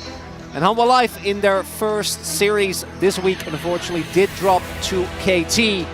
Were able to take a game, but it did really feel like KT in the games that were won was a very, very dominating team, and they weren't really able to match the power of them. Yep, they certainly didn't manage to stand up to them that time around. However, now being able to go back, reflect, and we'll see whether they can improve against what could be a far more difficult series up against T1 here today. Of course, we don't necessarily know. Of course, they do have less time to prepare for the summer season, having gone to London for MSI. So in theory, this is the best time to face T1 for any other team here in the LCK, is very first cab off the rank. But Hammer Life Esports, it is still going to be a difficult task because a lot of the issues that we saw in spring season, the ones that we wanted solved, like cohesion, being able to coordinate, things like this, it wasn't necessarily the results that we were looking for this time around. As we can see in the match record, though, T1 and Hammer Life Esports went even in the regular season in spring, a thing no other team in the LCK can say. What's remarkable is, yes, they still dropped the series, but getting an individual game win was still big. I think during round 2, T1 was still making great use of the AD carry bot lane meta, really able to consistently find a insane amount of early game leads. And for T1, the expectations on this team are always sky high. It's going to be very hard for them to top the performance that they had in the previous regular split. Obviously, playoffs not quite going the way that they wanted, although I did think that their MSI performance actually outperforming Gen G by a pretty decent margin was a win in of itself, and you can only hope that the players took away a lot from it and they're ready to face Humble Life here, because Humble Life really is one of the teams that you just don't know, like which form you're gonna. Is it going to be the Clid that gets like free ganks off in the first 10 minutes and Viper gets fed, and then from that point on, they know what to do, right? We've seen this team be able to play around their star bot laner. Or is it going to be business as usual, T1 getting early control, running the map, and not letting their opponents play the game? We'll have to see. Of course, last time around it was a flip of a coin in theory, 50-50, both of these teams being able to pick up wins, but you have to expect that T1 will be a little bit more aware of Humble Life this time around, wanting to make sure that they set the record straight, at least in the first round robin here of Summer. Gumisha already stating that they have already started the learnings from MSI, saying that it's all about bouncing back, focusing on Worlds, and making sure they can show that the LCK is a region to be reckoned with. As Carrier, you can see, focusing. You saw Faker doing the classic download, recharge type situation. Resetting. You know, sometimes you have to do that for those of us who, you know, leave their PCs on all the time. It's not necessarily the greatest thing. Phones as well. Just a lot of... Are you supposed to restart your phone? Every now and then, yeah. It's just good habit. Maybe I should do it now. Some French fans arriving on the same day as Lore? Coincidence? I think not. Oh, potentially. Well, probably actually is a coincidence. Yeah, I don't. we could ask Lore. Maybe on the space, she can give us a bit of an update as to whether or not they're her mates. But of course, I don't think everyone in France knows everyone. No, it's a pretty big country. It's like when I go up to people and I'm like, yeah, I'm from Australia. They're like, oh, my friend's from Australia. And what am I supposed to say? Oh, is that Kevin? You know, from down the road? Kevin from Melbourne. Yeah, of course, Kevin. The one guy. Yeah. No, I know him. We live right next door. It's a really small country, so it's fine. We are just waiting to get into pick and ban for game number 1. T1 have selected the red side, which is curious given the fact that Humble Life Esports have won every time they've been on blue side. And is a very surprising thing given the current state of the meta. Even a team like KT that love to go for red side, prioritize the power of the counter pick, most notably for Keen. T1 must have a plan set in stone here, and based on that last game, I'm wondering, are we gonna see something like the Zeri, the Melio be left up and just immediately slam a counter pick here? Because otherwise, I don't know why you're going towards the red side with how many must bans it feels like there are when you're playing on that end. And also, Hammer Life Esports and KT really had some issues when it came to working out what the Melio Yuumi priority is. And so T1 may have seen that and said that we can manipulate the bans in order to make sure that they can once again fall into that trap. And we'll see whether that is what the thought is going to be. Cassante already banned away, of course. Feels like a ban against Faker these days. because he has been so good at it in the mid lane. Still, we're not going to see where it's going to go regardless, as Nico taken off the board as well. I'm fine with it just being a ban of Cassante. Like, that you don't even need anyone who's maybe it's a after carry ban. Dudu. Yeah, it's a carry ban, I think. Keep it away at this point. That wouldn't even surprise me. The Yumi, though, going to be also taken away here from home. I don't want to prioritize it. Also don't want to give it over, and that does remain something that the LCK prioritizes extremely highly. A lot of other regions, I think, more so on the Zeri, Yumi end of the spectrum, still really regarding it highly. And he also taken away. Ooh. And Vi, still available. Maokai still there as well. And I don't think that Harmalife Esports really care too much about Maokai being open, but they really want Vi. That was actually how they managed to win their game against KT, was largely about what Clid was able to get done there. Zeri, of course, needing to be banned away. So Harmalife Esports, I'd be very surprised if this wasn't just an insta-lock on the Vi. Seems that way. The one thing that does make it through now is Lucian Nami. Oh. For Guma and Keria.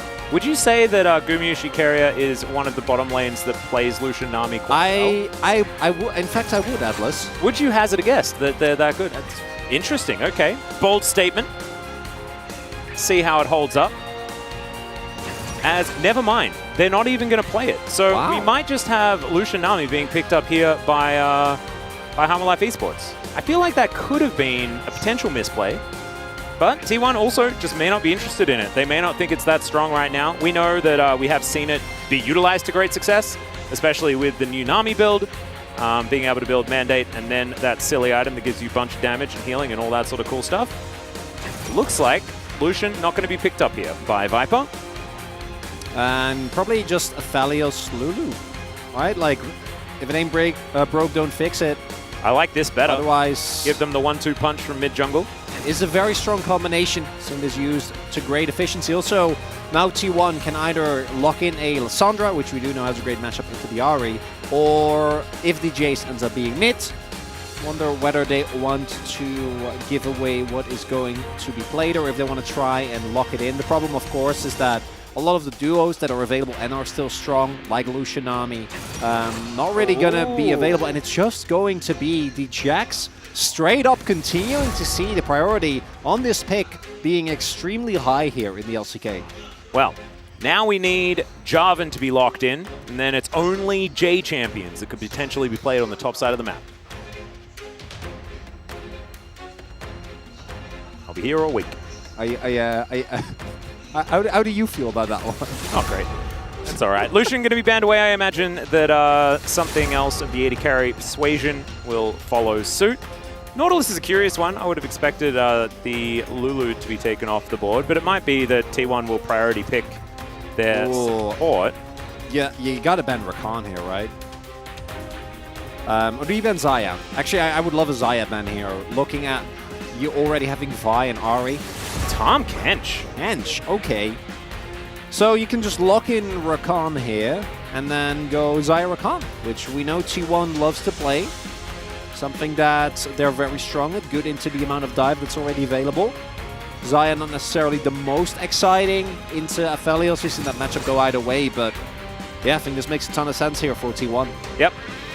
Almost too comfortable there. So, Harmalife Esports, what are we locking away? Probably just a Lulu, and then Kingen can play whatever he would like into a Jax. Not a lot of great options, to be perfectly honest, but we have seen just play tanks kind of work, although you need to have a pretty clear game plan around the Jax late game split push problem that we have seen really get away from some people. Is going to be the Scion that will be the option. And now, Life needs to make a decision. They know that it's going to be Xayah Rakan, almost guaranteed. Of course, you know, Gumayushi could experiment with something else, but likely just going to be Aphelios Lulu. So, after all of the deliberation and the clock ticking down, we went to the most obvious pick on the bottom side of the map. So is it just Xayah? Feels like it makes the most sense, T1 talking everything over. And the T1 composition, I really like the 1-for-1 possibilities that you have with Maokai and Rakan, and especially if you add Xayah as well, you have a core that's really hard to reliably engage on. Okay, that's a Jhin. I am a little surprised. We hadn't really talked yet. I know your opinions on this, but we hadn't really talked yet about the damage profile. Barring Owner going for a more AP-heavy build, which I don't think is in that great a spot at the moment. This is a full AD comp. And adding a Jhin to that really... That doesn't... A curveball thrown by T1. Like, the poke is really good, right? Between Jace and Jhin and Maokai, particularly if you go AP, but we're seeing some grins. I don't know. I feel like the Xayah was great. Yeah. In that situation. Xayah kind of okay she shreds tanks relatively well. The thing that you generally say about Jhin is that if there is big tank in the way, that is a problem. Because getting through that can be a difficulty. So, yeah. If only there was a champion that pairs extraordinarily well with Rakan, released at the same time that was able to shred through tanks. So I'm very curious as to how this is going to work out. I think Jhin is going to have a pretty tough time playing this game. The one benefit is that on this patch, right, Stormrazor Rush on Jhin is extremely strong, is one of the champions that uses that extremely well, and T1 might just be looking to get early laning leads and then shove that into an immediate win. And let's not forget what happened to the Xayah a bunch of times the last time it was played for T1. Damage profile doesn't matter if you win in 20 minutes. Let's jump into game number 1.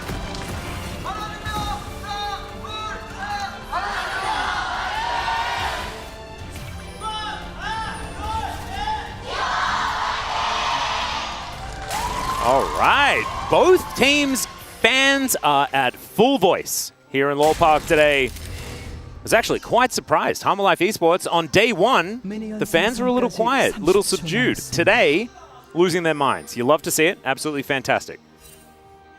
T1, though, let's see how they're going to bounce back from MSI. A lot of learnings to come from this particular game.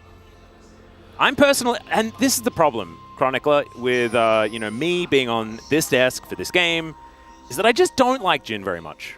It is paired with Maokai, though, which helps a little bit, right? No, that's I feel like Jhin doesn't do enough stuff. Doesn't do enough things. Well, if there's anyone that can convince me that Jhin is a good champion, it's probably Gumayushi, right? Well, you say that, but then I don't want to bring up some unresolved trauma for T1 fans, but I remember a certain finals in 2022. The Yuumi was banned! The Yuumi was banned! In Game 5 was not well received as, oh god, Clid in trouble here. Yeah, Ona already coming on over. Bramble Smash going to come down as the Wolves are going to turn over to the tree, but it doesn't look like Clid's going to be able to do too much about it as bit of a face-off here. One brush each as we're sweeping. All right.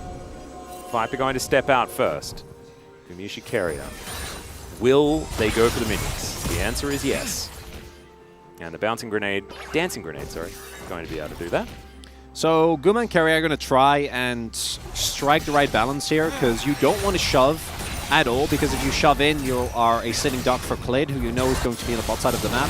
Clid might be looking for vertical jump as Faker. This is really good, right? If he's able to, as I say, the end of the trade not really going his way, but if he's able to get an early lead and get prio, it means that Clid finding any counterplay to the early invade that Owner got is going to be a lot harder. And for the same reason, Guma and Carrier want to try and still contest without shoving in.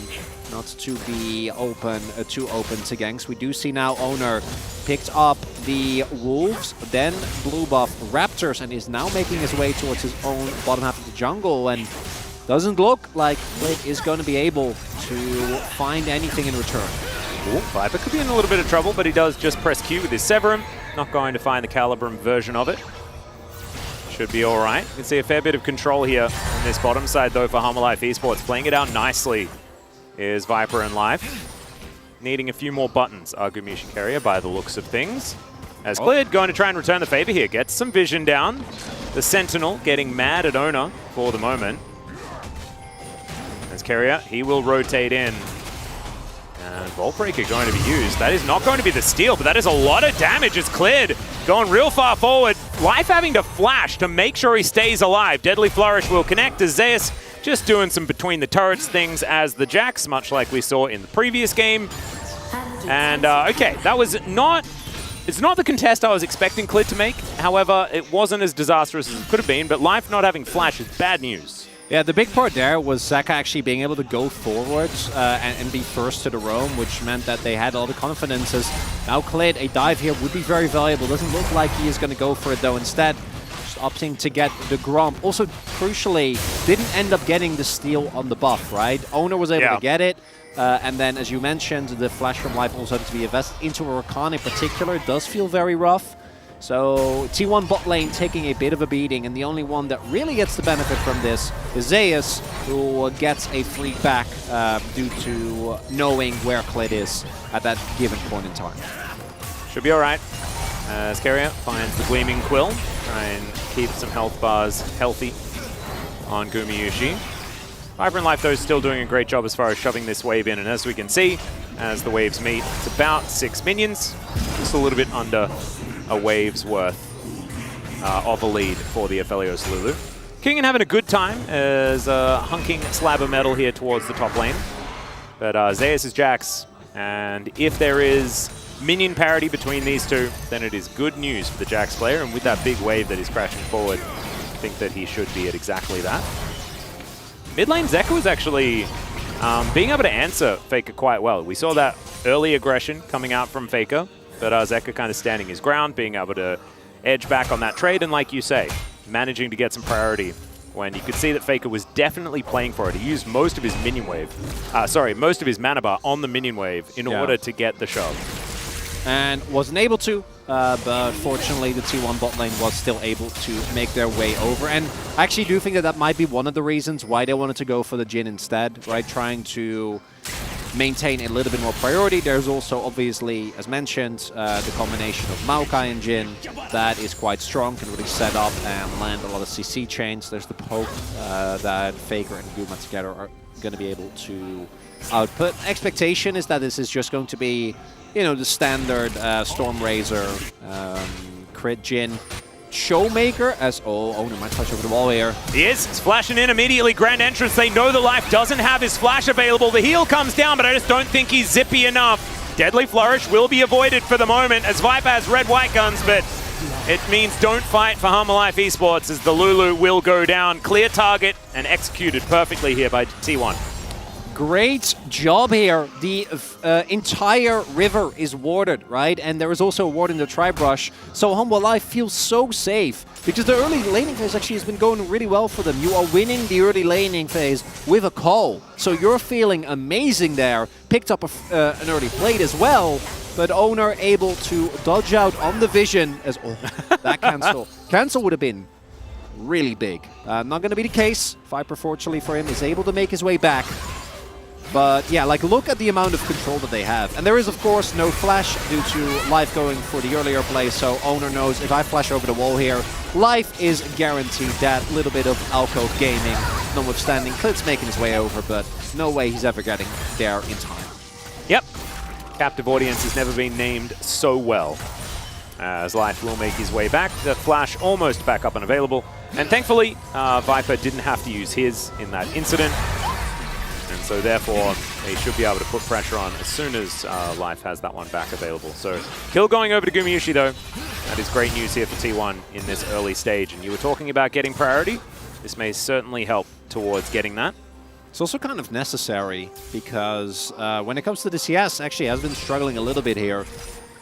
Viper and Life doing a good job of playing very aggressive, very harass heavy. Like, notice how every time it's so perfectly done there by Viper, getting rid of his final red ammo. Oh, that was satisfying, wasn't it? Feels so good. Oh man, beautiful. And then using the red gun in combination with the Lulu shield to like basically hard force a trade. Guma doesn't have enough power to really counteract, and keeping the pressure on are Viper and Life here. I just kind of want to keep the camera down on the bottom side of the map. Yeah, it's fun, right? I feel like this is where the most intricate gameplay is happening. I did like the dopamine hit on top, though. Yeah, that's fine. That's big. When the wave just crashes into a Scion and he charges Q, we can scan up there. Nice. Otherwise, we just watch this. Yeah. And then I think that's the ideal game of League of Legends today. Ooh, Dancing Grenade, max value. Like that one a lot. Right, they're not going to be too worried about it. some decent guns for adding a bit of extra harass. Isaiah's just having the time of his life, man. Yeah, he's having the best of times. Klid and Zeka now, both level, or ultimates available, Zeka level 8, Klid level 6. So if you're Hanwha, I think ideally you'd be trying to look towards a play, maybe on Faker and mid, doesn't have his flash available, maybe even on Owner if you can find a hard engage around an early objective, because neither team has been contesting those just yet. Would expect the first action to go down towards either that Dragon or possibly the Herald. The Herald has been alive for over a minute. No one's been there just yet. It's Gumushi being left alone. Just a little bit of a return to home though for Carrier, not going to be roaming around just yet. And it has been quite subdued. And we start to get used to action in our T1 games here in the LCK because they have been a little bit more aggressive than other teams in recent years. It's not this game. Yeah, and I do also think that in general T1 has been an aggressive team, but last split most notably was just because of the gap between Carrier and really the rest of the league when it came to playing the AD carry supports. So yeah, that's true. The amount of laning pressure that they had was literally unmatched by anyone, and really stifled a lot of drafts. You basically had to ban Ashe, and then started to have to also ban Caitlyn, and like it was this whole kind of train that didn't go the way that you wanted. But last year in spring, it was mostly team fighting that T1 showcased a lot of promise in. Might see that here as well. Zeus is going to go for his ultimate here. Yeah, Life actually in position, does have Wild Growth available as Carrier, clearing out vision around the Rift Herald, and it looks like we're going to have an agreement. Remember, the train moves faster than a Jax. So we could have Kingen turn up a little bit sooner. Does have teleport coming right off cooldown. Will be a couple of seconds before Zeus is up and available. As Viper's just gone back home. He wants none of this. Too many shenanigans. You don't want that. And as a result, T1's also like, oh, okay. I guess we're letting it go. I guess no one wants it. Like maybe it's not cool now. Like, you know how when you're fighting over something and then you find out that or you want something and you find out like your little brother wants it as well, and you're like, oh, it's less cool now or something like that. Maybe it's a similar situation. Or it's the opposite. Like you don't want it, but then they want it, and you're like, no, I want it as well. Yeah, but then we might see nobody it else happen later. It. Yeah. But right now, no one. Oh yeah. So it's like you want it. Then I want it. He wants it, and then you want it, and then he's like, well, now I don't want it because you want it. Yeah. And then because he doesn't want it, you want it. Okay, so now, does T1 want Herald? Because they know this is going on. It looks like the answer is no. They instead are going to trade. All right, Charm is going to connect here, but Zeka still coming out on the lower end of that trade. As I say, Electrocute kind of helps out. It's Gumushi here towards his bottom side trying to grab some plates, and it looks like it is just going to be a trade. Just a trade. Yeah. Still one that T1 are probably okay with, especially with that cannon minion going into the nether. Still, Viper will deny this second plate. That is certainly good for Hanwha Life Esports. And between the Herald still being available, actually, never mind, not being available, going to be thrown down mid here. I think only Klid getting the gold, though. That is a... Yeah, Zeka was kind of nowhere near that. So. Yeah. Not my favorite use of Herald, but Klid probably going to be able to use that money to finish his Sunderer. Zeus also, and we're starting to see the first item purchase come through. Sunderer done, as mentioned, for Zeus. And that's really big. Stormrazor now going to be done here. And Viper definitely going to want back as well. Does have his call, so should have no problem at all finishing that. But there's no objective on the map. So it might be a little bit of time before we actually see some fighting over the, or on Summoner's Rift rather, because right now both teams are very clearly happy taking it very easy. Yeah, very slowly, maybe 4 minutes, but maybe not, because maybe no one cares about Chemtech It is Drake. just a Chemtech Drake. Just a random Chemtech Drake. Okay, I've got a quiz question for you. Is Charm is going to connect here onto Faker? Nicely done. Faker going to utilize the fact that he was closer to Zeka in order to walk up menacingly, but isn't going to find the Shock Blast. And in the end, not a whole lot is going to happen. But this is my question for you, Chronicler. Which is a better damage item? Divine Sunderer or Sunfire Cape? normally Sunfire Cape, but specifically into tanks, I'm leaning Sunderer. I know Orcs might not agree with me on this. But, you know, sometimes that's just how it goes. Yeah, I'm not sure. That's why I asked you the question. Yeah, I think specifically the amount of sustain you get from Sunderer in like these longer, drawn-out laning situations added to the fact that Cyan obviously is going to stack an absolutely ludicrous amount of health. Going to get a lot of value from that. Yep. As Zeka is just going to get hammered back. Okay, in goes Clid. Faker is dead. Zeka picks up that kill and he's out of there. No Nature's Grasp going to connect either. And that is the Bramble Smash back, but nothing that Ona can do. The mid laner already down. Beautifully done there by Hanwha Life. Quick combo, Clid showcasing again what he can do on this Vi. Was able to get the win against KT with it as well. Not hesitating for a second there.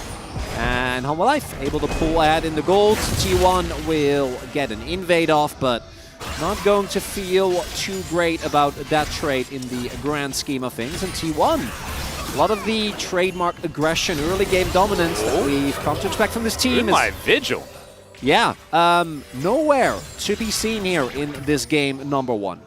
Well, Viper is certainly feeling a bit antsy here towards this bottom side. Let's see what he can get done towards this turret, as Gumushi not going to find the Deadly Flourish, as Viper doesn't hit the Q either. And they are just going to both back away as the minions are going to dissipate. Hanwha, I can feel a bit of hunger. I can feel a bit of something. Something in the water, something a brewing. And I can feel it on T1 side as well, as Faker's roaming down. They are on a ward though, so Hanwha Life with full information. Really nice shock blast there as Viper goes down below 50%. Oh, Clid, I love this. Setting up a trap here. Oh, very cute positioning. Vault Breaker does come out as Faker should be able to get out of this. Does have to use the flash in order to get away, as the charm is going to miss. Twisted Advance from Ona going to save him from that one. Just narrowly avoiding a whole bunch of these issues on both sides of the rift. That is the power of Vi Ahri right there. And you see for a second there, like, oh, can we go in here? But Viper and Life were roaming up through river, whereas Guma and Karya were just on a back. So no opportunity there. The fact that Faker actually susses this out, right? I think he walked past a control ward that was in the little brush on the entrance, kind of tipped him off. Walked back because of that Q hit. He is 100% dead, but still a big win for Hanwha Life. The Fleshless Faker are going to be a very easy target for Clid and Zeka to pick off. See whether they can actually get around and take him down, as 40 seconds on the Drake, the first neutral objective that's going to be coming up. Minute and a half on the Herald. Baron going to be following, of course. See what the Soul is going to be, of course, with no Chemtech available. The likelihood of a Fun Dragon is quite high. Ocean, probably the worst option. Cloud, obviously the best. And then you could have Hextech or Infernal, which are also kind of cool. As Viper's going to move back down again. Okay, does have to get out of the way of Karya. Still, doesn't have to burn anything for it. It was pretty cute. Life had his finger on the trigger. And look at the control here. Zeka is going to be backing here. Does mean that he might be late if T1 pull the trigger right now, but they need to set up control here in the river first. Owner also on a back. And now we see Hanwha Life moving over. T1 have a lot of tools to start up fights with the Maokai ultimate, with Karya as well, but their composition a lot harder to play out correctly, and you need to respect the hard engage from that Vi combined with the Ahri. Oh, I don't know if T1 can. Hannah Minion did get missed, so that is definitely a positive in the T1 camp. However, Drakes are going to be evened out. That is going to be Ocean Soul. A little bit of a miss there on that one, but still going to be valuable. As Zeus looking to grab this turret on the top side. Turret already be taken on bottom side for Hanwha Life Esports, so first turret blood does belong to them. Large reason why they have a bit of a gold advantage right now. As Rift Herald, second one of the game, surely going to be taken down here. And T1 going to get their own version of that. So one Drake, one Herald apiece. The amount of evenness could not be higher. Oh, and well, we need the turret to be taken on the top side as Ona. Okay, Cease and Desist going to come down as Karya wondering when he can do anything about this situation, as Wild Growth not really going to get too much outside of the flash from Ona there. So a lot of aggression, and you can see Clid, he wants to do stuff, you know? He wants to go in, he wants to be Vi, where it's all violence and punching and things, but there's a lot of disengaging happening on the other side of the rift, and he's not really getting his way. No, unfortunately for Clid, does keep finding targets to ult, but they keep getting away from him. There it goes in, but Viper, his movement on Aphelios has just been great life. Trusty companion there. Yeah, I don't know whether that was Storm Razor movement speed, but it really does show that you have a bit of extra movement speed. Yeah. Or AD carry, and he's being piloted by someone like Viper. It's just, yeah, it's pretty good. You know, just Lulu alone can lead to some silly situations. Add the current level of Storm Razor to it, and it's pretty cool. It's good. And a Zeal. Just a whole lot of zooming from Viper here, and we'll see whether that is going to be a difference maker, because thus far T1, they got the one play on bot side. That works out nicely, but besides that, it's been Hanwha calling the shots, and I do think that T1 has a decent comp when it comes to counter-engaging, but if they are just going to let Hanwha set the pace of the game, they're also somewhat relying on them to maybe make a mistake. Yep. Oh, he's also taking fleet footwork. I mean, there's a lot of walking fast. As Clid going to go in, cease and desist, back up and available once again as Shirley. Look at King come down. Okay, another Vault Breaker is going to come forward. Clid going for an engage onto Owner. Not exactly the optimal target, as the train is going to drive completely past. The curtains have been called, and Viper is sniped by the first one. Kingen gonna stand in front of the rest as he gets Wild Growth. Nice charm. Will connect onto Owner, but now he's gonna try and engage. He goes down as Kingen is just being a punching bag, but he's taken it, at least for the moment. The final shot will come through for Gumayushi, but they trade it. Zeus is gonna go down. Gumayushi's still there, still strong. Deals with the zombie for the moment, and I think they're gonna be able to take down this turret. They will be able to do so. I don't know who won. Who won, Chronicle? I think it was T1? T1, because they get the turret, but that was a very tense back and forth. Comes down to a couple of individual heroics. Zeka hitting a really big charm onto Owner there towards the middle of the fight. Zeus flashing forward and getting Counter-Strike. So starts up with them engaging on Owner. You notice how well I was looking for this, because look at the positioning of their science. So go in, Q hits, but Owner obviously very tanky. And the ultimate, only it's Guma from Viper. And then the re-engage from T1 here looks great, but their problem is the only one they're hitting is a Wild Growth Scion. And as mentioned, Zeka going for the re-engage, and then here things look a little bit dicey. Great flash from Clid there, because if he gets knocked up as well, he's in trouble. But then, the Zeus flash. Yeah, that Zeus flash combined with Faker's Shock Blast is what actually gets T1 in a good position, because if Zeus flashes and like Faker doesn't hit that Shock Blast, like Viper's fine. They probably don't get the turret, although Viper was still fairly low. And then might be Hanwha that walk away with the win there. Yeah, Faker actually hit Viper with 2 Shock Blasts, and he was dead in that fight. 2 rotations of the ability. Nicely done. The Counter-Strike flash, really nice from Zeus, though, to set it up. So, Hanwha Life Esports, they do go 2 for 2 in the fight, so it's not necessarily like too much has really changed. 600 gold. Look, it is a margin, and it is one in an advantageous position. Yeah. But with everything else that has happened, it is still anyone's game right now. It's still very even, as Kingen just walking up towards Zeus. He's got a Bramble Vest, so probably feeling all right about the whole situation. Just charge up the Sunfire Cape and get to work, I guess. Yeah, I think once we get Cleaver, Zeus is going to feel a little bit better about the longer trades, and then past that point, every item you finish is going to tilt it further and further in Jax's favor. But right now, the best damage item in the game, Sunfire, combined with an almost finished 4-mil, is going to do more than enough. Just Bramble and the amount of health that Sion gets, plus his shield's going to make it hard to trade. Kingen is about 25% of health down, but as mentioned, the actual ways of T1 to get through this Sion's health bar are not amazing. Carrier on a flank angle here. Let's get spotted. Yep, Troll Ward does go over the wall. Carrier is going to vacate. Battle Dances over towards Owner. Deadly Flourish connects onto the Sion. And that ward does spot Zeka out. Breaks his Banshee's Veil already. The charm is going to miss Carrier, but lands onto the Dragon. Zeus looking for that flank angle. Clid also doing the same thing. Clid, this is what so many pro players say is the scariest thing about him. The fact that he could actually be anywhere. He is always flanking.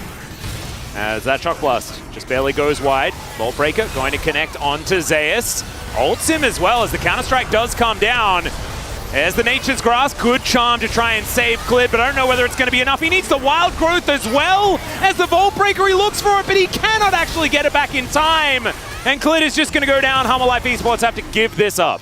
Unironical Jin value there as Zeus hits the Counter-Strike. Guma gets the Flourish, locks down Clid, and then even if he would have been able to get away, I think that one is a bust for Hanwha. Life has to use his resources just to try and keep his jungler alive. And of all the targets to go for, Zeus is definitely a rough one. The rest of the team not really ready to follow up. And when the Jax with Counter-Strike, who is up 2 levels, by the way, is not going to feel too friendly, right? That's the key thing here. Like, the rest of Hanwha isn't ready to immediately collapse. And Carry and Owner are zoning. So... And I think Zeka's ultimate just came off cooldown as well. And so couldn't actually use it to get in position to follow up. It might have been a spectator bug, but that's what it looked like on the screen right here. Yeah, and it's understandable, right? You want to try. It doesn't really matter who is Faker. Yeah, this is what they wanted to happen, as Faker is going to get closed in on Clid is going to be able to grab him, and Moonlight Vigil has come down. Clid's still alive for the moment, gets a shield as well from the Lulu, and now he just gets punched back. That was cute, but another charm is going to connect. Zeker actually having a fantastic game right now, and Viper will collect the kill on the jungler in the Baron pit. And I think we have an idea as to what this means. Faker and Owner dead. You can see T1 still wanting to find something. A teleport back going to come in as Zeus. Oh, the lockdown! It's beautiful as Zeka needs to try and keep himself alive. He's going to be able to do so for the moment. Clid with some heroics, but they may have delayed the Baron. They may have done it, but no carrier will fall down. And Hanwha just back to the job at hand. Do note, though, Owner and Faker, 10 seconds, and I think they have to vacate. Yeah, don't want to run the risk of getting taken down, and it takes a lot. All starts Too many risks have been taken this game, Chronicler. That's very true. Starts off with Zeka setting up a really nice player. They have full control of the vision, and Faker does an okay amount of damage, but ends up going down. And then here, when you see Guma isn't in the fight from the get-go. Owner then gets targeted, at least keeps Zeus alive with a nice Bramble Smash there, but this is a great opportunity. Hanwha Life's like, we're going to go for this. And then it's Zeus on the Jax. If this teleports or this back goes through, like Zeka TP's in, and you're 100% never getting it done, so that can so absolutely pivotal. Carrier also recognizing, flashing forward, drawing Hanwha Life away, taking away DPS from the Baron, and T1, they get away with it. But that was all Hanwha up until that point. And the game is actually just completely even. What a great first game. This is kind of nutty. It's not really what I was expecting, right? Like, it was all going according to plan until we got to the R5 pick of the Jhin, and it kind of like, it put everything through a little bit of a loop. And as you can see, a bit of a heart monitor here as far as the gold graph is concerned. Perfect. Yeah, that's what you want to see. Balance in all things. Also how I imagine both team or both fans of either team are feeling at the moment with how this game is going. Yeah. And I don't know. Like, who do you think is actually going to win this game? So, if I had to ask you right now. At this point, let's hold up. All right. R button going to be pressed here. As it connects onto the Scion, they're going to look for him here. As into the backline goes Carrier, he manages to find the Aphelios, but he gets a Wild Growth. It's a lot of damage, and Kingen was tanking for about 15 years. Zeus, he dives on top and he finds the Aphelios. Viper is dead already. Zeus goes golden to keep himself alive. All right, I take it all back. It's not Carrier POG, it's Zeus POG. He's going to get it this time. What a re-engage there from the Jax. KDA doesn't tell the full story. This combination of the Jax and the Rakan working out perfectly. Hanwha Life, though, they don't want to give up this Baron. They want to try and contest. Still have 4 people available, and Clid has Smite as well. It's not the fastest Baron in the world, but it is going down quickly enough. Kingen, not a massive health bar as Carrier tries to go forward. Bulbury gets nails it! Clid, what is this? All right, well, thanks for the leash, I guess. They lose the Aphelios, they get a Baron, they lose Clid. So maybe it's going to be a Drake now, but 43 seconds, I'm not entirely sure. This game's silly. It went from just so much not a lot to like just complete insanity so quickly, Chronicler. So we start by focusing on the only one that actually got hit, and then this is where it looks dicey for T1, right? The re-engage comes through, the flanks are there, Zeka and Clit are looking to close in, and then this moment here from Zeus ends up, I think, saving the game. I think if they actually get hard engaged on, they might lose. That's the Baron gone, then the base starts falling, all the turrets go down, but instead they're able to go for the Baron. But then Clit sidesteps the knock-up from Carrier, and then just cool as a cucumber, cues into the Baron pit. And now, you know what the end result is? Well, Dead I mean, even. the game is dead even, yeah. Yeah. There's like all sorts of things happening, but not a lot of them are actually really changing how this one's working. Frost is going to connect there as it is stall point for T1. Ensuing fight is going to come in though as over the wall goes Zeka. Not sure about that one, but he didn't have too many options. Still the Aphelios grabs the kill. The curtains are being called, but they're not doing a whole lot of work. And immediately this time, no stopwatch to break, and Zeus will fall to the cease and desist. And don't forget, Baron buff is available. Minute and a half here for Hanwha Live. They're going to push in. And before we got interrupted by the mid lane fight, you were asking, like, who do you think is going to take it? I think the game stayed dead even. Now obviously favoring Hanwha. But when it comes to a team fighting composition and you have Viper on Aphelios as your AD carry, yeah, you're feeling all right. That changes things a little bit. I got so distracted by Kingen putting that control ward over, basically saying, oh, did I hit him? That was very cute. It was very cute. You gotta know. That one tickles, you know? It's a nice play. They do manage to take the inner turret. This could be the first real advantage that we see in this game as we're going to check out the replay. So it was an attempted hard engagement. The charm the charm to interrupt. Yeah. Because if Zeka dies, you can win this fight, but instead they're in the pit. The Viper is completely unmatched, and watch the cancel. Like Clit actually going for the Q ultimate there to ensure that Viper can keep autoing. Really big there. And 죽는 줄 알았네. charm as well. Yeah, it's like I thought I was going to die. Don't worry, Zeka, we did too. I assure you, I was in the same boat, but played it out very, very nicely.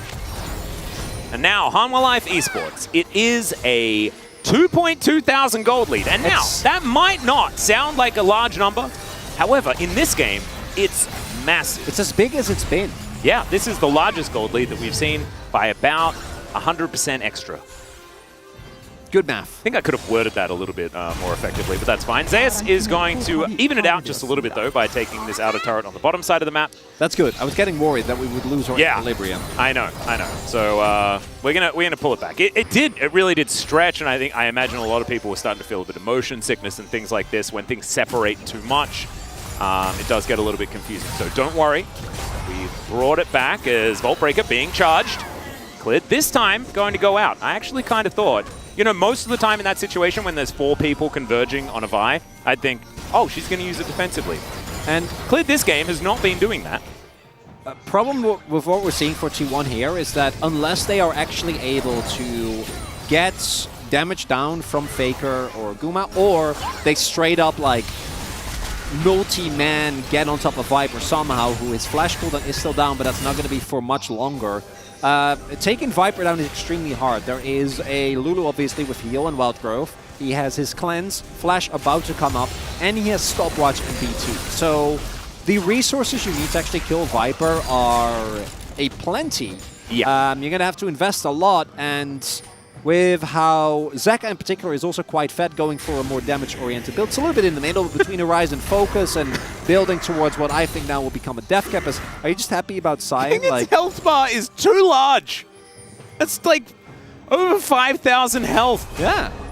That's a lot of Jhin auto attacks. Think about the value that you get from Cut Down and Giant Slayer. Hey, Lord true. Dominance. There you go. And I mean, honestly, crit build isn't actually that. I mean, the actual person... But he just doesn't hit very often. Well, that's the point, right? Like, the actual person that can kill him is Zeus, but the amount of time you're not going to get.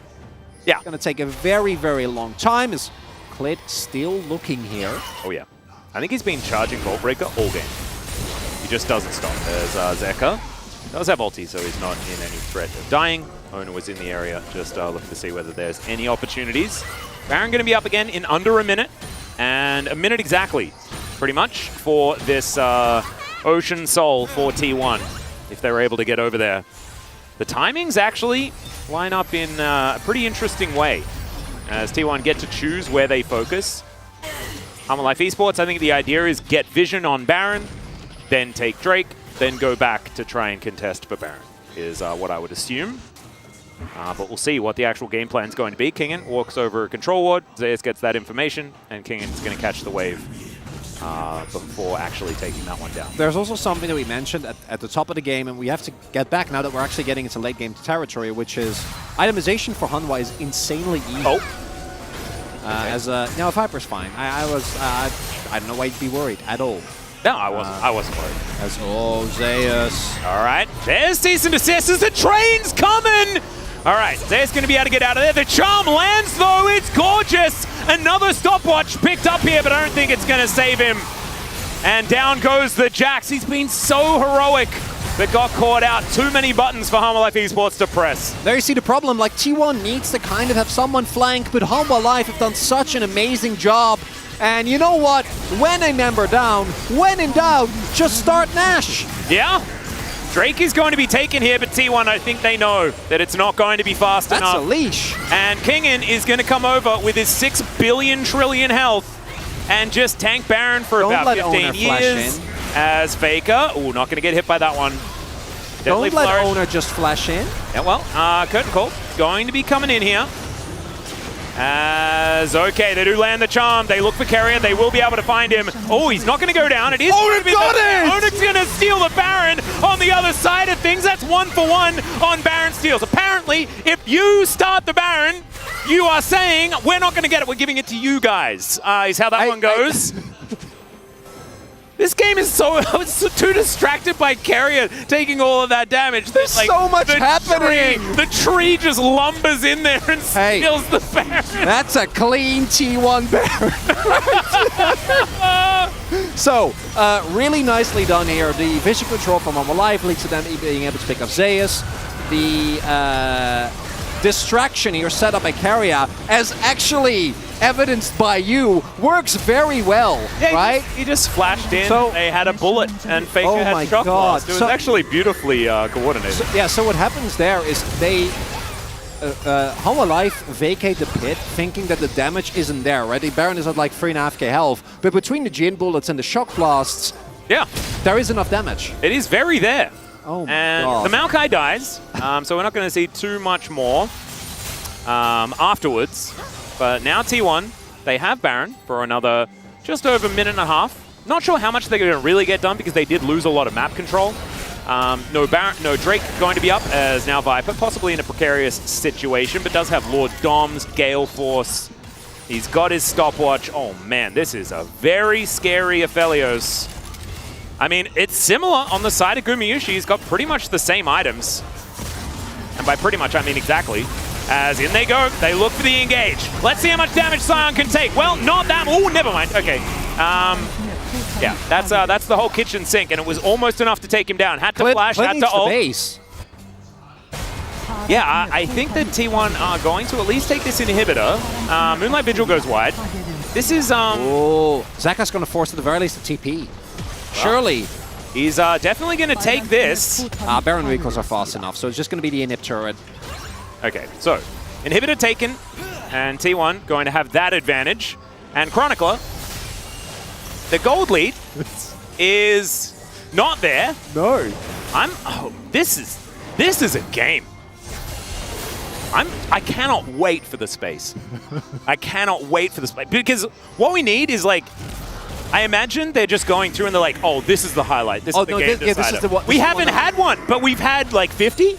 You know, there's like been so many game-defining moments, but they've just been back and forth, back and forth, back and forth, and we're going to need another one before we see the conclusion of this. Yeah, it feels like a whodunit where the point was we're gonna jam. Yeah, it's like too many twists. Too many twists. Many red herrings left and right. Jin's bad. Oh, no, he's not. Oh, maybe he is. It's Night Shaman League. Baron Steel 1. Well, what about Baron Steel number 2? Aha, but have you heard of Baron Steel number 15? Okay, Clit is flanking. He is flanking. Oh my goodness, Secret Agent Clid. I think he actually, seen. yeah, he's going to be seen on one of these plethora of. Oh no, he's not, because they knew about that. Oh one. my god, they knew about that one. Okay, no, they know. Okay, the control wall. But they know, and so now they definitely know. And now there's 4 people. Gumayushi. Oh, he's going to get flashed on cease and desist, but there's the stopwatch. Really nice. Everfrost is going to connect, but Clid is very much down to his GA.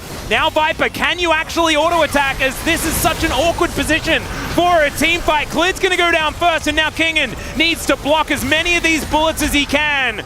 I guess 1 or 2 is fine. And T1, they do kill the jungler, and they are going to have to be happy with that, I think, for now.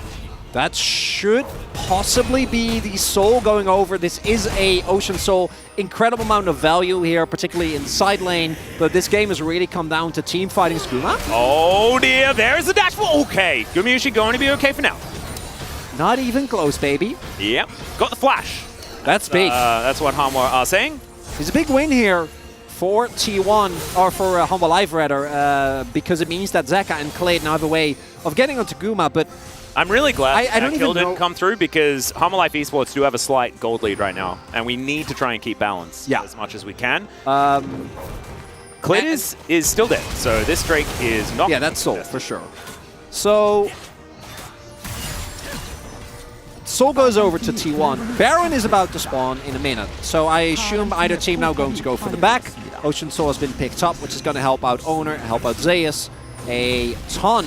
But when it comes to the gameplay, I feel the other way around it would be worse, as let's take another look at this. They know that he's there, and that, I think, gives them the time to adequately respond. Not sure about Carrier's stopwatch, but Guma's obviously working out very well. Zeus also channeling his immediately, and again, comes down to that ward actually showing, and... Yeah, he said cover me, so I think he knew exactly what was happening. 바이. 앞에 화염공. 더블 걸었는데. Yep, just saying that there's blue on the Aphelios. And Gumayushi actually calling a lot. He gets engaged on, but knew exactly what was going to happen there as King completes a Frozen Heart. Oh my goodness. And this is something that, particularly in these long grueling games, is so important. The amount of reaction speed you have as a person if you know something is coming is incomparable, right? Like, if you're aware that there is a Vi waiting in the wings, it makes it so much easier. You have to, if you're ready to react exactly. much easier. And it makes it so that the play actually does end up working out. If Clid actually doesn't get spotted there, if that ward isn't there, and they just kill Guma and fight from there, might be a win for Hanwha, who are now making their way over. Zeka is going to have to deal with this double wave. Does have TP in case the fight does randomly break out. 45 seconds on the inhibitor. So the next wave, no super minions. So they've weathered the storm as far as that is concerned. Viper loses his shield. Oh no. Shock horror. Horrible. We're going to have another team fight. Okay, that's a nice shock blast, as Fake is starting to put some items together. Absolutely. I mean, Viper will get the majority of his health buff. What about flip number 3? Yeah, if at first you don't succeed, try again, as the curtain call is going to come forward. It's taken by Aphelios. What? That's the wrong AD carry to steal that one away, as Kingen is now massive, standing in the front line. Humble Life Esports, I think they just got away with the Baron. Yeah, that's it. This game's silly. They got it. And now all that T1 can do is back. I'm so sorry about the outburst. Oh my god, the inhibitor is going to fall. Is the minions? The minions are the most... Oh, it's gone, Atlas. They've done it. Wait. They've done it. The 6th man. Whoa. And they're also going to be able to take this inhibitor turret on the top side of the map. Is that going to be it? Oh my goodness. Okay, 2 inhibs are down. And they have Baron for another 2.5 minutes. They can go back, buy more items. I mean, there's 6. Zeka is 4-0 and 6 right now. Remember in the last series, like, they lost that first game and he didn't even die once and then remained deathless in game 2, had an incredible series. His KDA after this series, if he keeps this up, is going to be absurd. Oh man. This has been like an emotional roller coaster. Yeah. This game. And I still don't know. No, neither do I. I mean, it's 2,000 gold. Like, the items are basically full parity. The only issue is there's an Aphelios in, like, 43 minutes in the game, and there's a Jhin on the other side. And so I'm thinking, like, you know, smart money as far as hyper carry, attack damage carry in the late game. It's probably Aphelios. And I say probably as facetiously as possible because definitely is. And Viper is so huge. Yeah, biggest thing for me is that Kingen can just tank anything that's thrown at him from T1, and the 2 inhibs are going to mean guaranteed pressure. So Hanwha Life, once 3 inhibs are down, you're done! Right, in goes Zeka, doesn't find the charm to fake it, but still gets the flash out. As Ona will get knocked up. Is he going to get changed? He is! He gets off the ultimate as now, oh, the charm! Zeka, you god! And they are going to be able to take down even more. Oh my goodness, taking life into his own hands is Viper. Gale forcing forward. And after the game was neck and neck the entire time. Baron steal for Baron steal. Even objectives across the board. No gold in it. Hanwha Life Esports stand strong and take game 1. I know that Katie didn't play in this series, but it sure did feel like it, because that was a roller coaster. What was it, like 45-minute game, multiple steals, and you know what in the end it comes down to? Hanwha... Felios also got the last Baron? Hanwha start Nash, get a free inhib off of the minion wave, and then the game... Dandy's like backstage, as you can see here, having a conversation with his team. It's like, really nice work setting up that minion wave in order to take the inhibitor while you are setting up for the Baron. Really beautifully taken on the Baron there as well, guys. Oh, I think that there is definitely going to be some feedback after this game, but man, that was, like, look at the damage out of Viper here. He is just gigantic. Normally you see 26k and you're like, impressive number. But this is a 44-minute game. And Aphelios is certainly built to do that. What I want to see is the HP graph. That's what I want. Because Kingen was so big. He was just just gigantic in that front line. You could not really get past him. They tried to engage, and it did not quite work. So, the big game hunters, they strike again. We are going to go to a short break. When we get back, it's the Space's thoughts on that game, and then game number 2. Don't go anywhere.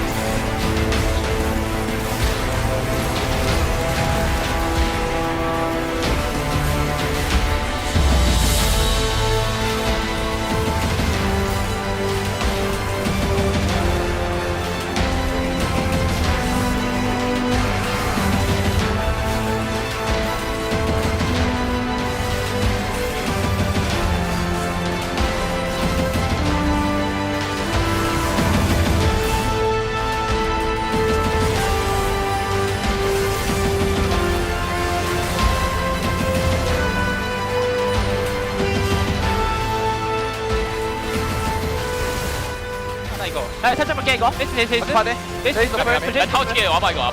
잭스 왼쪽. 아 이거 마우 살짝만 볼게. 마우 노플. 마우 봐. 나 더블 빼면서 카이팅. 잭스 딜려. 미드 가자. 나 아직 공 있어. 천천히 해봐. 나이스. 라인 밀어넣으면 돼 바텀이랑. 나 아직 공 있어. 하나만 먹매줘.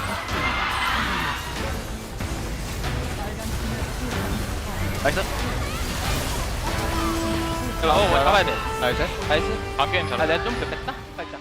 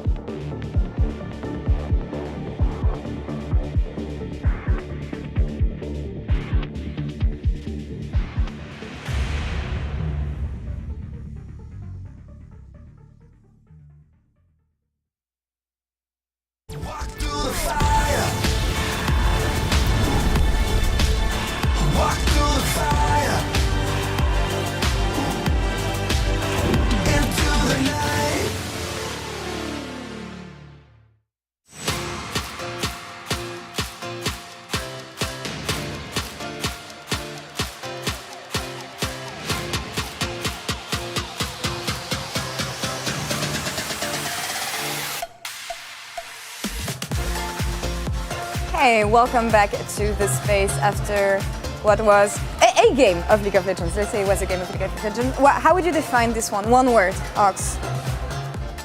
Okay, Smite.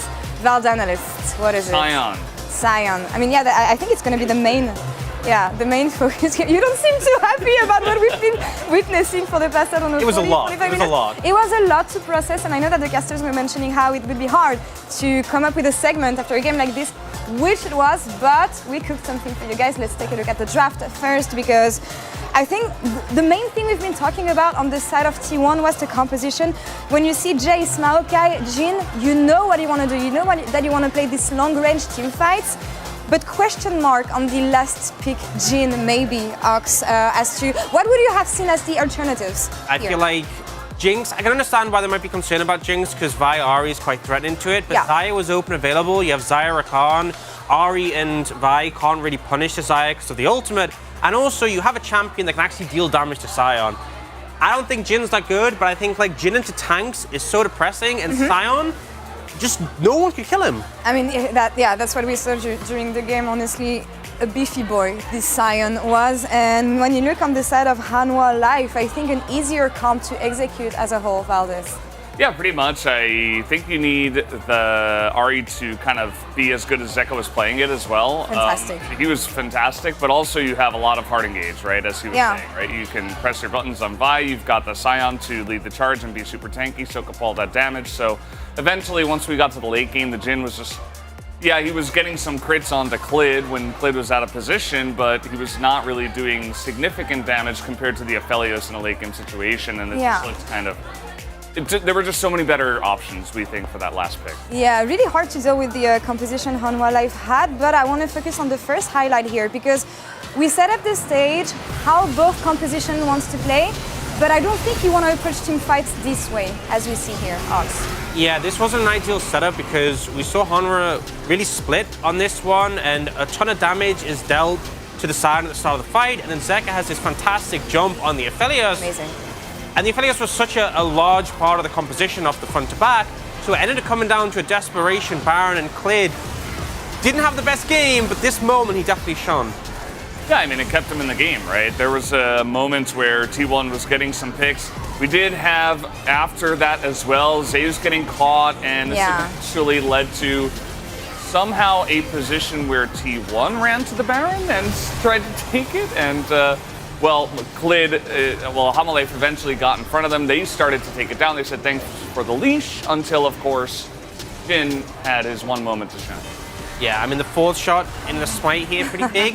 I think the lesson from this clip is getting picks is bad, because then you lose Baron. Oh, you lose Baron, Maybe? yeah, definitely. Yeah, I feel like, obviously we've seen T1 often a team who goes for very ambitious Barons, but it seems like both teams go in for these sort of chaotic Barons, not doing the prep work. It felt like the whole game was very chaotic. Yeah. That's why it resulted in these plays. But, I mean, what do you attribute this chaos to? You gave us a glimpse of what we could understand from this game, but no team was clearly able to take the lead despite taking these objectives. What could have been done better on both sides? Let's start with T1, maybe, in the way they draft aside, talking about in-game here.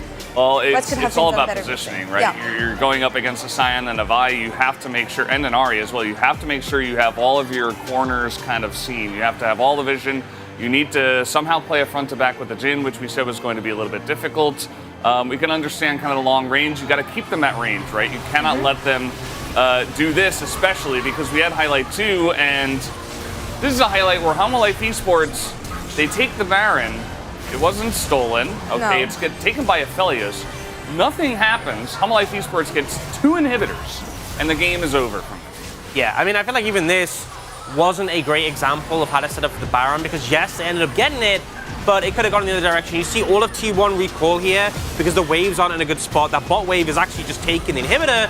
If T1 had gotten Baron, if they'd gotten the faster recalls, this could have been a different story. So still, even in that play there, which went in favor of Hanwha Life, it felt flippy. And I think for Hanwha's composition, for Hanwha Life's composition, they should have used their engage tools better, because they had so many options to start a fight, have the call to turn, whether it's onto the Smite or onto the enemy team as a whole, and be more coordinated with it, because each time they just let the Baron be smited by Clid. Maybe being comfortable with the fact that over time they would take it anyway and the comp would prevail.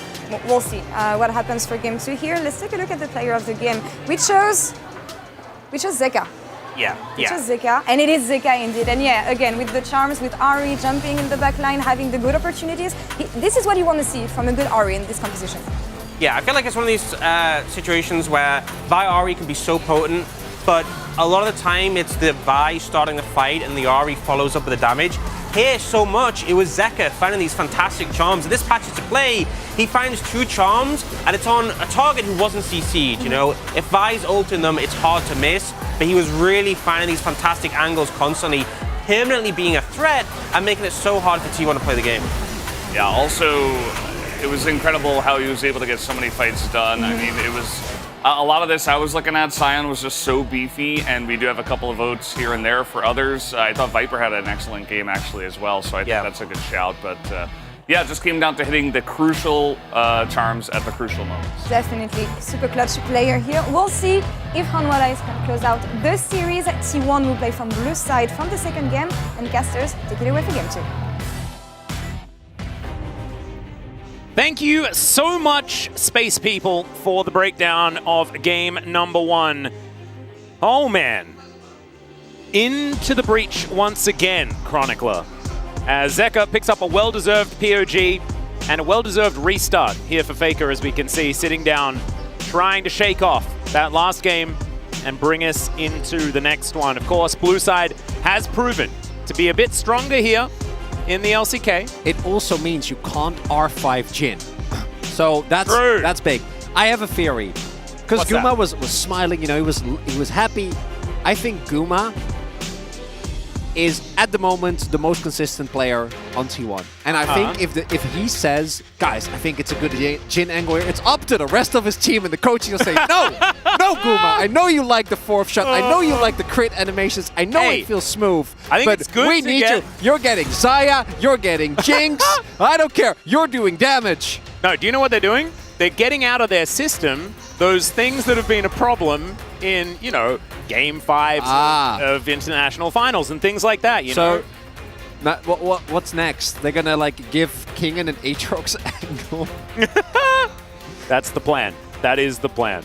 See whether they can play through it, and if they don't, it's fine. It's game 1 of the summer, match 1 of the summer season. You can recover. Blitzcrank and Vi already taken away. Of course, the Vi ban, something that we've seen on blue side many, many times, as Maokai and Nico off the board here on the Humble Life Esports side. So, Melio, Yuumi, Zeri, so many things still up and available. The Lucian going all the way through the draft last time around was definitely a curious one. Neither of these squads wanting to take that. Of course, Humble Life Esports haven't enjoyed it quite as much as T1 have, as Lulu to be the ban. Okay, well, so T1 is like ban Melio or else. Yeah. Like that's what's happening here. And then we'll pick Yuumi. They might. I mean, if Zeri doesn't get banned, they might just first pick Zeri, which I am a lot more on board with. I think you have to not ban Melio or Yuumi. Yeah. So you pick Zeri, but you can't, right? No, so you got a Melio. And then it's Zeri Yuumi on the opposing end. And then it's Draven Melio, and we see which one's more I actually think it might be Lucian Melio. Ooh, that'd be fun. I like that.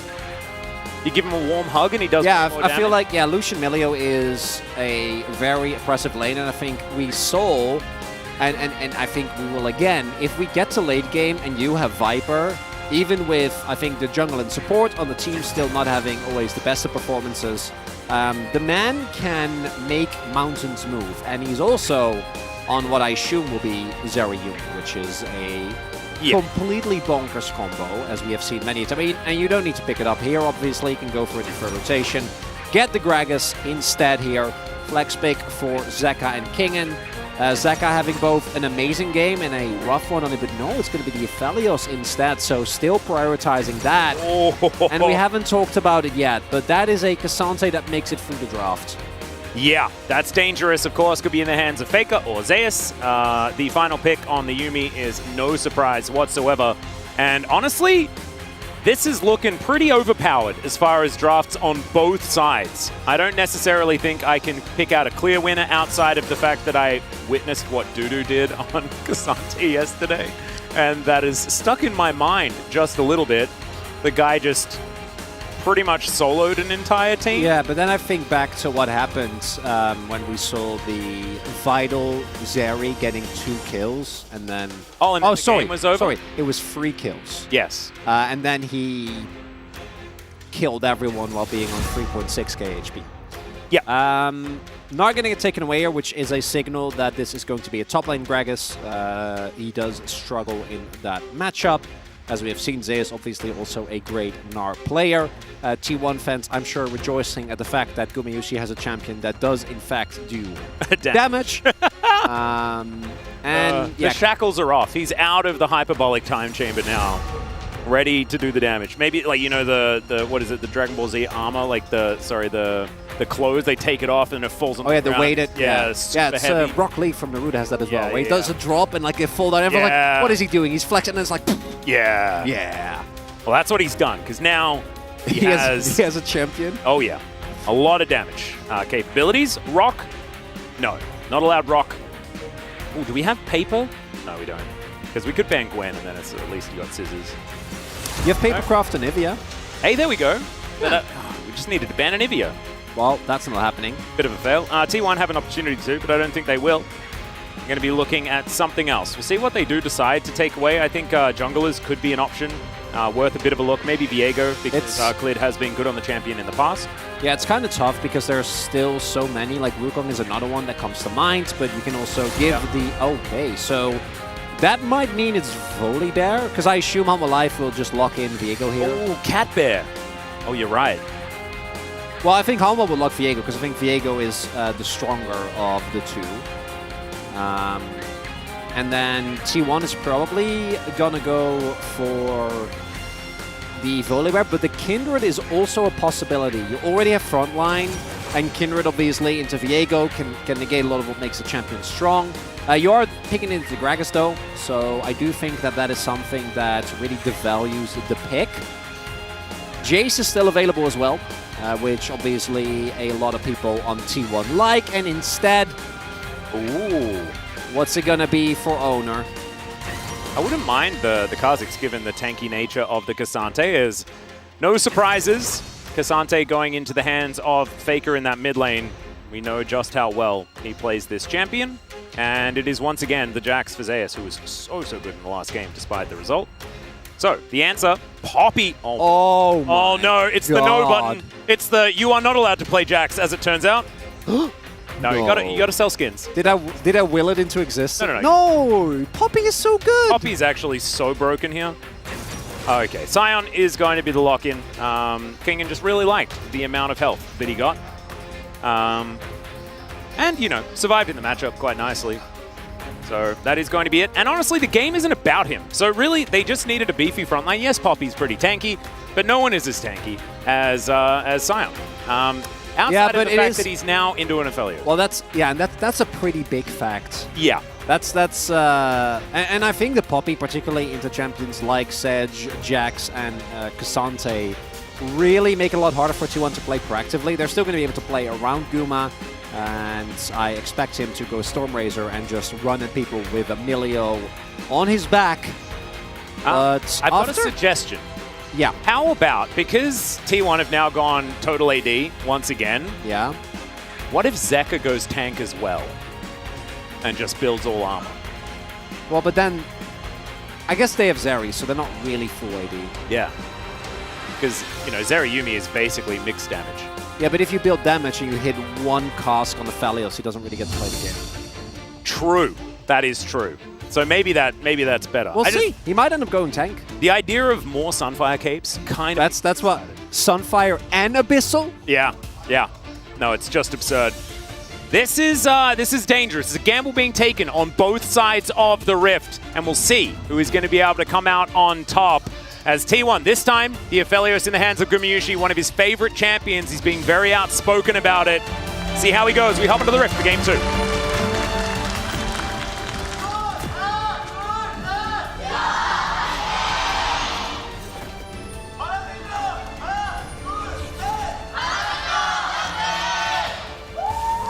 Wow, Hanwha fans actually extraordinarily loud today. I think maybe we are on the Hanwha side of LoL Park here today, and so we can hear them a little bit more acutely.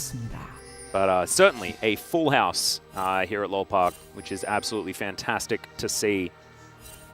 And it's going late, Chronicler, because our first series was quite a long one, as Zeus going to face check a million people and is going to die. This is, well, not quite yet. They want to give the kill to Viper, and yeah, he will get it. There we go. Should we call Wolf, ask him about the certifications? Are you allowed to give a certification at 1 minute? No, I think there needs to be a multi-kill at least. All right. So but I do think that we should get him. I've got him on speed. We need him on speed out because the odds of a Zeri moment happening have just skyrocketed. Yes. So, but as I was saying... Is it even a moment if we've already had the moment? Well, I mean, I like I said, I don't think this is a moment yet. Yeah, that's true. I mean, he can let us know if he thinks differently. I hold Viper in a very high regard. And despite the fact that I think Philios and Milio are obviously an insanely strong combination, for T1, reliably getting on top of Viper is going to be extremely tough. And like once he hits his item breakpoint, I think he just doesn't care anymore. Like he doesn't care about Jax, doesn't care about Cassante, as we are going to get a replay of this. And yeah, Viper's perspective. What does he say? Nice. Nice. It was nice. It was. It's pretty nice. There we go. Well, Zeker is down quite low on health, but remember, this is Gragas. He takes a drink and is K in most scenarios. As you were talking about item breakpoints, Viper has hit the longsword breakpoint very early. Yeah, that's... and we jest, but I do... Oh, Owner going in here. Yeah, cleared. Going to be wise to it, at least for the moment, and some control in the mid lane for Faker, meaning that Owner will be able to win out on this little scuffle, most likely. Glid does have knowledge, but still not going to be able to get that smite, and Owner will be able to steal it away. Nice work putting pressure down on this Sejuani so far, as Kingin just dealing with this full wave of minions, and that means that Glid's going to be in trouble. Zeker and Faker fighting it out.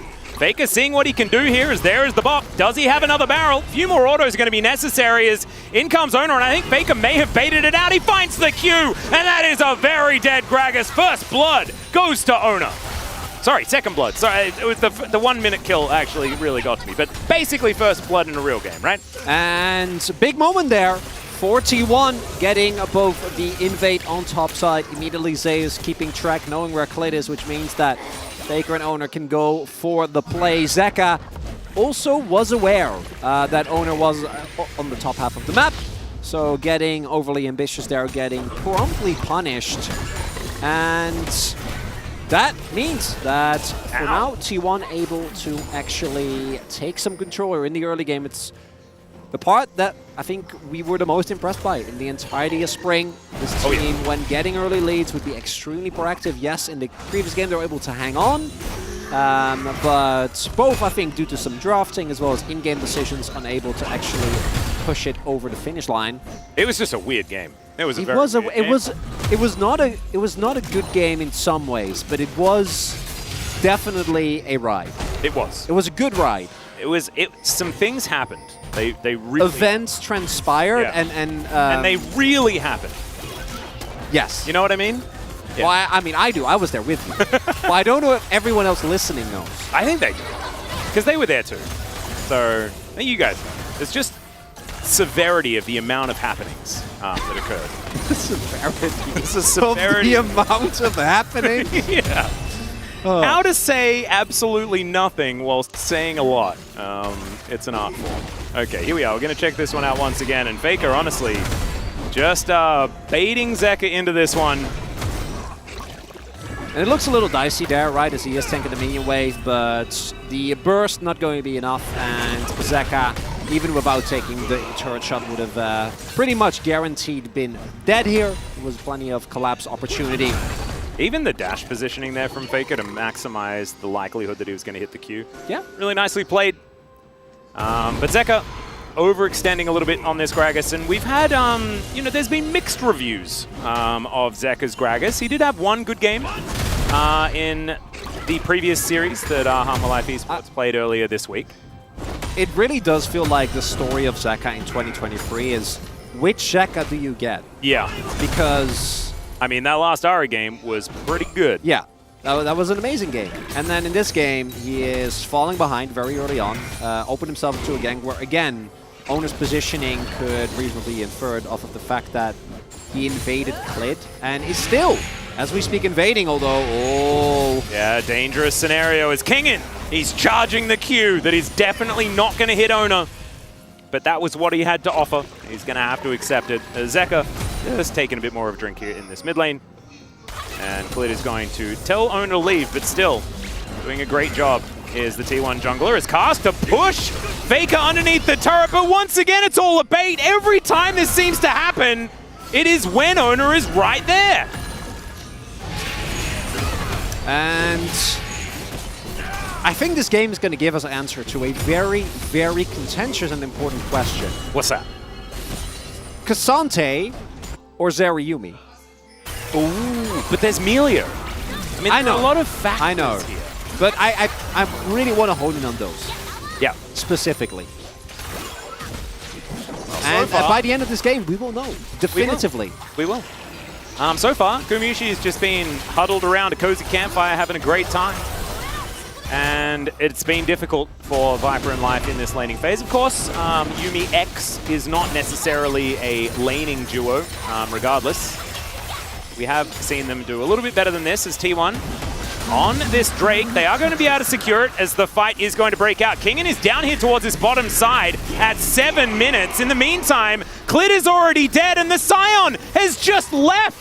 And now Viper and Life are in trouble. Viper trying to stay alive, and he will be able to flash away. The You and Me is going to get Life out of there as well, but they have no summoner spells, and Zeus was top lane the whole time. Oh boy, it's a 6-game angle, Atlas. That's what we're looking at here, because Hanwha Life, everything goes wrong. They lose the skirmish in the river. Viper and Life started the fight thinking that Kingen is gonna aid them. That does not end up being the case. He tries to salvage the play, but only gets Faker's flash.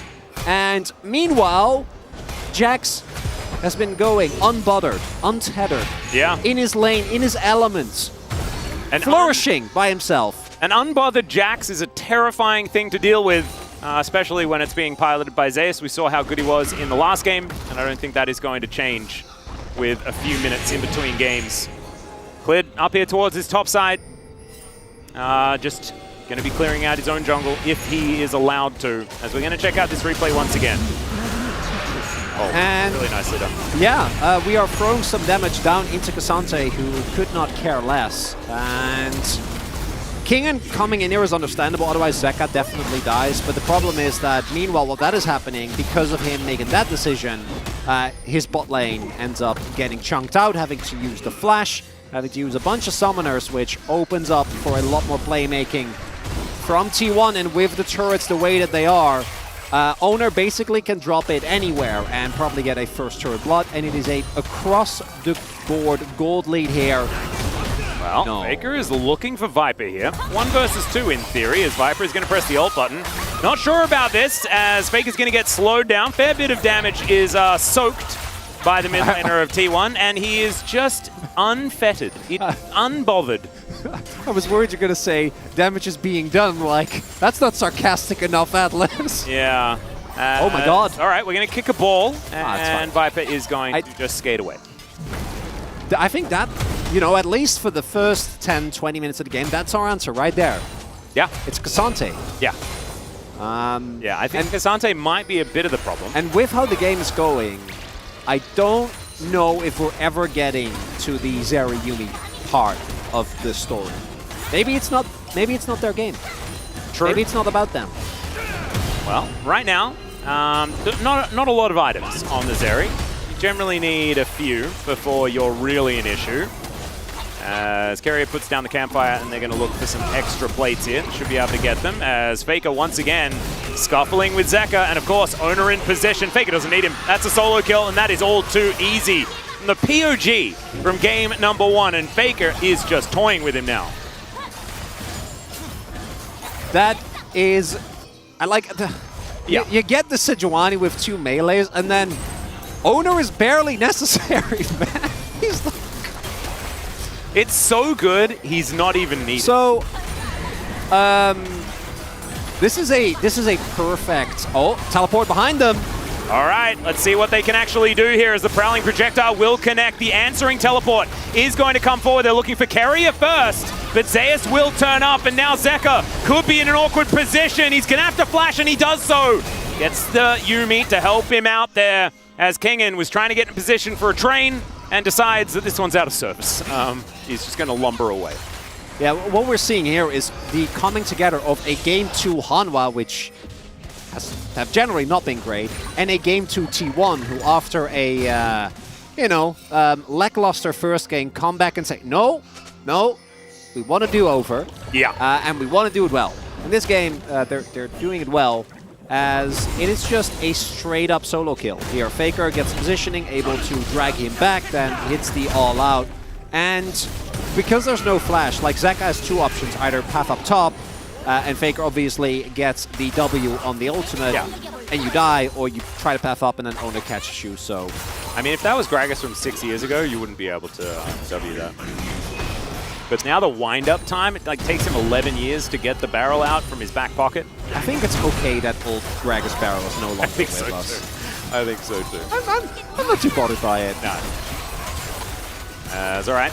Let's see. Viper is now the last hope for Hanwha Life Esports. There is nothing else, and he's going to have to do it against about as many odds as you can possibly get. As Owner is just stealing all of their stuff, and Gumayusi Keria will be getting this turret very, very soon. Still, Viper does at least have some farm. There is that. But that is the beginning of the end. The good news, and Stormrazor being finished first, is another thing that Are we going crit Zeri? Yeah, we saw that in Challenger. So I do have a lot more faith in Viper to pull that off, but might also be maybe it's just Stormrazor Trinity Force. Could be. What I'm mostly wondering is, like, is this a call that he made because he feels like you're very far behind and the immediate power spike of Stormrazor is a lot higher? Could be that as well. Yep. Could be him just going Stormrazor or Triforce rather next. But I feel like the value does really diminish. Jerry gank, he's going to dive forward. There's the final chapter. Zeus should be going down here, and they are going to be able to get him. So already, I mean, look at that Stormrazor value. Extraordinary. Built it, completed it. Chronicler's looking at me quizzically. I don't think quizzically immediately got a kill. If Viper can keep picking up kills like this, it's only a 400 gold lead for Gumayusi. That is surmountable.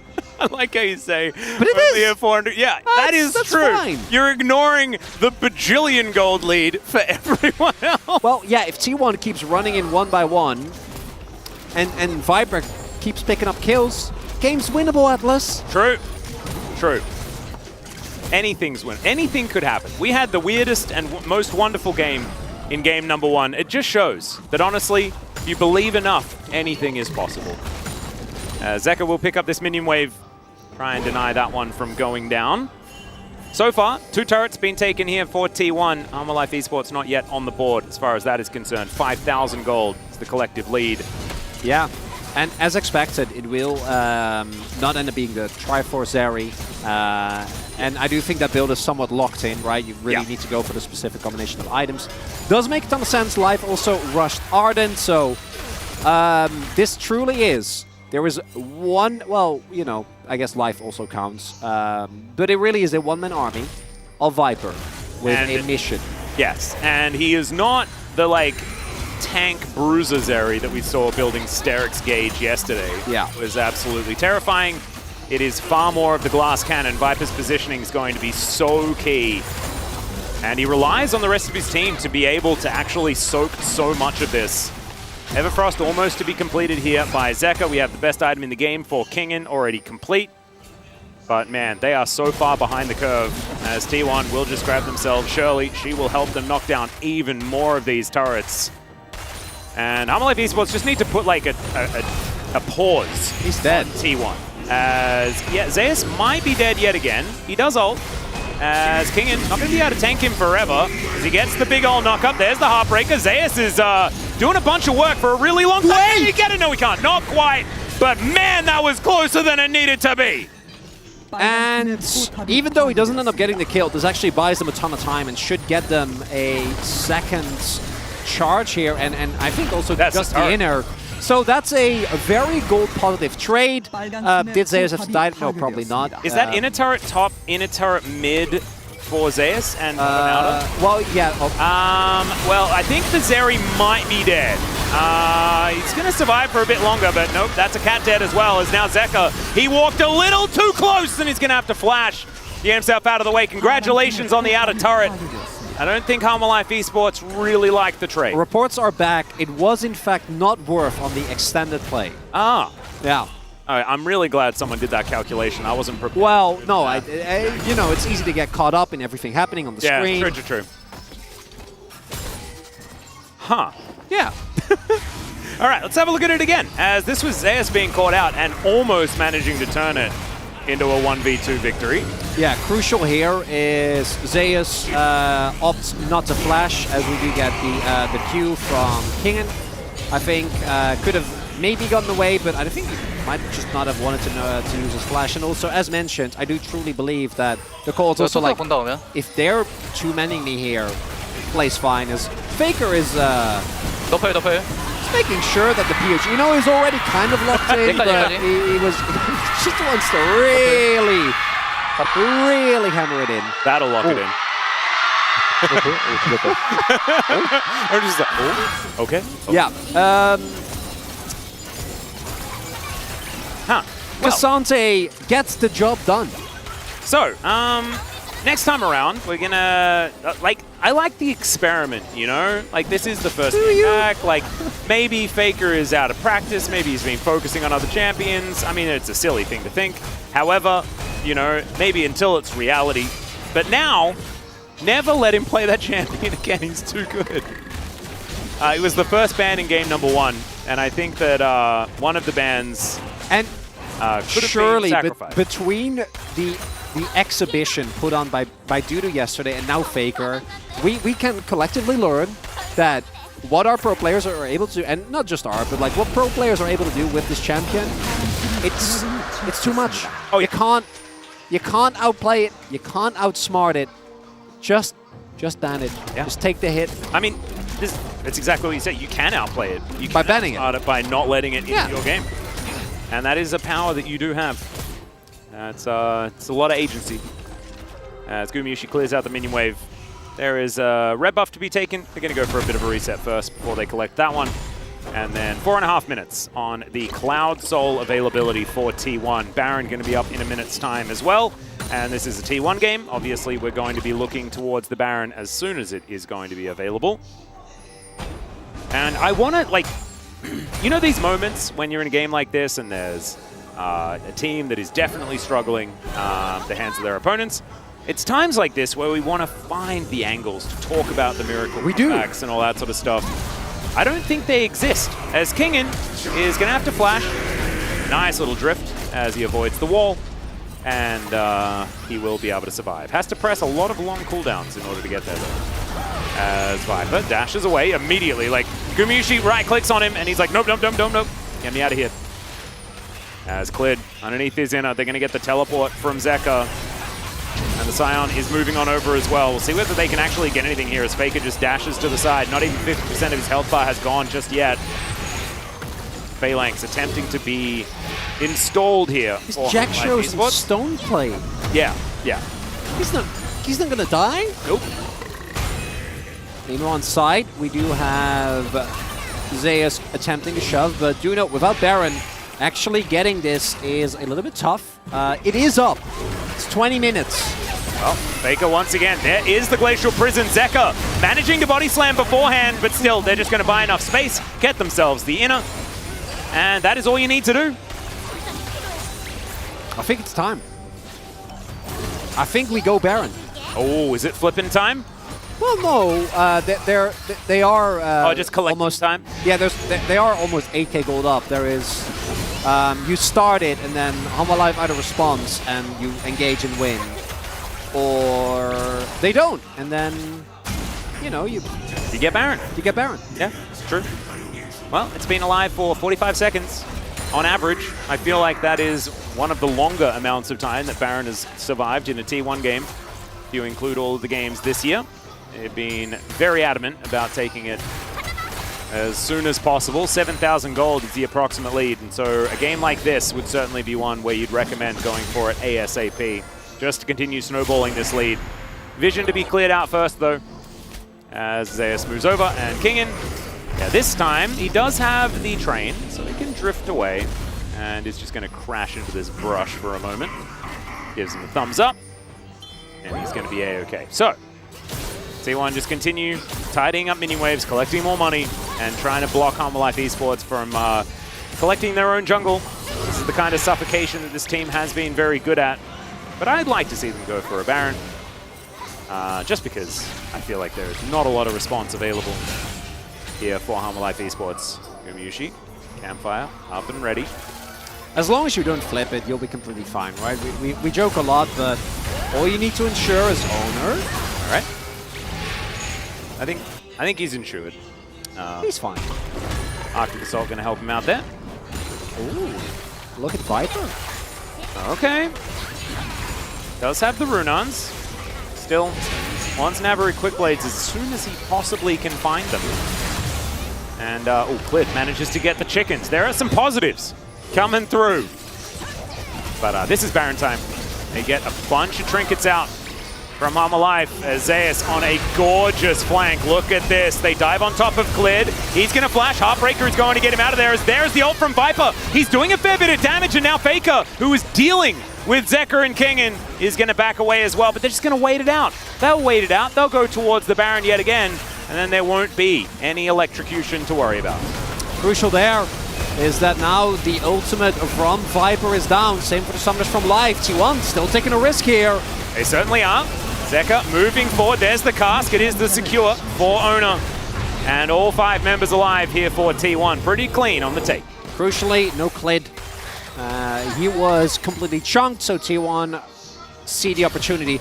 That, though, is a reminder that if you botch and engage and Viper goes unmatched, you're in deep trouble as teleport coming in. Yep, Kingen was walking down, and then he's decided, no, I would prefer not to do that. He's very close to having his flashback available as Humble Life Esports are going to get the cavalry together, teleport in from Zeka, and T1 are going to say, oh, that'll do.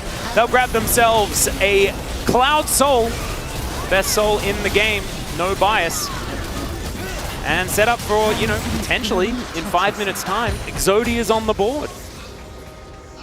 Stacked deck. I do gotta say, though, I would love for T1 to actually go and make sure that they end the game on this. Even if they don't, the position that they're in currently, right, like an almost 10k gold lead, 9k at the moment. They have a Fed Aphelios, they have an amazing front line. But I'd still be a little bit worried if Quick Blades does get finished, right? You just don't want to take the risk, so use your Baron to shove out maximally, get those inhibs down, and really lock Homelander their base. Opportunity for T1 here to bring us to a 6th game of the day. It is still Zeri as Klid is trying to be sneaky around here. Owner not really too worried about the damage, though, as Faker will get knocked up momentarily. A little bit of a stun, but they're just so tanky. Glacial Prison is going to connect there, as going golden is Zeka. He hasn't had the greatest of times. He will be taken down. That is a kill for Gumayusi. Can he get more? Inhibitor going to be the next thing on the menu, is now Faker dashing forward, just testing Viper. And they'll take a second inhib as well. The turret just like paper as Faker was dashing forward. Does have a cozy campfire to go back to here as Carrier keeping everyone happy and healthy. And Gumayusi will find the snare. There's the cleanse onto Viper, but he just dies, just explodes. It's so much damage from this Aphelios. It's a double kill. Now Kingen will be on the fountain, keeping his cat safe but not his Nexus, and T1 will bring us to a Game 3 in incredibly decisive fashion. Game number 1 was a back and forth, a slugfest. Both teams staking their claim and Honwa taking it in the end. Game number 2 was clinical. Faker giving us a reminder why the K'Sante should not be let through the draft, and not even Viper on Zeri, backed up by Yumi, is enough to turn that tide. No, that was just a masterclass of things that you probably shouldn't allow people to have in the draft, because there are a lot of things left up on this one. I think a lot of experimentation was had here. It was a bit of fun to see a lot of these very, very strong champs get through, but the Zeri Yumi not quite strong enough in the face of so many very, very, very powerful champions that T1 got their hands on as well. And I feel like we're starting to see just how busted Melio is, because at the very beginning of this season, it just wasn't quite that, you know? We didn't really see as much of the value, but now being able to stand back and make sure that Gumayusi on this Aphelios has infinite range, it's really, it's difficult to play into. I think the main thing that it does, and that makes it so oppressive, is that it's like what Lulu was a while back, right? Like, it's an enchanter that allows you to basically win lane. Because of the extra range, because of the safety, you can play up to your opponent's tower the whole time. It's very difficult to deal with, but now we're going to go to a short break. When we get back, the Spaces take and game number 3.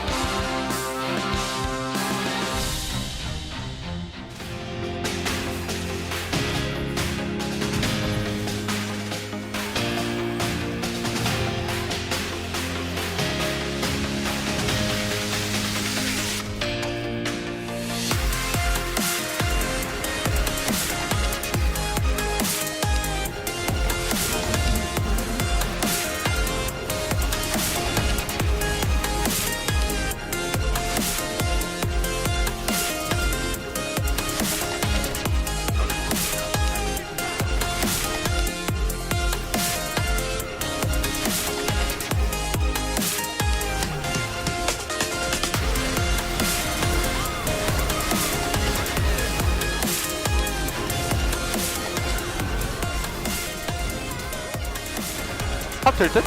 좀만 기다려봐 거기. 괜찮아. 내가 아래쪽 묻히고만 있을게. 꼭 바꿔 설정 볼게. 잠깐 봐줘봐.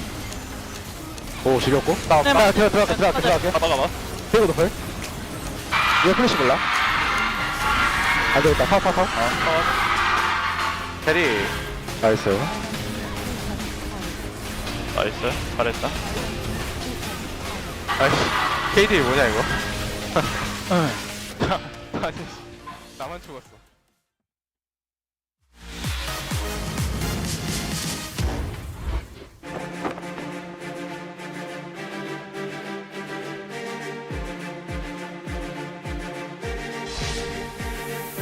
스프링 때 상황 자체가 저희가 아마도 연패를 하고 있었을 텐데 빅게임 헌터의 그 DNA가 그러니까요.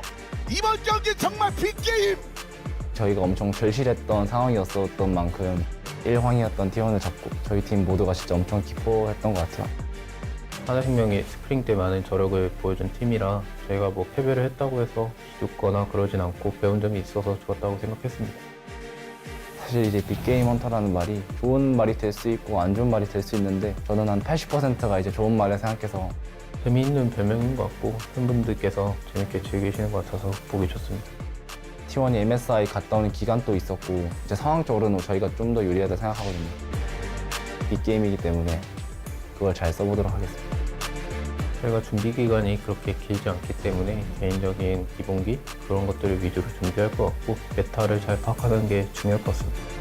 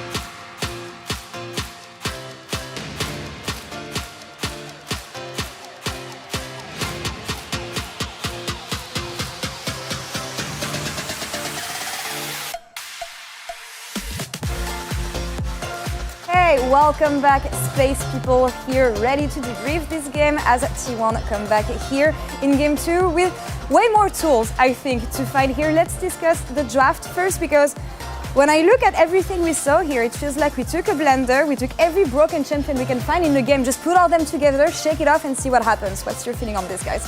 Yeah, it was kind of a handshake. Like, the fact that Milio's open, Zeri and Yumi together, you know, Sante as well. There's a lot of broken things, and it kind of felt like because of that, both teams just needed to execute around those super strong champions better. Yeah, and the execution we'll get into a little bit later, but certainly it felt like T1 was doing much better with that, especially in the early game.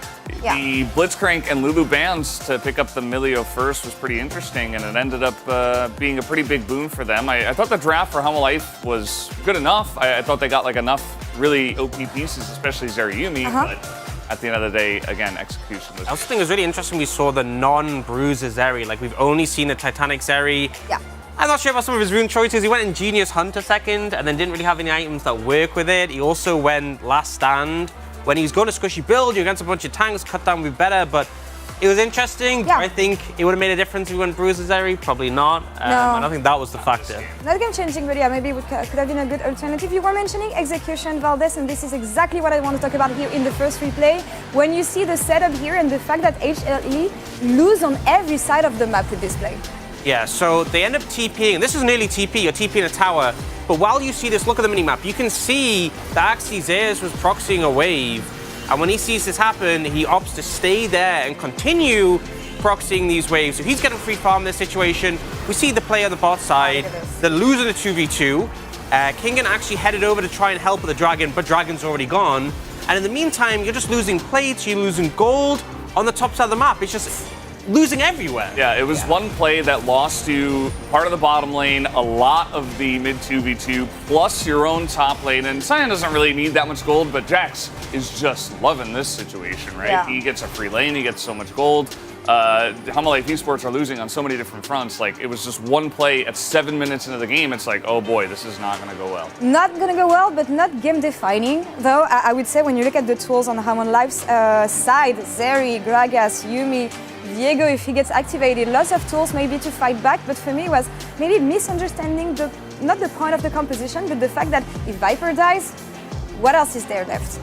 Yeah, and I think as well, like when you're into Nephelios, when you're playing like these short range AD carries, I talked about this earlier today with the Draven against Nephelios, but when you know they have to go into each other's faces to fight, if one of them is really far ahead, especially when you have these super powerful enchanters buffing them, it makes all the difference. The fact that you lost out in the bot lane, you lost out in the Dragon, and lost in so many areas, it's going to make things harder and harder. And particularly, we've seen Jax have a lot of presence today. Such a hard pick to deal with as an AD carry, because obviously he just ignores your auto attacks. Yeah, it was a bad game to be in Viper's shoes here, as we're going to see in the next highlight we have with Faker coming in clutch here. And this is what we were talking about. Without Zeri, it's going to be difficult, and T1 understood that really well. Yeah, so Owner got them through the early game and some of the choices of Humble Life Esports, to be honest, and then Faker kind of had a couple of moments here on the Cassante, using that early lead to just, you know, Viper slightly out of position, not expecting Faker to just kind of juke him out of existence. And after he died, that was kind of it. That was 60 minutes in, Zeri dies, it's like, oh, well, I guess all hope is lost for Humble. And I think part of the problem is that having a champion like Zeri in a composition like that, with the Yumi, you're so reliant on the Zeri for your sustained damage in fights. You're against Cassante, and this champion is not only super broken, but he can just take your AD carry on a little trip, isolate them, solo kill them with the team of there even better. And I think it's so hard if you're super reliant on this one carry for the composition to play against Cassante. Yeah, very interesting, that champion.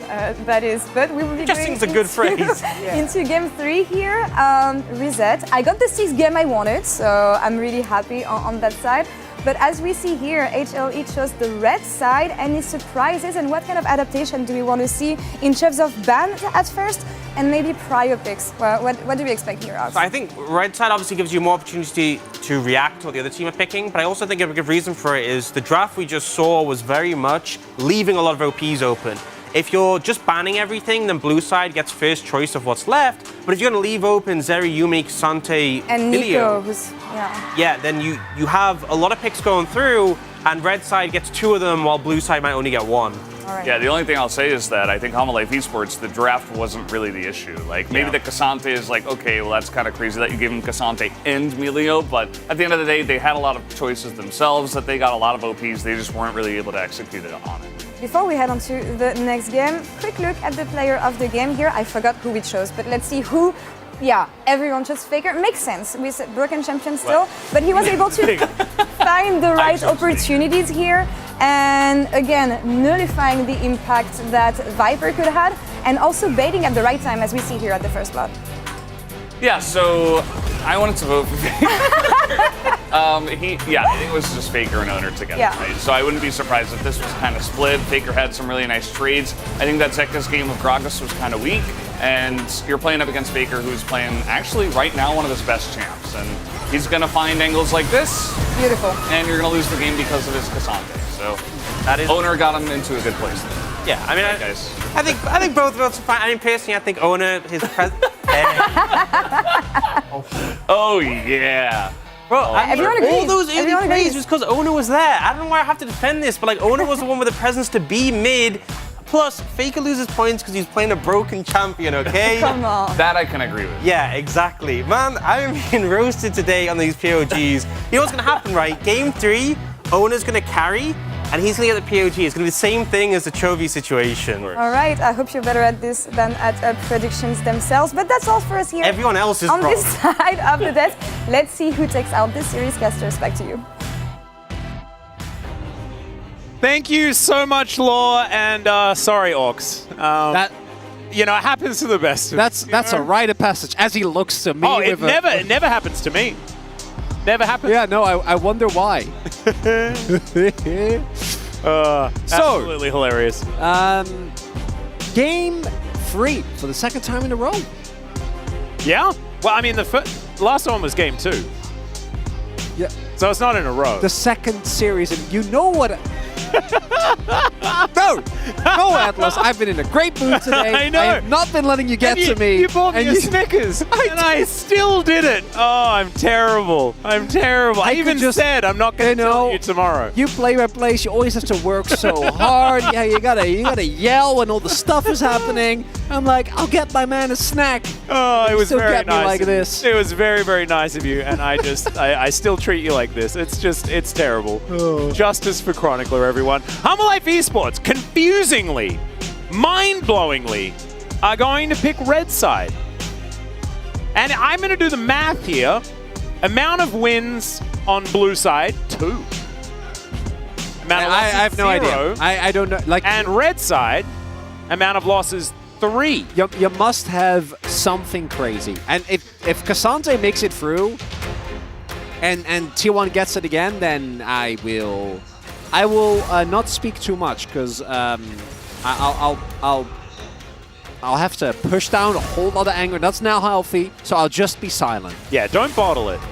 Definitely let it out. This is a safe space, Chronicler. You can talk to me. You can talk to Twitch chat.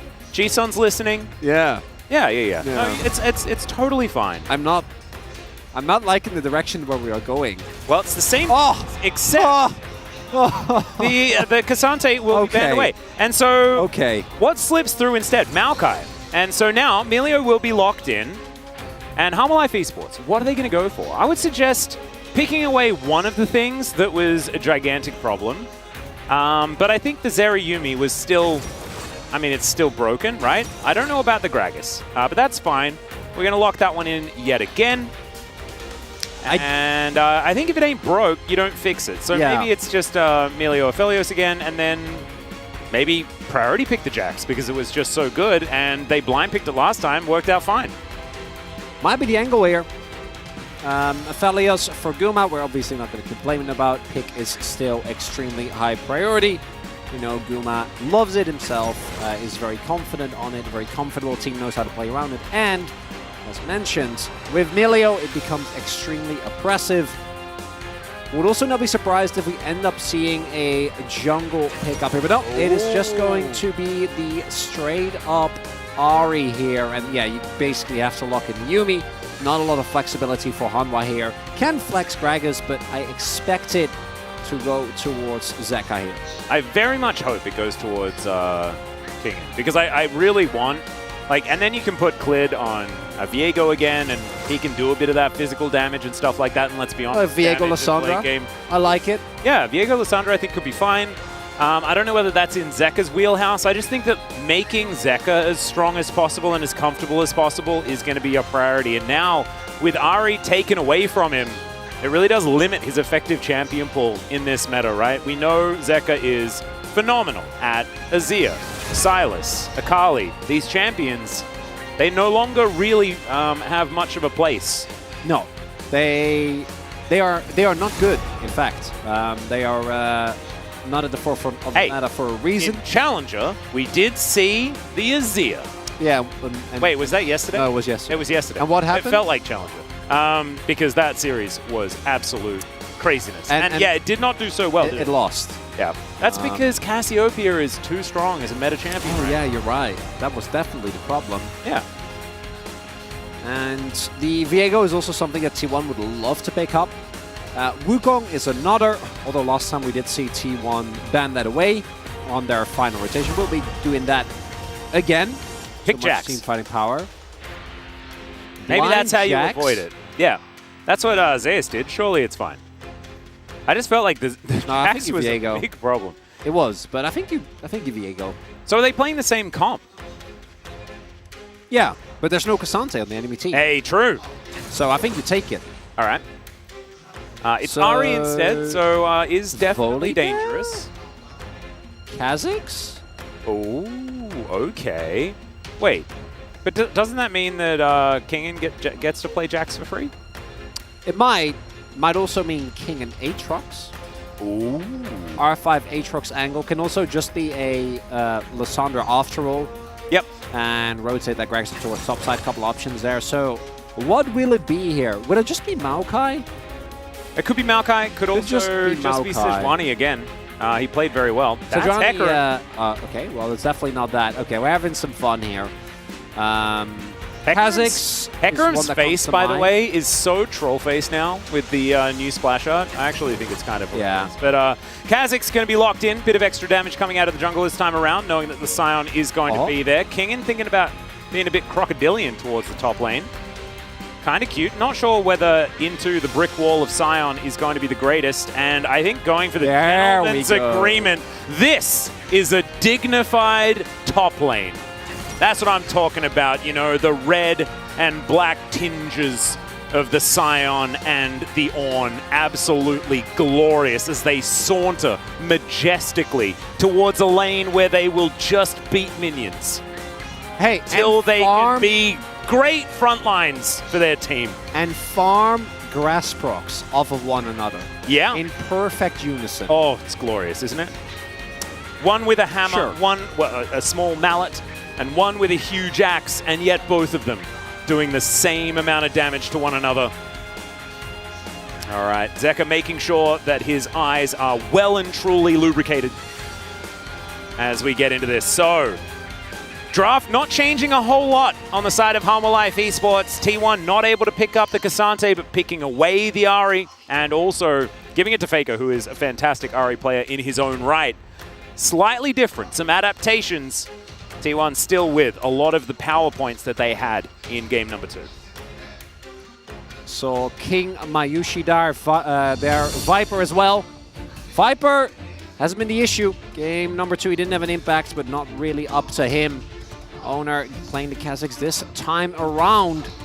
T1 definitely a little bit lower on CC than some of their previous games, and this is a Zeri Yuumi, and it feels like Halma Life this time around, much better end of the deal.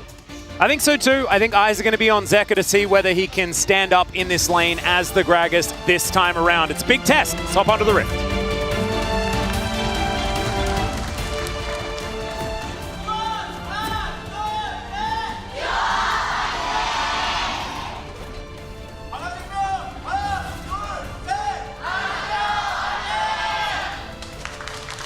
All right, ladies and gentlemen, the skin coordination actually fantastic between Clid and Viper. You love to see it. Also, the Yuumi skin working out very well. Look at the color coordination.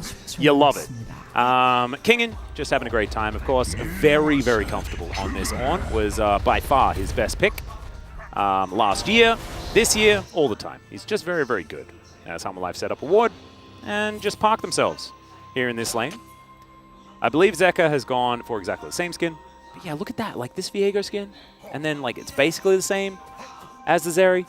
Very, very cool. Kingen just having a good dance. Little worried. No. No actually hitting each other, guys. Come on. Is this Tryndamere Scion? Tryndamere Malphite Scion? It's just similar colorway based Tryndamere. I thought there was more to it than that. No, it's not. Sure. I don't think that far most of the time. Okay. Well, we're seeing something that we've been seeing a lot, which is a sign helping out with the early clear. Kha'Zix's always happy when he has solitary targets because of the isolation damage on his Q. Early damage coming through here as expected. Guma and Carriot were able to take a pretty decisive lead early on in the last game as well. Even though Viper and Life held on, plates going in favor of this Aphelios and Emilio combo. And gotta expect Guma and Carriot to want to do that again this time around. And Cozy Campfire being taken at level 1 is quite interesting. We don't often see it. It's got an incredibly long cooldown. And so leaves them without too many buttons to press from their Emilio's perspective. Of course, has it back available now. But not often what you see. Kind of cool. Level 2 now going to be gained as once again. Not going to get the moonshot, and therefore Humble Life Esports not going to take too much harass from this scenario. Prowling Projectile does not prowl effectively enough. And that's one of the big benefits, right? Playing into specifically Zeri and Yuumi. You get away with some greedier choices. Don't need Q at all, because what are they going to do? Jump into you? Not really likely. So on a highlight, Ghost for Guma here, so really going, it makes sense. There's not that much to cleanse on the opposing side. Going for the Ghost, both for some additional safety in lane when it comes to making your way back to your own turret. Playing aggressively, if you want, in skirmishes. And obviously, late game team fighting. Main reason why the Ghost has been so popular on both the Jinx and the Aphelios. Jinx, of course, definitely dropping in priority in the meta. Yeah, it certainly has. We have seen it have some success, even on this patch, but certainly not like it used to. Nice super mega flame kick or something. Pretty sure it's very similar to the actual name. Everything else is like warm hugs, cozy campfires, and then super mega fire kick thing. It's a little bit off theme, I think, with Emilio's vibe. But I like, you know, you've got one thing that does a damage, you may as well emphasize it. Maybe he's just a very enthusiastic football player. Hey, there we go. Kind of like it. And that's the reason why. Well, I'm not going to score a goal on that particular one, as we saw just there. Or did he? Because it was between... Oh, between... Yeah, okay, that's true. That's true. Well, I don't know. It's at least if one the goal in was Australia. It's got to be. If the goal was Viper and Life, then he didn't. Yeah. Yeah. Well, we're getting some brutal procs here towards the top side. Jonas Strong just making sure that top lane still exists. It does. We probably don't need to check in on it too much more. As so far... Chronicler, it's going better and worse for Humble Life Esports, because remember, Viper got first blood last game. Okay, Kingen is very far forward. Just breathing on the Scion a little bit. A bit more aggression than I was promised in my Scion versus Ornn lane. But yes, Viper doesn't have that first blood, but also things haven't kind of fallen off the rails as much as they did quite early on. It's Clid going to make his way in, see whether they can get something here as Zeka is just going to flash body slam. Finds the charm, but it's on to Clid, and Clid's just going to be able to grab it. Dives under the turret. I'm not sure whether you really wanted to do that. However, he is going to survive, at least, after sacrificing 100% of his health bar to the turret gods. Big win there for Humble Life. Zeka gets the setup, flash body slam, and already does enough damage to the point where when Faker flashes, Clid, even though he does not hit his Q, still able to pick up the kill. And early lead here for the jungler on Humble Life. Clid has been able to generally push those leads quite well. Also, no flash available on Faker, going to reduce the aggressive potential of that Ahri in some possible skirmishes around either the first Drake or the Herald. Indeed. A back timer going to be taken here for Kingen. Was pushed out by the Scion. Nice play. I'm just going to go back and, you know, put some more things together. Actually decides not to. He can, of course, just build them himself, and will start doing that right here, as we can see. What is he crafting? There it is, Balmy Cinder, put together very nicely. As we're going to check this one out one more time. And Zeka going for E into Flash, gets all his damage off, had the W primed already, and now all right, Zeus. All the Forge God going to come through here, as Zeus is at least able to drive the train all the way towards these minions, going to be able to take it out. That is the coolest way to proxy a minion wave I have ever seen. Oh dear. He needs to die. He does. He does. Sion generally can be trusted to do this. Oh my god, he's fine! That's okay. Oh, that's actually just the coolest way out I've ever seen. Look at how much time he wasted for this Zerayumi. That's a full minion wave they are not going to get, and that's a plate they cannot defend. Gumayushi's got the best guns. I said plate, I meant 2 plates. Oh my goodness. You know what the best part is about that? On the day that Laura joins, we get not only some French fans, but that was straight out of the Bowser's playbook. Oh yeah. Straight to tier 2, gets the minion wave, and gets the execute. And obviously Viper trying to get the kill went over, but that gave all the time to Guma, as you were pointing out. And now T1 turning that gank around and actually getting themselves a huge lead on this Aphelios. Just gigantic. Viper is going to be able to get over here, and the turret isn't dead, I guess, but that's the only good news, really, is Gumayushi taking a lot of damage here. Viper doing a great job pressuring him away. Campfire not quite enough to win out on that one. So some aggression. Let's have the Berserker's Greaves. We'll see whether Viper goes for the same build yet again. I imagine he did it on purpose, you know, obviously has been working in scrims and things like that. Okay, not going to be able to find the Q, as Gravitum going to be cleansed, as Viper can skate out of this one at any time. We'll see when he's actually going to press that button. He may have actually used the dash a little bit earlier on, but is just going to move back towards Clid, and will be able to keep himself alive. But still, does have the cleanse on cooldown now. Yeah, this is something that Oaks was talking about during the desk. I think Viper is going to go again for the crit build, because he has gone Sorcery second. In the previous game, he went Ingenious Hunter and another Domination Rune. I'm not 100% sure. I think it might have been Zombie Ward. But, and then went obviously for crit build, didn't get a lot of value out of that. And with Sorcery, I'd imagine that he's going to go for crit again, just switching up his secondary runes to try and get a little bit more value out of them. As Clid going to take the opportunity and pick himself up a free red buff. Yep, grabs his control ward as well. Bit of extra money here, some value for the Viego. Kha'Zix still slinking around his jungle, has the Umbral Glaive extraordinarily early. And we haven't actually seen this rushed on Kha'Zix quite as much as we did in the past, but still does have a heck of a lot of value. Knock-up going to come down here, as yes, buttons are being pressed in the top lane, guys. Not a whole lot is going to come of it. Yeah, Fusion's Market being used by Owner there. This is basically one of the best case scenarios, getting access to a lethality spike very early on. We saw there when we looked at the gold. Is still behind Clid, and it's about 300 because Clid is up a kill. So makes a ton of sense. Owner getting a loan, so gonna be very strong for this moment. Wonder if he'll actually be able to utilize it, but T1 picks up the Dragon as well a few minutes ago, and should have an opportunity to contest heavily as well as... Oh, Clid. This is dangerous. But Harry has to be ulti. here. Yeah, Clid's going to get spotted. He slinks in, gets pushed back there. Gravitum has been armed. Clid, he may need to ult to try and get out of this one, but no, he is just going to be able to walk it off.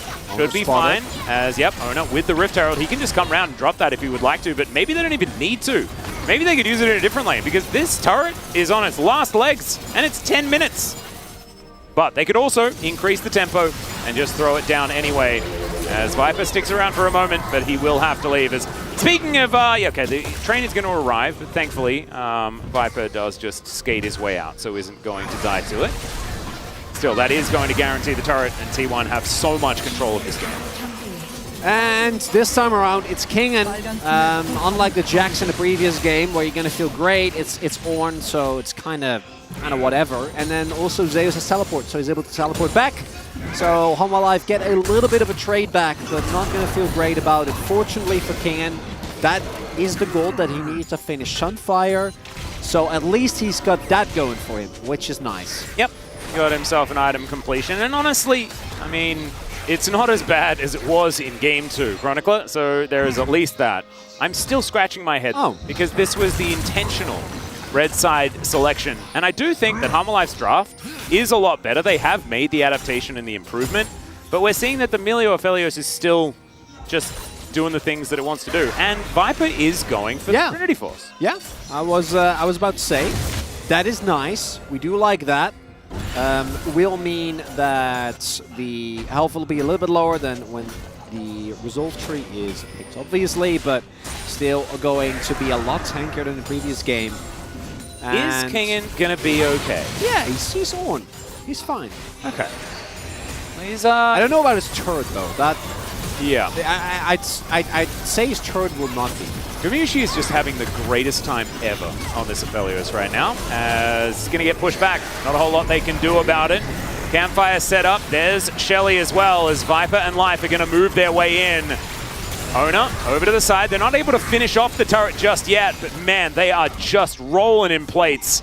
Zeka here on the bottom side does grab a couple himself as Viper moves back towards mid, where another minion wave is crashing forward. And honestly, the amount of just dictating the map rotations that T1 are doing right now is pretty absurd. However, I mean, at least Zeka is getting some free time.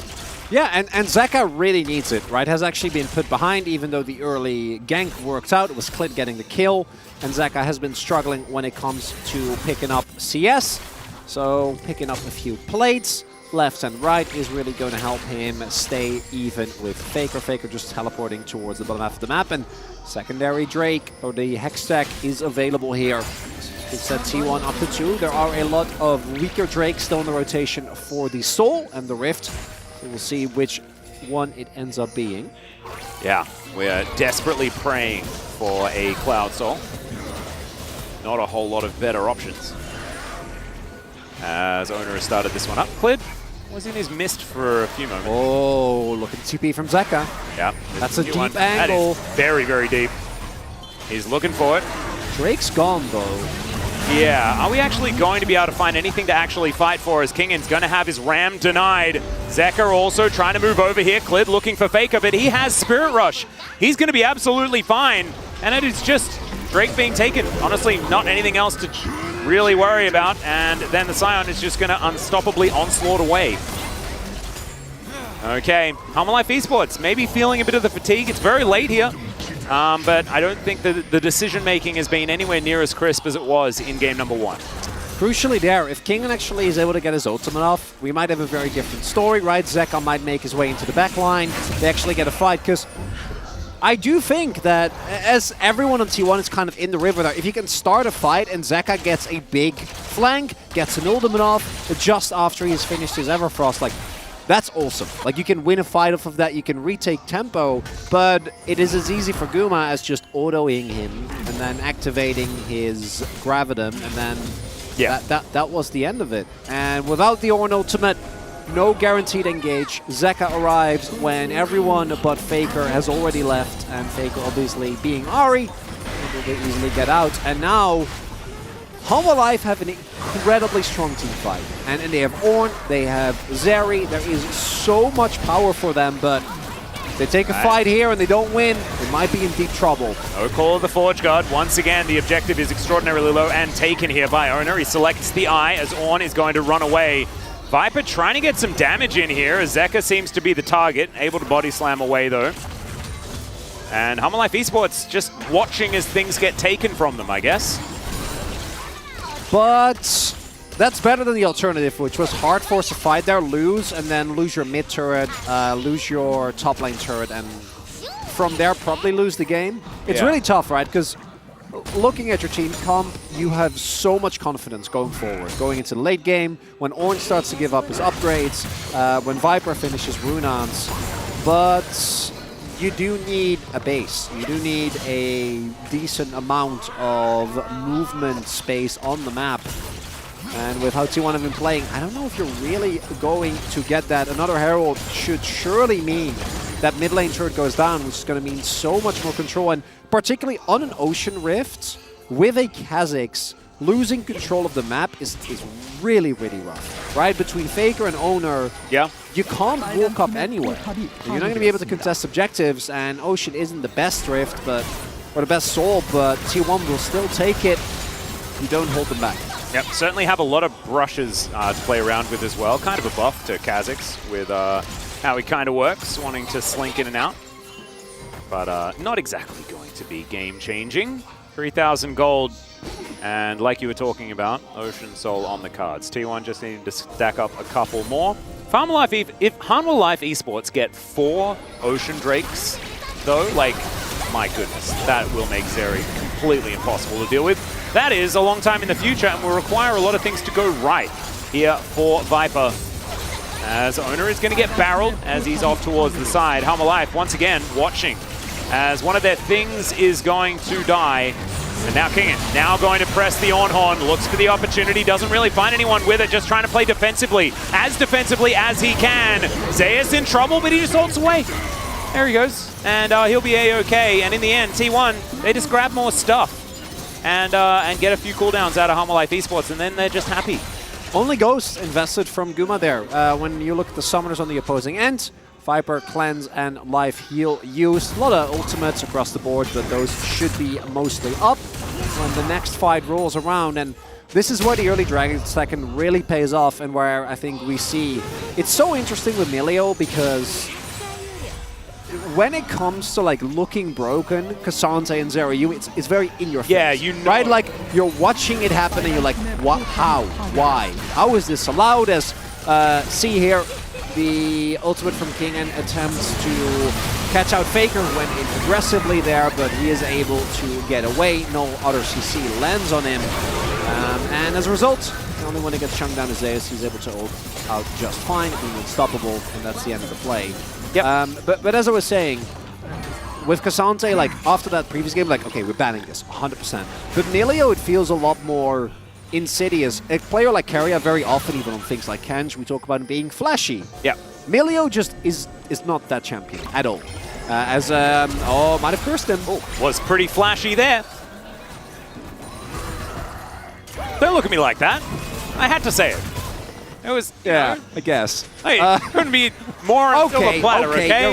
You're right. It was good comedic time. Thank you. I'm just... Yeah, no, I'd be disappointed as well, but it had to happen. It had to happen. You had to do it to him. I did. Well, we'll see whether Hanwha Life can grab this Drake. As you can see, T1 not wanting to give it up. Great Charm is going to connect there, as immediately you've got Zeka being taken out. It's Owner that gets that kill, as now Viper just desperately trying to get himself out. They should be able to utilize the ult in order to do so, and they will be able to escape. Holding onto the flash as well there for Viper is certainly good news also. So they sacrifice their Gragas and will be able to deny the Dragon stacking here for T1. Just hold on. Yeah. That's all that's on Hanwha's mind. Just try desperately to cling on to whatever you can defend. And more and more is going down, right? Crucially, Hanwha Life got the Dragon, which buys them, in theory, 10 extra minutes before a Soul can come through. Great start of the fight here. Zeka gets isolated, Faker gets the Charm, and then Zeus splits up the rest of the fight. Gumayushi goes unmatched, and there is zero playmaking potential for the rest of Hanwha Life. Also, no level 13 yet on Kingen, so hasn't even been able to upgrade his own item, although not sitting on a Mythic just yet. Needs to get that first, and then hopefully also soon thereafter able to upgrade other people's. Oh, Zeka, oh no.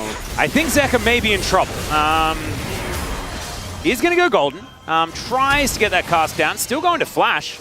And isn't actually going to be taken out here. The re-engage opportunity, is it going to happen as Faker is going to get sniped? There's the Prowling Projectile as well. Viper wants to be able to take this. The sidestep is just gorgeous. And Faker will be taken out before he can teleport. I don't know whether it deserves certification, but it's a kill for Viper. And if you're a Hanwha Life Esports fan, you're happy about it. As Keria and Gumayushi going to be here, stealing away Klid's stuff. Klid will be able to settle for his Bramble back. And maybe, just maybe, Hanwha Life Esports coming alive. Those are the moments that comebacks are made of. This might be inconsequential. You might see T1 just start up the Baron, right? Force a fight, take the game. They still have a 4.5k gold lead, but if they end up losing, that's the moments, right? That Viper picking up a kill, right? Getting accelerated, getting his rune-ons just a little bit earlier. And Zeka actually able to stall long enough with his flash, with his stopwatch to have the rest of his team arrive. King with a proactive teleport. Oh, there we go. 2 items now done here for Viper. Just looking for that one last one, the Titanic Hydra. Oh, if he gets to Sterix as well. The build is just so silly. Really silly. We remember, of course, like this is what happened when Zeri was first released. You basically build her as a bruiser and she does a bajillion damage, and that seems to be the case one more time. Cozy Campfire, even with Severin, Gumushi's still able to outrange Viper quite considerably. Pretty cool. Yeah, the teleport also, we've seen a lot of very liberal teleport uses back when Ahri was still a spellbook user. This time around, though, Costly is owner. Okay, he is just going to be able to hit him with a W there. And now teleport onto the Baron. There we go. King isn't here, and he doesn't have TP available. And, well, I mean, I've seen this movie before, and you're going to see that they do get vision of this one. Faker is off to the side, finds the charm onto Clid. The Baron isn't dead just yet, though. He's looking to try and get in, but it's not. Oh, he almost gets it, but it's going to be secured by Ona. They take down Clid as well, as now Viper is going to get charmed. It didn't really seem that noticeable because, of course, he's still going to be walking the same direction, but, oh, man, that is a scary moment, but one that T1 are able to capitalize on nicely, and maybe because of game number 1, I was too scared. Well, I'd love to see a slowed down replay, because I'm not sure if Clid actually had a moment, or if it was like a scenario where he's like getting into the pit by the time the Baron went down. Was definitely very close, but going to be a big win for T1, because if you lose that Baron and Homalife get the stall for like an extra couple of minutes, again, you didn't get the Dragon before, so you're not sitting on Soul Point, it would be a very tough time. Faker just out of vision here. Knockup from Zeus, but Clid still makes his way into the pit. Actually had an opportunity, yeah. So that was a straight up flip. Combination of his flash and his ultimate were invested, but T1 get away with it there. But if Clid gets that, all bets are off.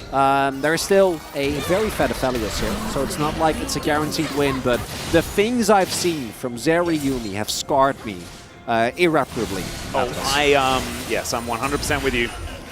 And Viper, as he puts more items together, it's going to be even more scary. Does also now have the Infinity Force, the Trinity Fusion, the whatever it's called, the big damage triangle.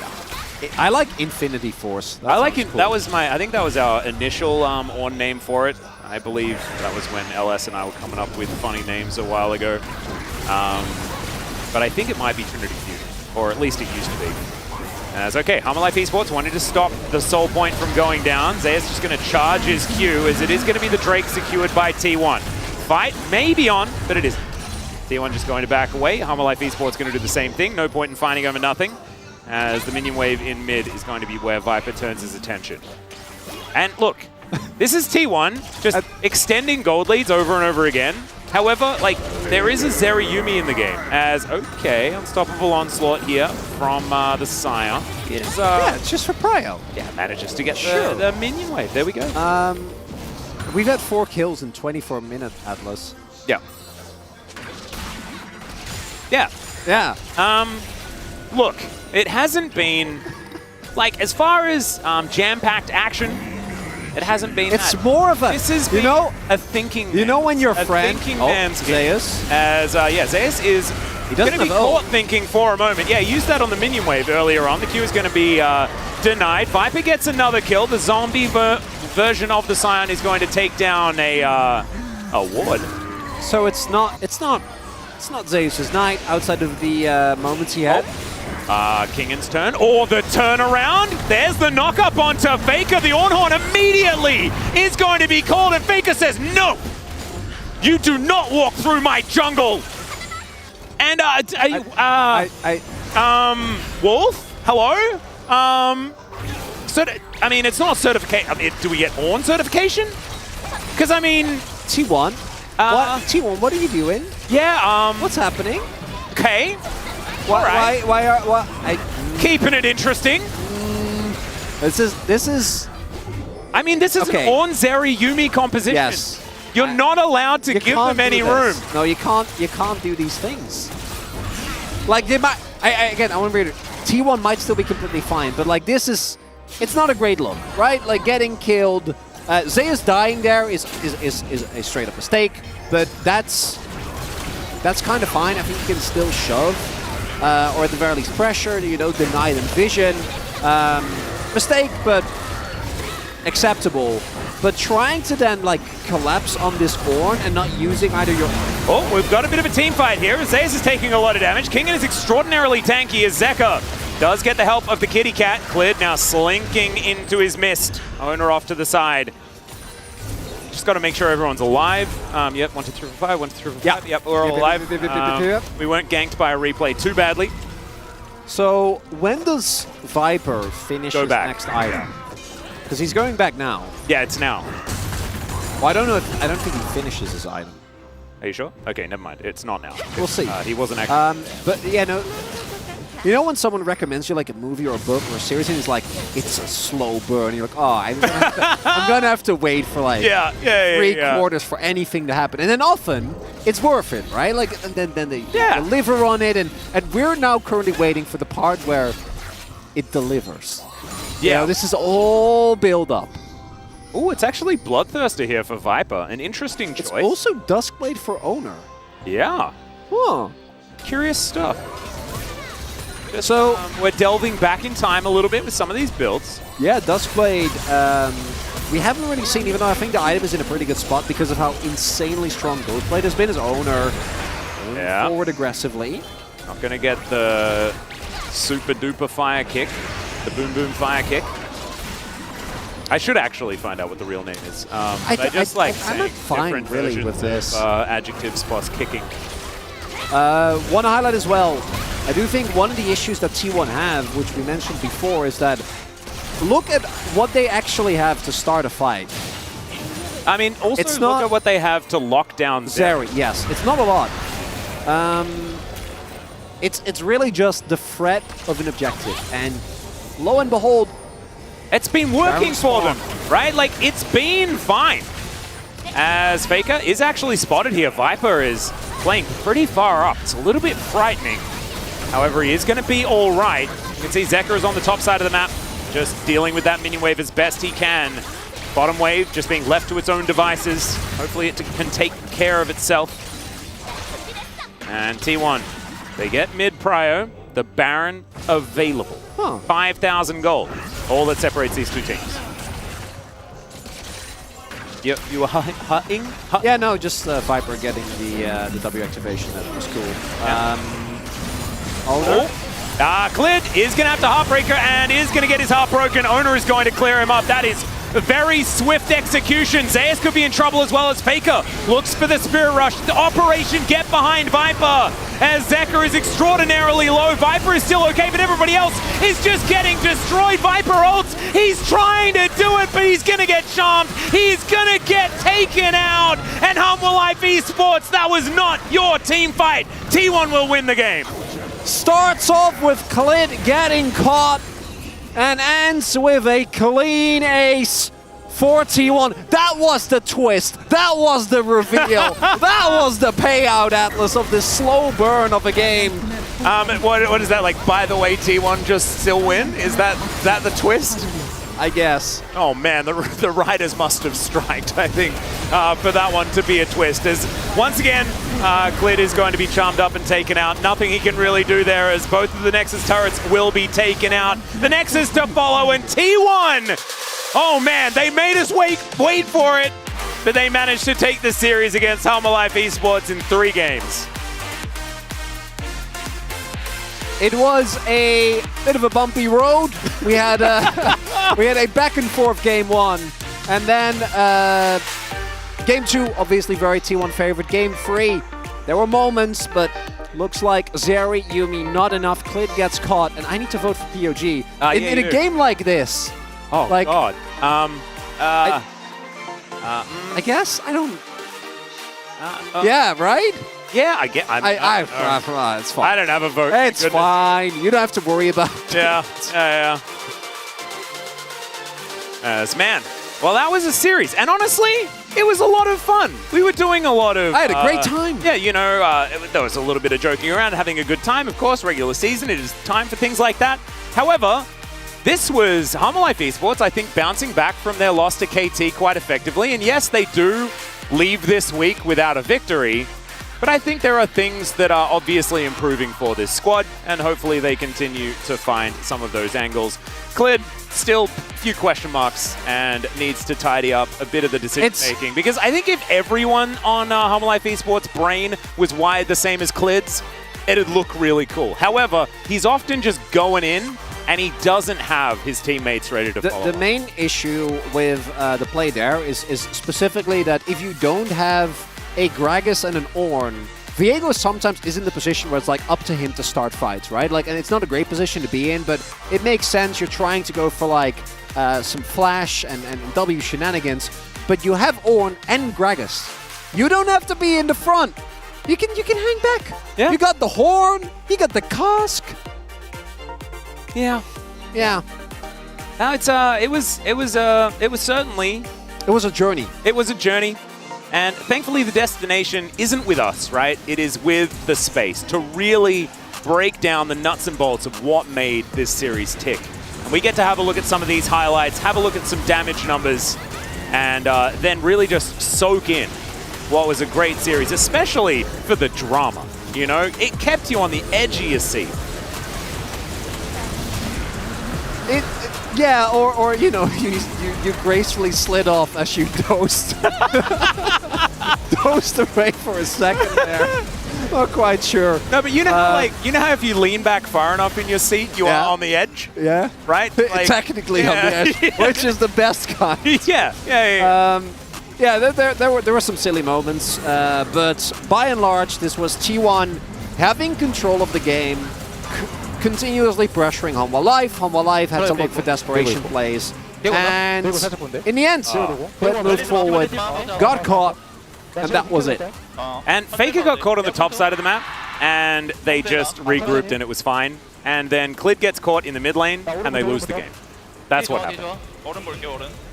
Yeah, getting lost or getting caught in mid and immediately losing to T1 is a time-honored tradition at this point. It is. Yeah, it's a rite of passage.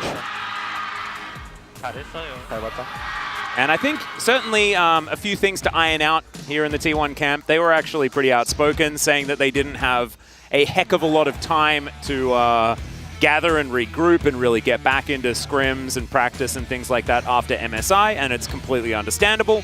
Being able to walk away with a victory here today, I mean, this isn't going to be the biggest test this week, right, for T1, because on Sunday, I believe it is, they'll be facing off against Gen G, and we remember what happened last time. And they basically had kind of the same series as well, where like in game 1 they looked kind of rough, and then in game 2 and 3, they were able to bounce back. I was just laughing at Owner doing like almost 12k damage with 0 damage pre-14. It was nice. Yeah, it's like Kha'Zix was in his cocoon. He's scaling. Yeah, and then comes out of it. But speaking of coming out of it, it is time for us to hand it over to the space to break down that exhilarating series. Thank you, Max. A lot of things to break down. Indeed, in this game, T1 closes out the series after a really interesting game, I want to say, especially in terms of pace. We will touch on that later, but first, guys, draft. I'm really interested in hearing about what you think of both approaches here coming from both teams. When you looked at the draft like this, who for you had the easiest one to execute when you think of the fact that it was a game 3 and that the series was kind of weirdly placed before that? What did you think of both approaches here, Ox? You know, I honestly feel like I'd probably say Hanwha have maybe the easier to execute draft. Like, you have a lot of engage tools, you have Zerayumi, which is kind of straightforward. And I think a lot of the tools that T1 had, like Kha'Zix is a pick where, you know, in team fights you have to play it very slowly, get the constant slows. Aphelios is something you want to get ahead. But I think T1 really put on a solid performance of showing what you can do with a composition like this. Yeah, basically the only thing for me in the draft is this time they banned Cassante and Faker was put onto Ahri, and honestly for most of the game that seemed to be working out pretty well. Faker wasn't having the greatest game until he got that pick on the Clid. But we know Azari's great, but I think it's definitely a better spot than giving him Cassante. So yeah, seemed like the better choice for me. Yeah, I think it was a nice adaptation on the side of both teams, but guys, first 15 minutes, 20 minutes maybe, nothing happens. Nothing happens at all. How do you explain the pace of the game, Ox? So I think essentially T1 were getting what they wanted, and the question was, why fight? And Hanwha kept trying to force these fights, and T1 were just like, no.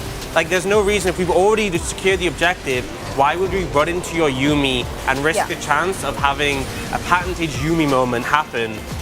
So I think they made the right decision on all of these moments, because you definitely saw there was potential. I mean, there always is with Zeri Yuumi, that if you make a mistake, the Zeri just takes over. So especially when it's game 3, right, late night, it's been a long day for everyone.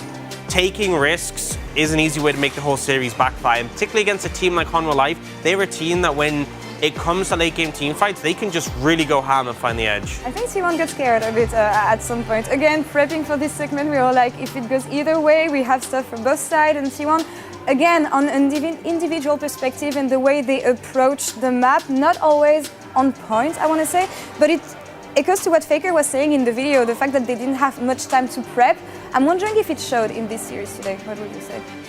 Yeah, I don't know. I guess in the first game maybe there were some iffy moments, but honestly, like Ox was saying, kind of just like chilling out, not taking too many risks was really the good thing to do, because I think a lot of times against Hanwha Life esports in the past, when they face them, part of the reason why T1 always get in trouble is because Hanwha Life is really sneaky. They will take these crazy fights that T1 kind of gets sucked into, and then Hanwha Life barely get ahead, and that's how they kind of snowball and get wins. But T1 in the third game, they're like, nope, we're not going to fight anyone. Yeah, and this is how T1 closes out the series, actually, in the last replay we want to show here.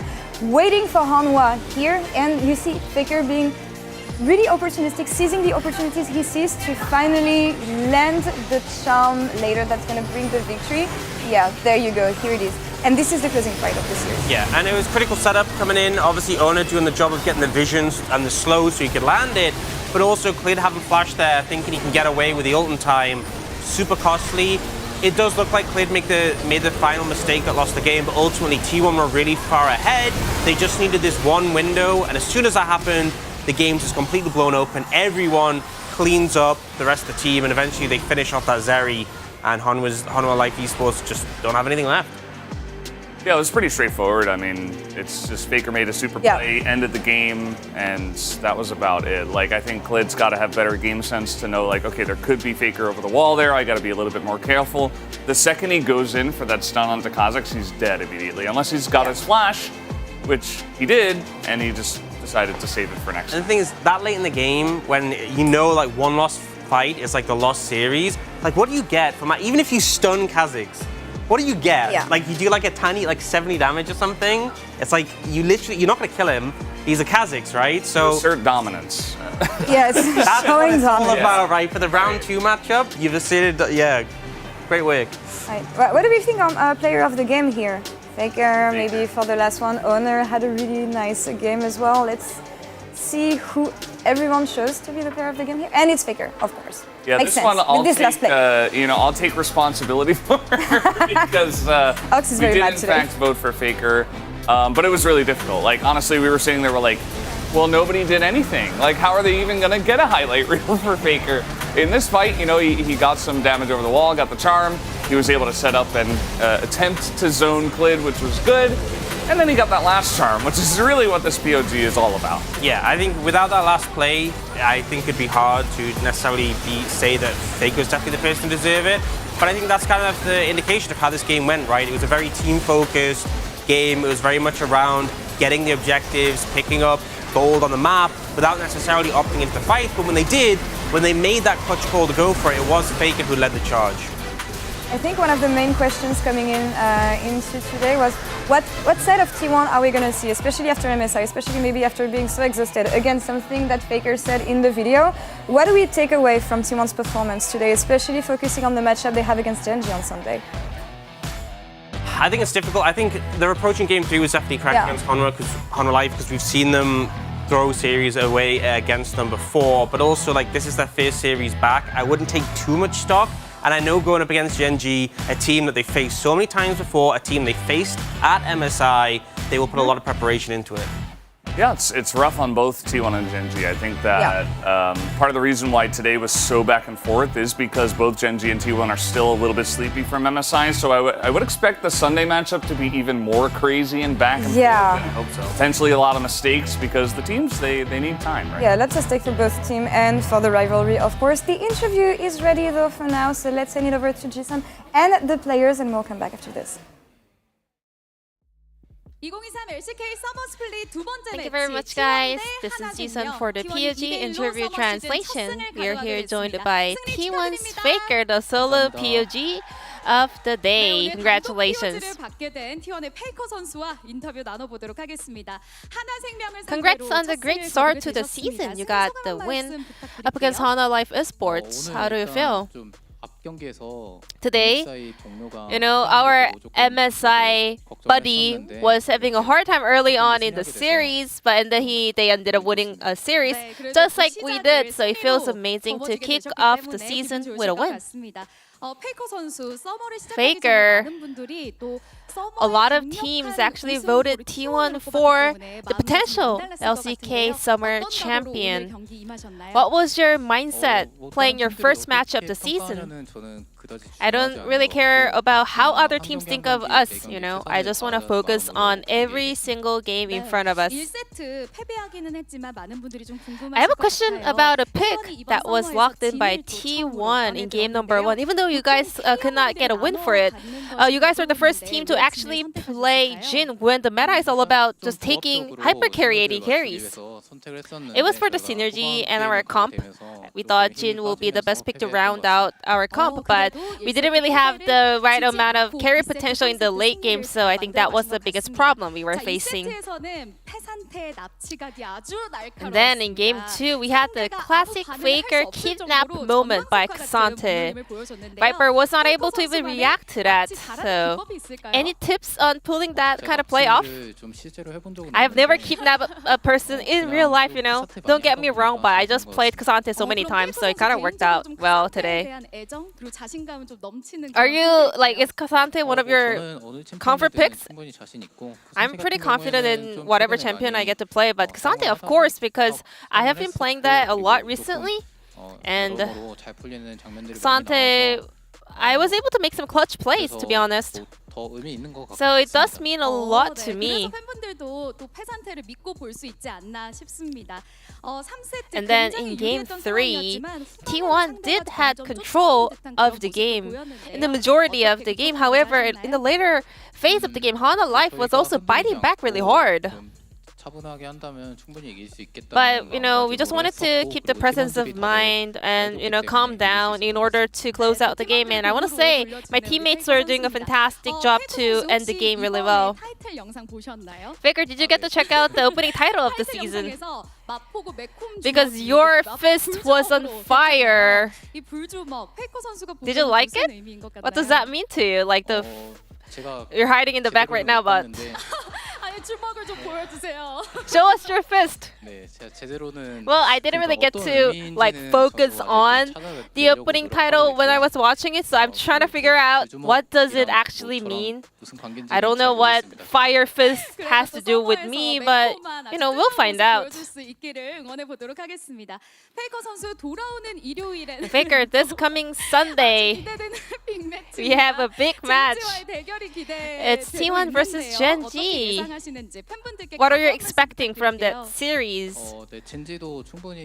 Gen.G is one of the strong teams of the LCK, and both of us, you know, we ended up not winning the MSI, but you know, it's a rematch after a while. I mean, I got kind of lost in the middle, but yeah, it feels amazing to have a rematch with Gen.G after a really short period of time, and we will do our best in that matchup as well. This will be the end of the interview from Faker, and back to you guys. Thank you. Thank you, Jisan. Addressing the Jhin pick here, talking a lot about the K'Sante, the rivalry that we were talking about with Gen.G and T1 coming up. Quick predictions maybe on this one before we take the standings? Even what we saw from both teams. I think I said Gen.G. You said Gen.G, yeah? I think I want to stick with that. Okay. Okay. I'm gonna stick with that. Is it the predictions you went with at the beginning of the week, though? Yeah. Yeah? Okay. Yeah, I'm pretty sure. Still confident. Awesome. Well, take a look at the standings here. we saw all the teams so far in the LCK. Any quick hit on how things played out so far? And maybe the biggest surprise when it comes to in-game gameplay and how teams have been performing, not the results themselves. I don't think there's been any major surprise so far. I think Nongshim been pretty impressive in their series against Brion, but yeah, you know, that was a fun one. Outside of that, I don't think there's any matchups that were like super surprising. No? I do think obviously this early in the split, like Hanwha Life Esports being at the bottom feels rough, but it's like they had a hard week one. Yeah, it's all about strength of schedule. It always is. So yeah, they're gonna have easier opponents as the days come along. Don't be too disappointed if you're a Hanwha Life fan. I think at least they lost both of those 2-1. So they if you're a Hanwha Life fan, you should be used to some disappointment. Right? I actually think they exceeded expectations here against T1, but let's focus on tomorrow, Saturday showdown with the first game we're gonna have as Sandbox versus Nongshim, followed by Kwangdong and OK Bro. I'm still not used to it. OK Bro. Let's call them OK Bro. OK Savings Bank. Okay, man, bro. How do you guys call them? Do you go for the full name or?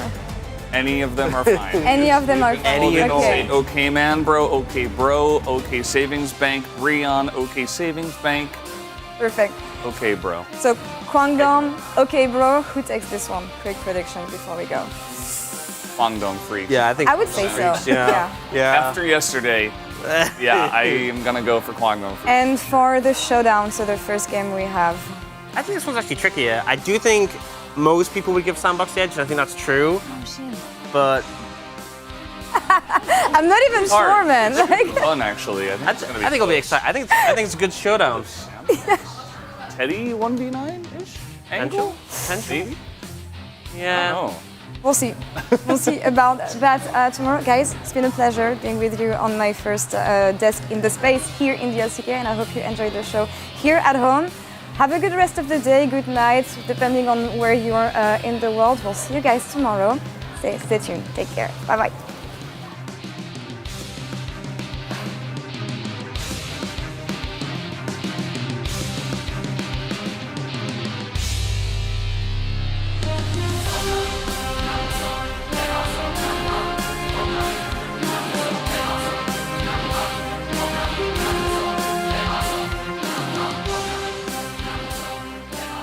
Standing on the edge of this big love, I'm not looking down, baby, I'm ready to jump. I never believed love could set me free. You break down the walls I build around me. It's a strange magic every time we touch.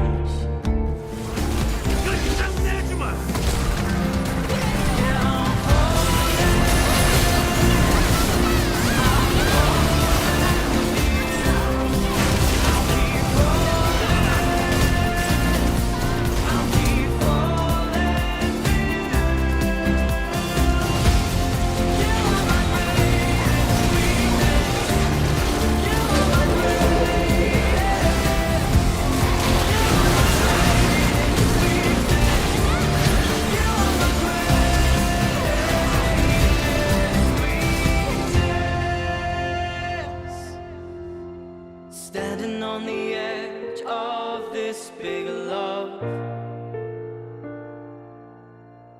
I'm not looking down, baby, I'm ready to jump. Baby, I'm ready to jump.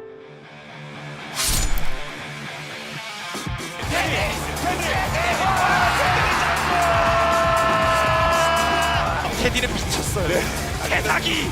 마음에 뭔가 변화가 생겨서 이제 솔로 랭크에 좀 집중을 했는데 게이머를 다시 해볼 수 있겠다 그런 생각이 들었던 것 같아요.